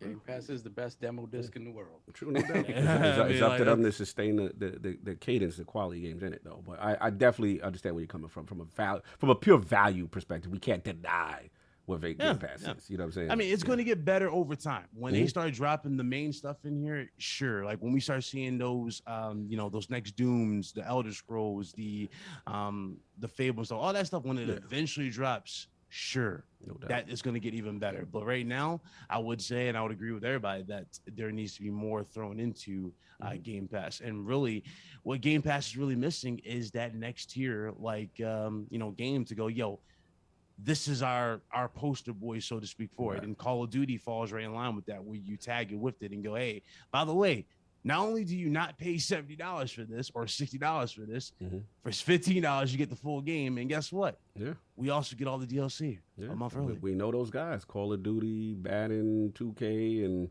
they good for the year. We know those guys. I know those guys. But that's the main thing they buy it for. They buy it for the Call of Duties. They buy it for the Maddens, the NBA, 2Ks. I mean, that's what the main things that sell. And stuff. Yeah, absolutely. Yeah. So if you can get all those in there, you're pretty much set. No doubt. Lord Addict, the two-hitter real quick. God of War Ragnarok, yes or no, coming out in 2022. And Sony CFO talking about Game Pass not really sustainable for them. They think quality would deteriorate. Part of me thinks it's like a 50-50, kind of leaning more towards it doesn't come out, because we're almost June and we still haven't really heard nothing. I was on the hill. I died on the hill. Well, I didn't die. Which one? Everyone else died around me about Horizon getting pushed back. Yeah, and he was on your square. Yeah, he was on your square. I died on that hill, and then I got resurrected as a god. So, because I didn't die. So it's just like, look, like the question is Sony going to break we don't really release too much stuff in November or October? Are they breaking that? If they're not breaking that, it's coming out next year. If they are breaking that, it's coming out this year. The only reason I'm giving it 50-50 is because a lot of developers and some, I think a community manager said it's coming out this year. And usually I feel like after that first person said it, if Sony didn't think that game couldn't come out this year, I feel like they would have, PR would have reached out like, shut your mouth. I feel like they probably would have put more of a tighter leash on everyone else, but it just feels like everybody can come out and say God of War is coming out this year. So that's what kind of makes me feel like, okay, maybe they do break that for a holiday launch. And I just real quick, the community manager thing is weird because, I know Bruno came out, the lead animator, and said 2022. And I already said what I think about that. But people I started Googling, like, well, where's this community manager? It didn't come out through Sony Santa Monica's official community manager tweet. Post, right? It came out through this person who has like 4,000 followers that may be that person. I have no idea. And then they said, they retweeted a few days later, the only thing that's official word on God of War comes from the official account. So I'm kind of like, when people bring up that community manager bit, it's like, let's be clear. It's not Sony Santa Monica's community manager tweeting through Sony Santa Monica proper resources saying it's coming out. It's somebody's private account that I don't even know if that is the community manager when you go to their site. So I'm just saying, just be aware that that's what Addict's talking about when he says community manager, because I don't think it's been anything more than that. Gotcha. It's like I said, at the end of the day, are they willing to break that most of the time? I think Death Stranding's the last game that came out that late. And I think Kojima probably had a lot more say on his brand than Sony did at that time. So it's just like, are they going to do that for God of War? I'm inclined to not think so. And I feel like that Cory Barlog, that if I've never seen it's not coming out this year, but we got an update for you that I don't know what it is. That kind of energy. I got to see, I would say within a month. If you don't hear it within a month, or at least some kind of like date for some state of play, it's coming out next year. Yeah, I think Jaffe, someone in the chat asked, shout out to Lords of Game with Energy, if you think anything's coming from a Sony showcase standpoint, possibly. I mean, I haven't, I know there's a rumor that there's one in June. I don't know if Sony feels the need to hit June, given that you've got Keely's thing already, Right. and Yeah, you've got Microsoft's thing. June is awesome. I am excited. Like, I'm more excited for June sitting in front of my computer and streaming than I am, because E3 used to be brilliant, and I E3 just know. became an awful experience. I know. But Yeah. now, I mean, really, if you look at, there's the PC Gamer Show, there's Keely's show, And the Xbox. there's the Xbox thing, and there probably are going to end up being 4 or 5 more. What a neat way to have a new E3. It's just everybody can come.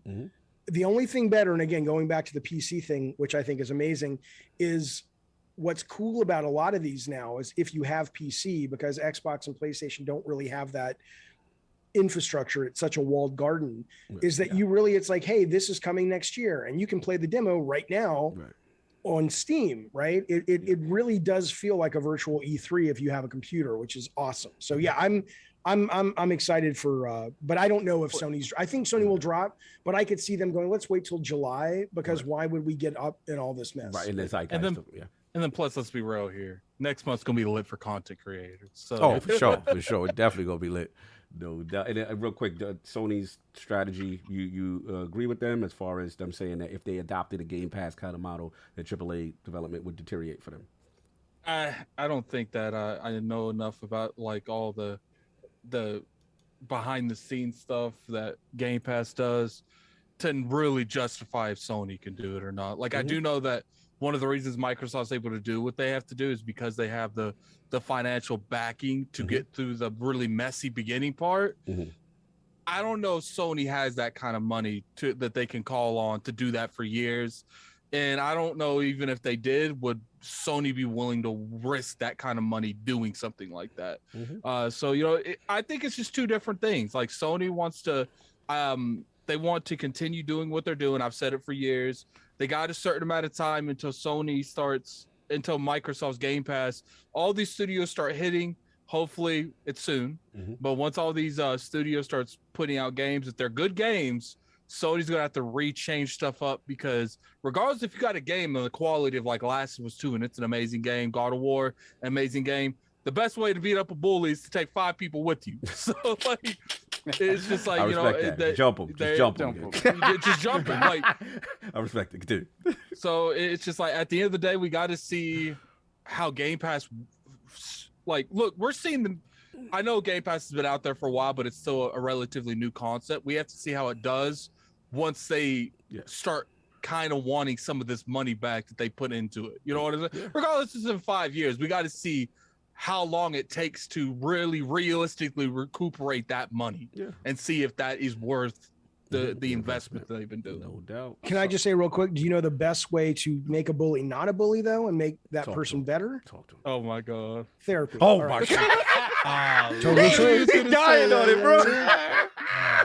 You gotta respect Jay. He dying on it, bro. He on his square. Do not agree with Jaffe. Listen, he on his square. You can't get mad at a man that's on his square, regardless. You know what I'm saying? That's where he at with it. I knew the moment he said that, I knew where he was. I knew he was gonna do it too. It was a killer setup.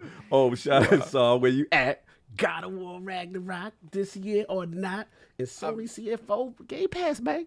I mean, much like my feelings on Starfield and Redfall, like I don't care. Like, yeah, I just want it to come out when it's good and ready. Like for me, the only thing that will disappoint me about God of War Ragnarok is if it comes out and like King and Jaffe were saying before, it doesn't incorporate some of the things from previous God of War games that we've come to expect and love. I want to see the gore. I want to see, I just want to see it to be a little bit more over the top. I like the Dad of War angle. I know that people don't like that, but like Jaffe said before, I like it. I appreciate the fact that the guy murdered everybody who he wanted to murder. And what happens when that guy has time to reflect and think? What happens? And I think 2018 does that very well. But I do want to see more variety in the enemies. I want to see more. Addict need more trolls. He definitely. I don't want to see troll. one more damn troll. I'm at that point where I know there's trolls in this universe. I want them to delete them. I want them put in the lore that they got like You want more troll colors. That's what you want. You want more variants in the colors of the trolls. Literally have Kratos fighting the troll god at the beginning, kill him, and get rid of all the trolls after that. Yeah. Like, I don't want to see no more trolls. Yeah, We like killed enough trolls for the decade. Okay. I want to see more Question about variety. that. Yeah, good. Yes, please. Well, because my guess is the reason you saw a lot of trolls, unlike earlier games, it takes so long now to make a character and to rig a character and to animate a character that I'm sure they would have loved to have had more, but it would have come at a cost of visual quality.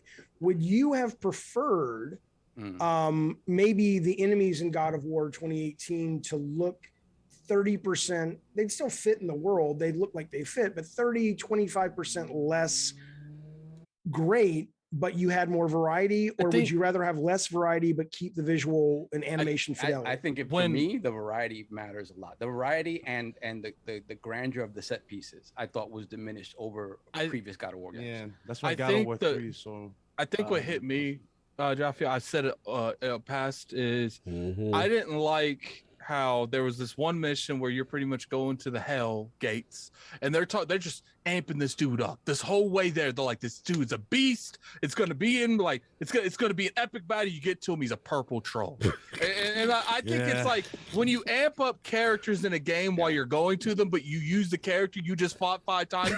Then it's Grimace from McDonald's. There's a problem.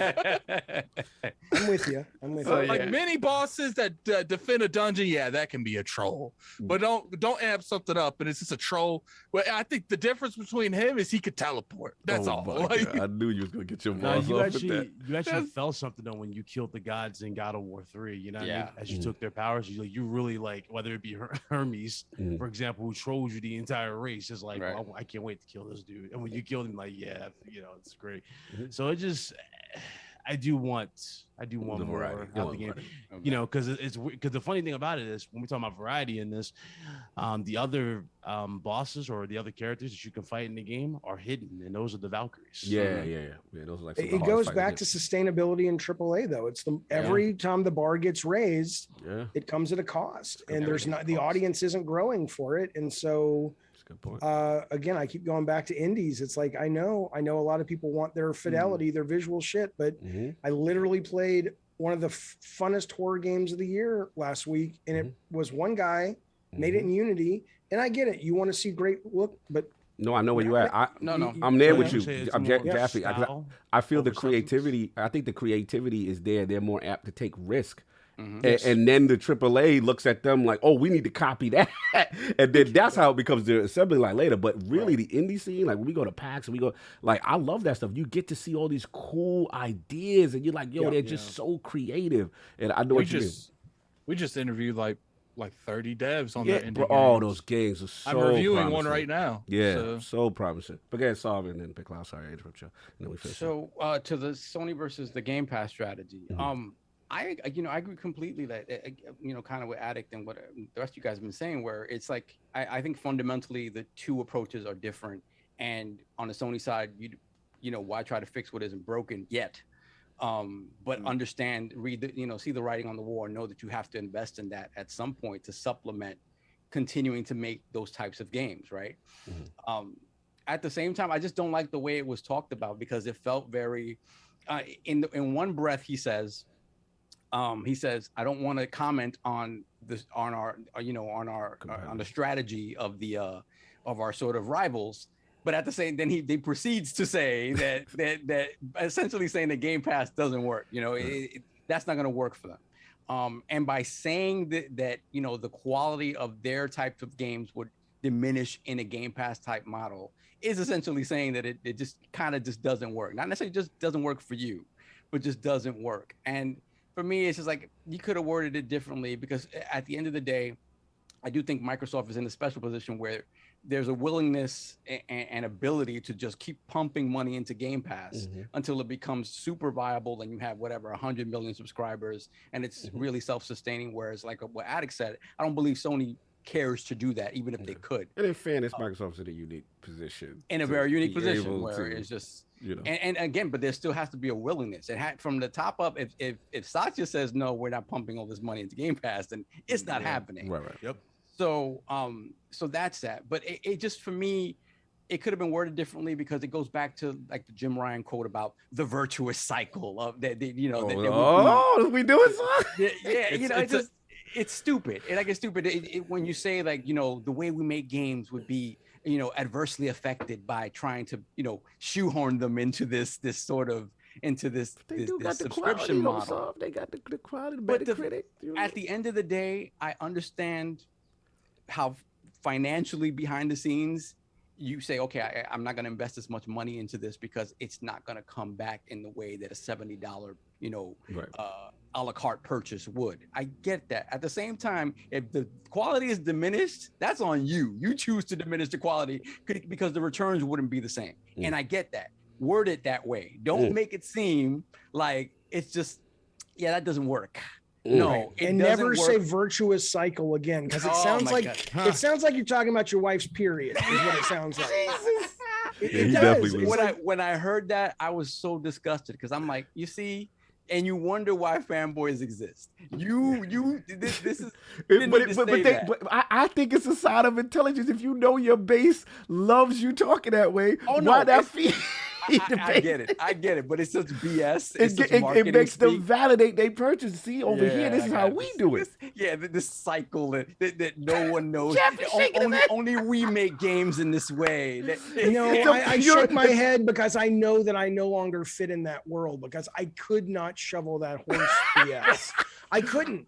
I want to be honest. I'd say exactly what Sovereign just said. You're absolutely right. It's like, sure, you could keep making the games, and you can make the quality go up, but you're taking a big risk that you're going to grow the audience because of that decision to sustain the loss that you would take because the budgets have gone up. But he's not going to say that. He's going to talk about, you know, the virtuous cycles. It's a purity of the way they do it. Purity, yeah. You just not seeing it.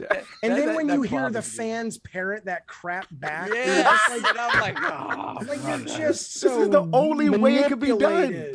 You know, and if King were here, King would say it's just because they too broke to do it. Yeah, King would definitely say that. And you know, and he isn't wrong in the sense that I don't think the amount of money that Microsoft pumps into Game Pass is not something that Nintendo would care to do, that Sony would care to do. Right. You know, and they're taking a risk in hoping that, you know, in a couple of years, Game Pass does reach 100 million subscribers, and then you know what? Then it really is self-sustaining at that point. And I'm back, and the Lord told me. Oh my God, we've been going this long that we got you back.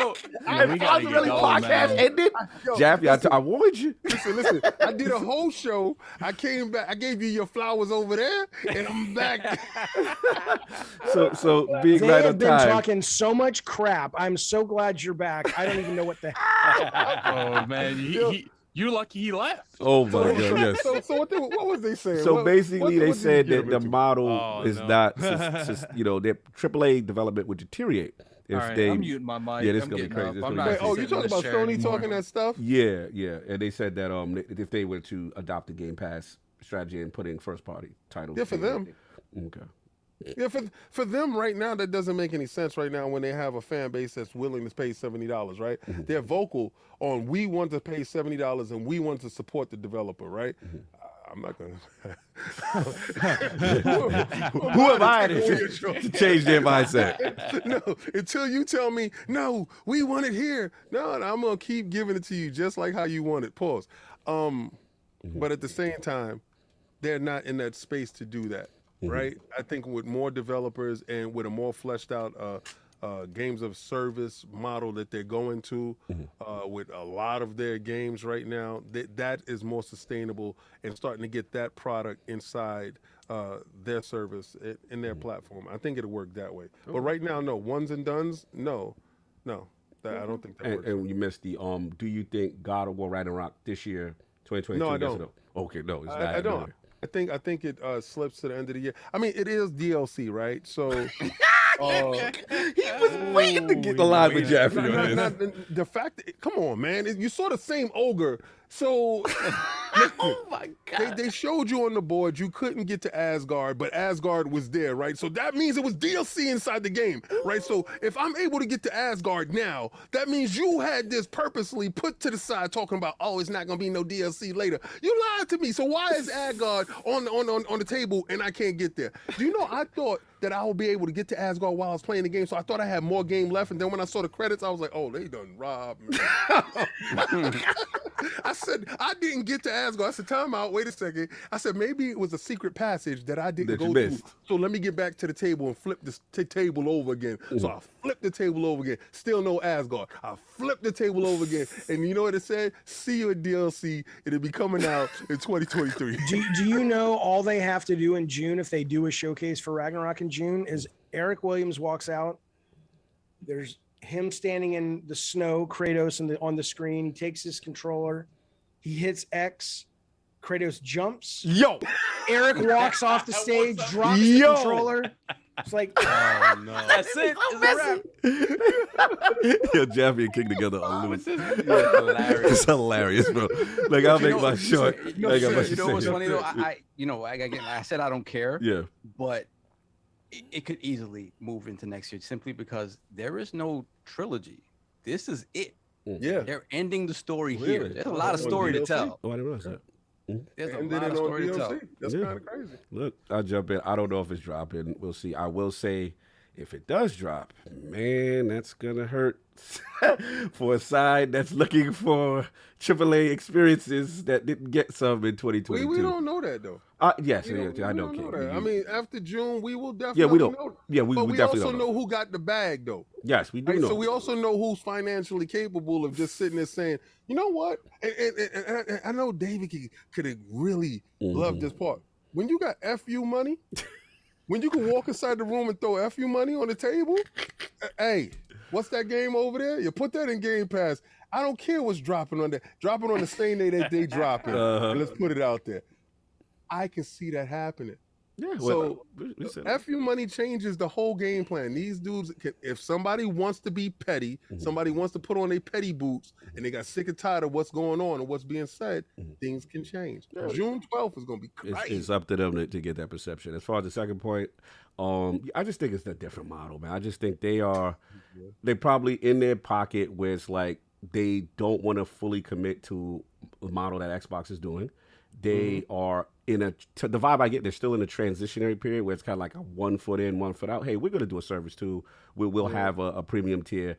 But I just don't see it as something they're interested in until I think they see, signs of some type of decline or, like King was saying. Until they see that, then, I know there's the shortages in the stock stuff. I know you wanted to talk about the game. Okay, we don't got much time with that. But, it's just, to me, I just think they're resistant to do that. And I think that part of it, is financial. Like, let's be honest. Microsoft is in a different position as them that they can invest into this thing and go as hard as they want to try to build a subscriber base and build it. And with them, that's just not their model. So we'll see. But that's all I got. Damn, we went long. This is crazy, though. I was able to leave, do a whole show, and come back and catch my man before he leave walked and go to do a whole show that started an hour later than it normally does. That's how crazy it was. But first, man. Hey, is that a Captain America girl picture behind you? Where you talking about on this side? Yeah, because she looks like a woman. It's hard to make her out. Is that Steve Rogers or is that like a blonde Captain America female? Okay, so that's Captain America that's up there, but you see the Scarlet Witch that's under him. I don't know exactly what you're seeing. In the right hand, upper right hand. Yeah, where your hand is right there, upper right hand of the screen with the shield. And who's the blonde girl? Captain America. That's a guy? That's a guy. Yeah. Oh, it do kind of look like. It does, yeah. Yeah, it does look like it's like it's some. a female Yeah, Captain it did America. like a female. Because I've seen blonde Captain America cosplay before, and it's so fucking hot. And I'm just like, did they release like a print? Like, yeah, I love it when Captain America's a girl. No, Anyway. that's all, dude. No doubt. I don't want you to be looking over there with those eyes. No, that's a guy. Let me look up my favorite cosplayer, fellas. Look, man, absolute pleasure. The legend, David Jaffe, in the realm, finally did it. Brother, Thank you for having me. An absolute pleasure, man. Love to hear your journey. Love to hear the stories, the inspiration as far as just going from like the film industry, then switching gears, you know what I mean, and then getting into gaming and seeing the uniqueness in these teams that you are a part of that. Like, I agree with King, really shaped the identity of the PlayStation brand, and just hearing your love. I'm mad we didn't get to talk more gaming. It would have just been like a 6-hour show. Because I want to talk arcades with you bad. Like, I really want to really get into the arcade scene. But Especially he went to Steven Spielberg's arcade. arcade. You know what I'm saying? Like, I wanted to get into that bad, but it was just time. But, brother, an absolute pleasure. Love what you bring to the industry. Love your perspective. I love that we can agree to disagree respectfully. Oh, yeah. I love what you're doing out here. Where can people find you? What else do you got going on, sir? At David Scott Jaffe is where I tweet. That's the best place to find all my stuff. But if you're on YouTube, go over to just type in David Jaffe in the bar. The show is called Gabbin' and Games, but I think I'm going to change the title because I can't sell any merch because nobody wants to walk around with a stupid shirt that says Gabbin' and Games. they don't. Like Iron Lord's podcast has some fucking juice on it, right? It's like, oh, that sounds kind of cool. I'll walk around with that shirt. I was going to walk around with Gabbin' and Games. The Jaffe Coke joint is hot, though. I like the Jaffe Coke. Damn right it is. Look at that. I mean, that's that's dope. But yeah, so I got to figure that out. But if you go over to YouTube and you type in David Jaffe, or I'm all over the internet. But come visit, see if you like a show, see if you like a video, and we also have a Discord and all that good stuff. So we're around. No doubt. Salute to the legend, Lord Big Cloud Gaming, pulling up in the 11th hour, holding us down during King's field trip to podcast. Came back, still got it, yelled it down. I went to do hood rat things with my friends. Where can people find you? What else do you have going on, sir? Oh, man, it's always a pleasure, man. I appreciate the invite, as always. Good to see Sovereign. It's been a minute. Yes. Nice to officially meet you, Jaffe, again. It was a pleasure speaking with you and hearing about your legacy. King, you already know. It's my dude right there. All love right there. You know, Marvel. Or Doctor Strange, you know what I'm saying? We got to talk about that. I've seen it twice. We got to talk. We got to talk. Addict, you already know, my brother. And, of course, Cog, I appreciate you. For those of you that want to find me, it's Big Cloud Gaming pretty much everywhere, YouTube, Twitch, Twitter. When I'm not uploading, I'm freelancing with IGN and their program. That's what I do. And I'm very happy to announce, I don't know if Cog... No, we can do that. We can do that. We can do that. Logos on the screen. So, as much as I love these guys and I love talking with them, and I want to be part of the movement with them, so I'm very happy to announce that I'm officially a writer now for LordCognito.net, covering all PlayStation news as well. Looking forward to doing that. You guys want to check it out? Check me out there as well. You'll find all my interviews eventually. Will be up there, and a lot of the connects that I've made within this awesome industry. You're gonna expect a lot of those up there. So it's gonna be an awesome. IGN, I told you we're gonna poach them. I'm coming for all your writers, all your reviewers. I'm coming for everybody. Hey, want that? I'm careful what you wish for. Listen. I'm trying to be the new 15 cent, not 10 cents, but 15 cents. Shout out to Big Cloud. Absolute legend, man. Love what you're doing on the PlayStation side. These tremendous interviews. Shout out to you for the opportunity. I appreciate it. Oh, absolutely, man. We're going to work together. Hopefully we get to get you at some of these shows, these events. Absolutely. Love what you're doing out here. Killing the game. Salute. And, of course, Lord Addict, the young wolf. Where can people find you besides sitting in that hard chair with your back hurting? When King showed up, I expected the show to go way longer because King was back. So I went in there. I want the room to just visualize this. I went in there to my brother's room. He's sitting there playing. I think he was playing Minecraft or World of Warcraft. It's one of those games. And I snatched his chair. Wow. Damn! That's why he in it. Yo, he saw me show up and he got chair ready. That's what's up. No, okay, because he told me I couldn't use it today, but I went in there. I was like, man, I had to give him $10. But, you bribed your brother. I couldn't do it no longer, man. I just couldn't do it. But I appreciate seats.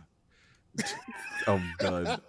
Appreciate Jaffe for coming on. You know, might disagree with you on some of your perspectives. But one thing I do enjoy is just like it's hard to balance industry and to balance a personality. And I feel like the people that are they're like, I don't care about the industry. I'm saying what I want to say.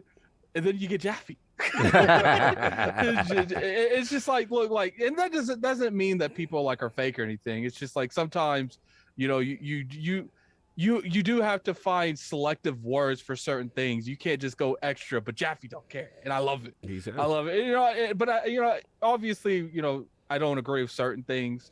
But it's just like, at least I'm always for passion in the industry, and as well as I do think you could be a little bit better on your words. Oh my god! But you know, to what end? Exactly. We won't go into that. Yes. We've already, I Right, because you probably don't know what you're asking. What you're saying is it makes you a little uncomfortable, but you don't really know why you don't like it, and maybe you wish you could do it too. Oh no! I'm the one that usually speaks the most on this show. So explain to me why you wish I would choose my words better. Here we go. It's not that. It's like, you know, we can go into it for a couple seconds. It's like I come from a family like that does look at stuff like therapy as a negative notation. So I think that's why I was saying, you know, choose better words. And now, obviously, but that sounds like a you problem. No, but I did. I actually, hey, Jaffe, I started that sentence with "I come from a family that sees that as a bad influence," and it's like, you know, and I love that you're able to do that effectively without getting like a man. If I went into therapy, you know how my family would look. I could tell you some people right now would disown me. Oh, I understand now. Disown me. Yes, I understand why you guys don't let a lot of white people on. Oh my god! Oh my god! Okay. Lord. How is it that we don't let them We got our white guy quota of content creators. Wow. It's not that, Jaffe. It's just like I do understand when it comes to that particular statement how some people would get offended by it. Now, obviously, you have a different perspective because you and your surroundings have completely embraced stuff like that. But in my family, you use therapy when you're trying to say someone going crazy. But you know what I like? Do you think your family would benefit from therapy? Oh yeah, most definitely. Goddamn but that's not the argument. That's not the discussion. So you know what I like? I like that, Ty. Yeah, definitely Ty. What I like is that at the very least, that what we could do is have the discussions, right? Because I think what happens is we either try to silence people, you know what I'm saying, and just not even engage or just, you know, shut them out completely. And it's just like, I don't subscribe to that, you know, and I'm not going to subscribe to, because, you know, we maybe disagree on one thing that we can't talk at all. You know what I'm saying? And I just miss, I don't know, just society-wise, that just having those discussions. Conversation. Yeah, and I've had these talks with Colin. It's just like I really respect respectful discourse. Like, just, hey, yo, this where you at? Now I got more clarity, so I hear it. We don't get the tweet and that's it. Like, because we get the context, and then you get why I'm going, and then cool, and we can move on. But go ahead, Addict. I know what you're about to say. I think the problem is just, you know, we're just so much more connected socially, and there's a lot of companies that just don't want that social. No, of course. But all I'm saying is we should you not. say among friends, right? And we should not be like, yo, I'm done with this person. I can't even talk to this person. At least hear the person. I think we don't even get to the point where we have a conversation anymore.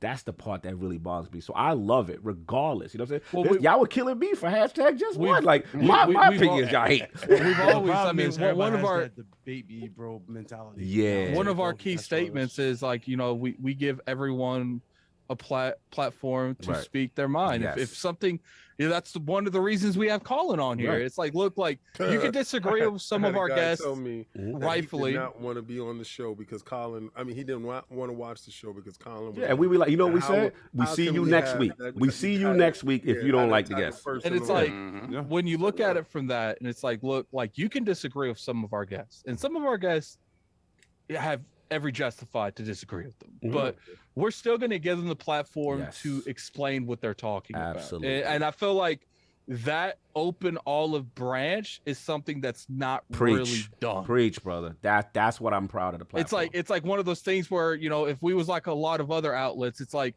we don't agree, so you're not coming on. Exactly. And we even allow adults dating site to spam us every day with with this, they out here, son. They every chat they in here doing not doing the Lord's work on this spam. Moderators, please get these guys.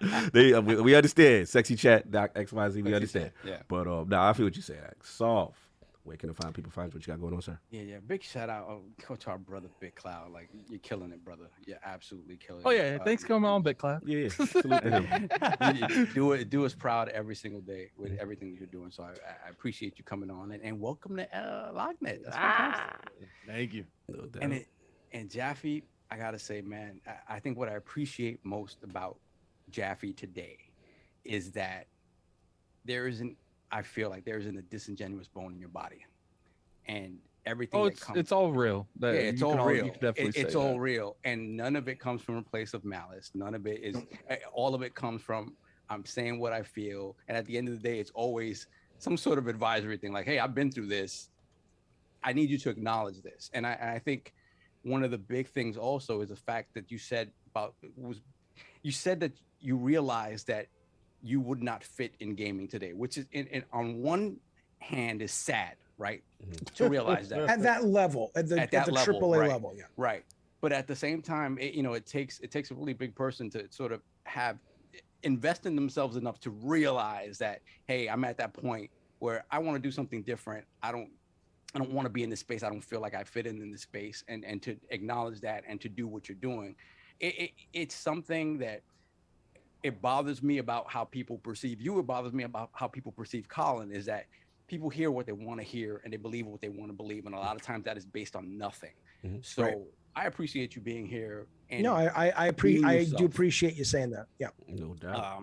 And I just, again, if we do anything message wise for people who come in with preconceived notions of who these people are, listen to them, listen to what they say, how they carry themselves, and think about any preconceived notions you may have about them. Think about the person behind it, and just really do your research about people. Because there's so much of people just they just want to label someone because it's the easy thing to do, and it just bothers me. So I'm glad Jaffe is here. No doubt, respectfully, Lord King. Where can find you? What's going on with you, sir? First and foremost, I want to say, Big Cloud. Yes, sir. Got him. The Iron Bank dropped off the bag. Yes. Feels good to work with a little bit of money in your pocket. Be like, oh, bring him over here. Over here. I don't know about that part yet, but continue. I mean, if anybody watched theoretical The theoretical bag. You're gonna start to have other people. Yeah, other people like, oh, that's That what's was going on. Jack over there? Palance. That was Jack Palance. You get Jack Palance. Oh yeah. Oh, okay. Now I get it. Yeah, that's get it, awesome. right? Now I do. Yeah. Yeah. Right. If anybody watched Tango and Cash. Salute. To interview your idol. Like one of my idols. Like I told you, he's one of the four. It's one of your gaming Mount Rushmores. You said. Yeah. Man. Yo, you don't understand how you affect this little black kid that was inside the Bronx. You talking to me? Yes, sir. Yes, you. Oh, take your flowers, damn it. Stop being I resistant. was because he was talking to Big Cloud for a minute. I was like, I don't know who he's talking to. No. We passed Big Cloud. We got him. He on board. Okay. I signed on line 3. You, sir, you affected this little black kid that was in the Bronx. I was never a little, pause. But this black kid that was inside the Bronx that bet on his Sony PlayStation. Right, I bet on the Sony PlayStation at the time where He's gonna turn this into something different. No, I'm not because I'm gonna tell you right now. Twisted Metal and all the other games that you worked on that I got a chance to know because I went down your list and I was like, oh, sweat, Jet Moto. Well, not really that one, but yeah. Yeah, but I mean, you was in there. Yeah. Right. Okay. Yeah. Oh yeah. So all these games, I'm looking at your Wikipedia. I'm like, this guy right here. Is you formed my gaming life, my identity with the PlayStation because you gave the Western market, because remember at that point in time, Japanese market was the JRPGs. They had that on lock. You gave them a Western face. You gave them an identity to identify with the the hardcore, the edge. So I appreciate everything that you have done in my gaming history, and my fondest memories has been of your games that you have been involved with, you have directed, and you have created. So I thank you, sir, so much. Salute. And I humbly appreciate you giving your time for us today. Yeah, 'cause I was so happy that I'm able to come back and say this to you We heard because the man thank you bladder so and all much, that. man. That man did trips. He ate his food. He did it all for the Lords. I just want you to know that, man. Like, I don't care what anybody says about anything at all because I really don't listen because I only care about what I care about because I'm selfish as hell. Right? Okay, Selfish as hell, right? But at the same time, these dudes went out of their way to make sure that happened because I was asleep. And without their due diligence and Shout out without to us Addict. working as a team, this won't ever happen. So I appreciate everybody here, every doubt. Shout out to last Fonzarelli. person here for helping one of my little dreams come true. So thank you so much. You can catch me at Combat Talk with the King Saturdays at 10 p.m. Not this Saturday because the King is going on vacation doing this thing. But I probably might upload a little something. We have Tank versus Rolly this weekend, and that's going to go up. KOS is coming up as King of the Statues. So probably I'll take a picture of that and send that over to David Jaffe so he doesn't think it's a woman. I did see the guy in the chat saying, "No, I'm thinking of American Dream," which is the female Captain America. Yes. Just kind of say, just thank you for those are very nice things to say. I appreciate on behalf of all of us who made those games. I have not yet learned how to take those very kind compliments because not because I'm like insecure about it, but because I like I said earlier, I won't go over it too much, but I have felt the same about other creators in movies and comics and things like that.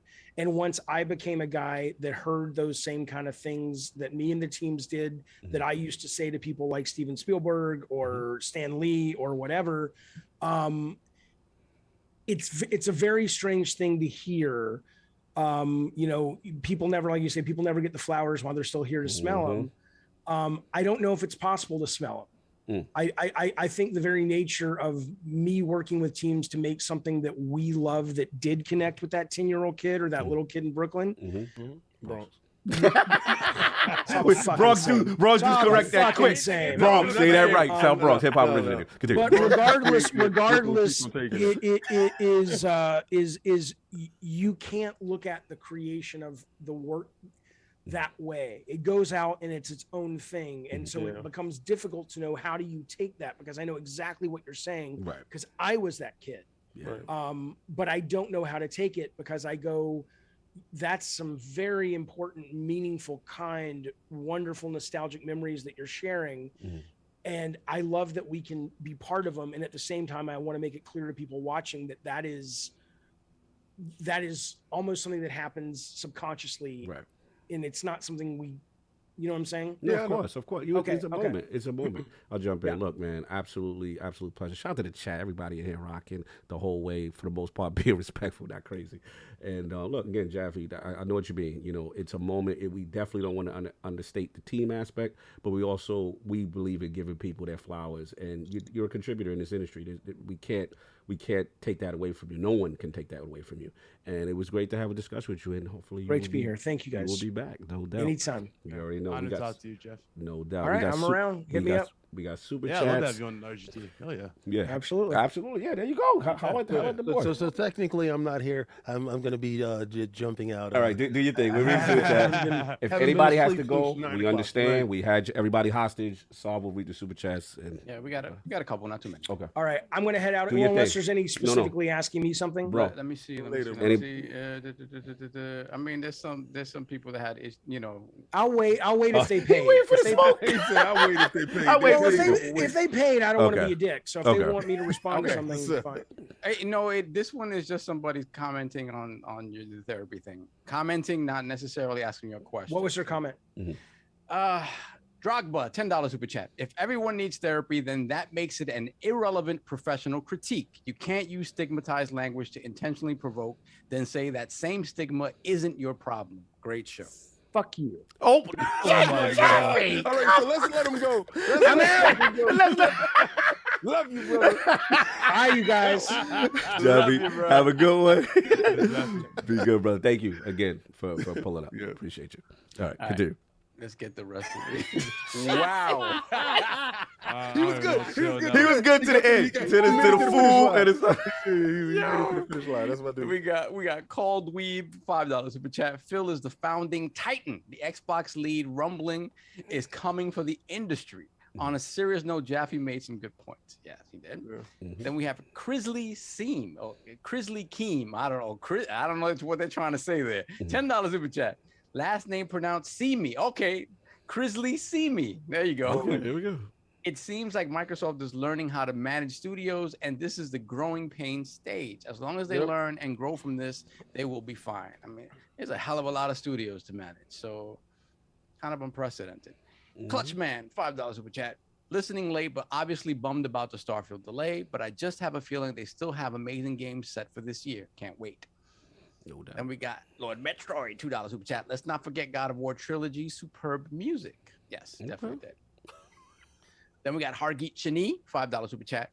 Where's Jamaican Jim Ryan? Get him on here to tell us what's what. Why he wants to make games bad, to put them day and date in Spartacus. hey, Cog. Yes. We got to talk at the end of the show. Okay. Can you stick around for that too? All right, no doubt. My wife is Then we got Lord Metroid, $2 super chat. Jaffe, if you get stuck on Metroid walls, I got you. Okay. Then we got the Doctor 63, $10 super chat. Jaffe and King should do a show together. Yes, I would pay money. I think it would be hilarious. Then we got Splendiferous, $2 super chat. Phil walk around with sacks of dough ready to drop. It could be called David's Unchained. Then we got Flush Jackson, $20 super chat. Peace, love, and health to the Lords, Jaffe, and this great community. Thank you. You as well. doubt. Oh, Flush was over there on Fonz's show. That's what's up. Shout out to y'all guys cross pollinating. I love you. Dude. Yeah, that's fantastic. That's what's up, man. We're good. We're caught up. All right, so it's time for me to go. Love you. Everybody do your thing. Look, man, I appreciate everybody. We know it was a spicy one. For those that were a little offended by the language, you know what I'm saying? We apologize, but look, we knew that we weren't getting to. He did well. He did about 2.5. He was 2.5. That last hour killed him. I don't know when I was gone. What happened? But I know he when actually didn't do it too much when you was gone. He was actually good for the most part. Look, like regardless how you guys feel, you know, we don't agree with everything the man says, but he does come out there, and what you see is what you get. Right. Like, and listen, I love the dude. So listen, at the end of the day, I gotta go. No, do your thing. Oh, there's still more soft. Damn. Oh, we got another one? Okay, hold on 1 second. We got Mandingo McThickens, $10 super chat. Sucks about SF, though. Let it fully cook. I get it. I understand. No doubt. I think from a date-setting expectation, companies need to undercommit and over-deliver on release dates. Yes, another great show. And like I said, thank everybody for pulling up. Again, we're gonna have guests on that's gonna have different opinions. I actually got to give the chat credit for the most part.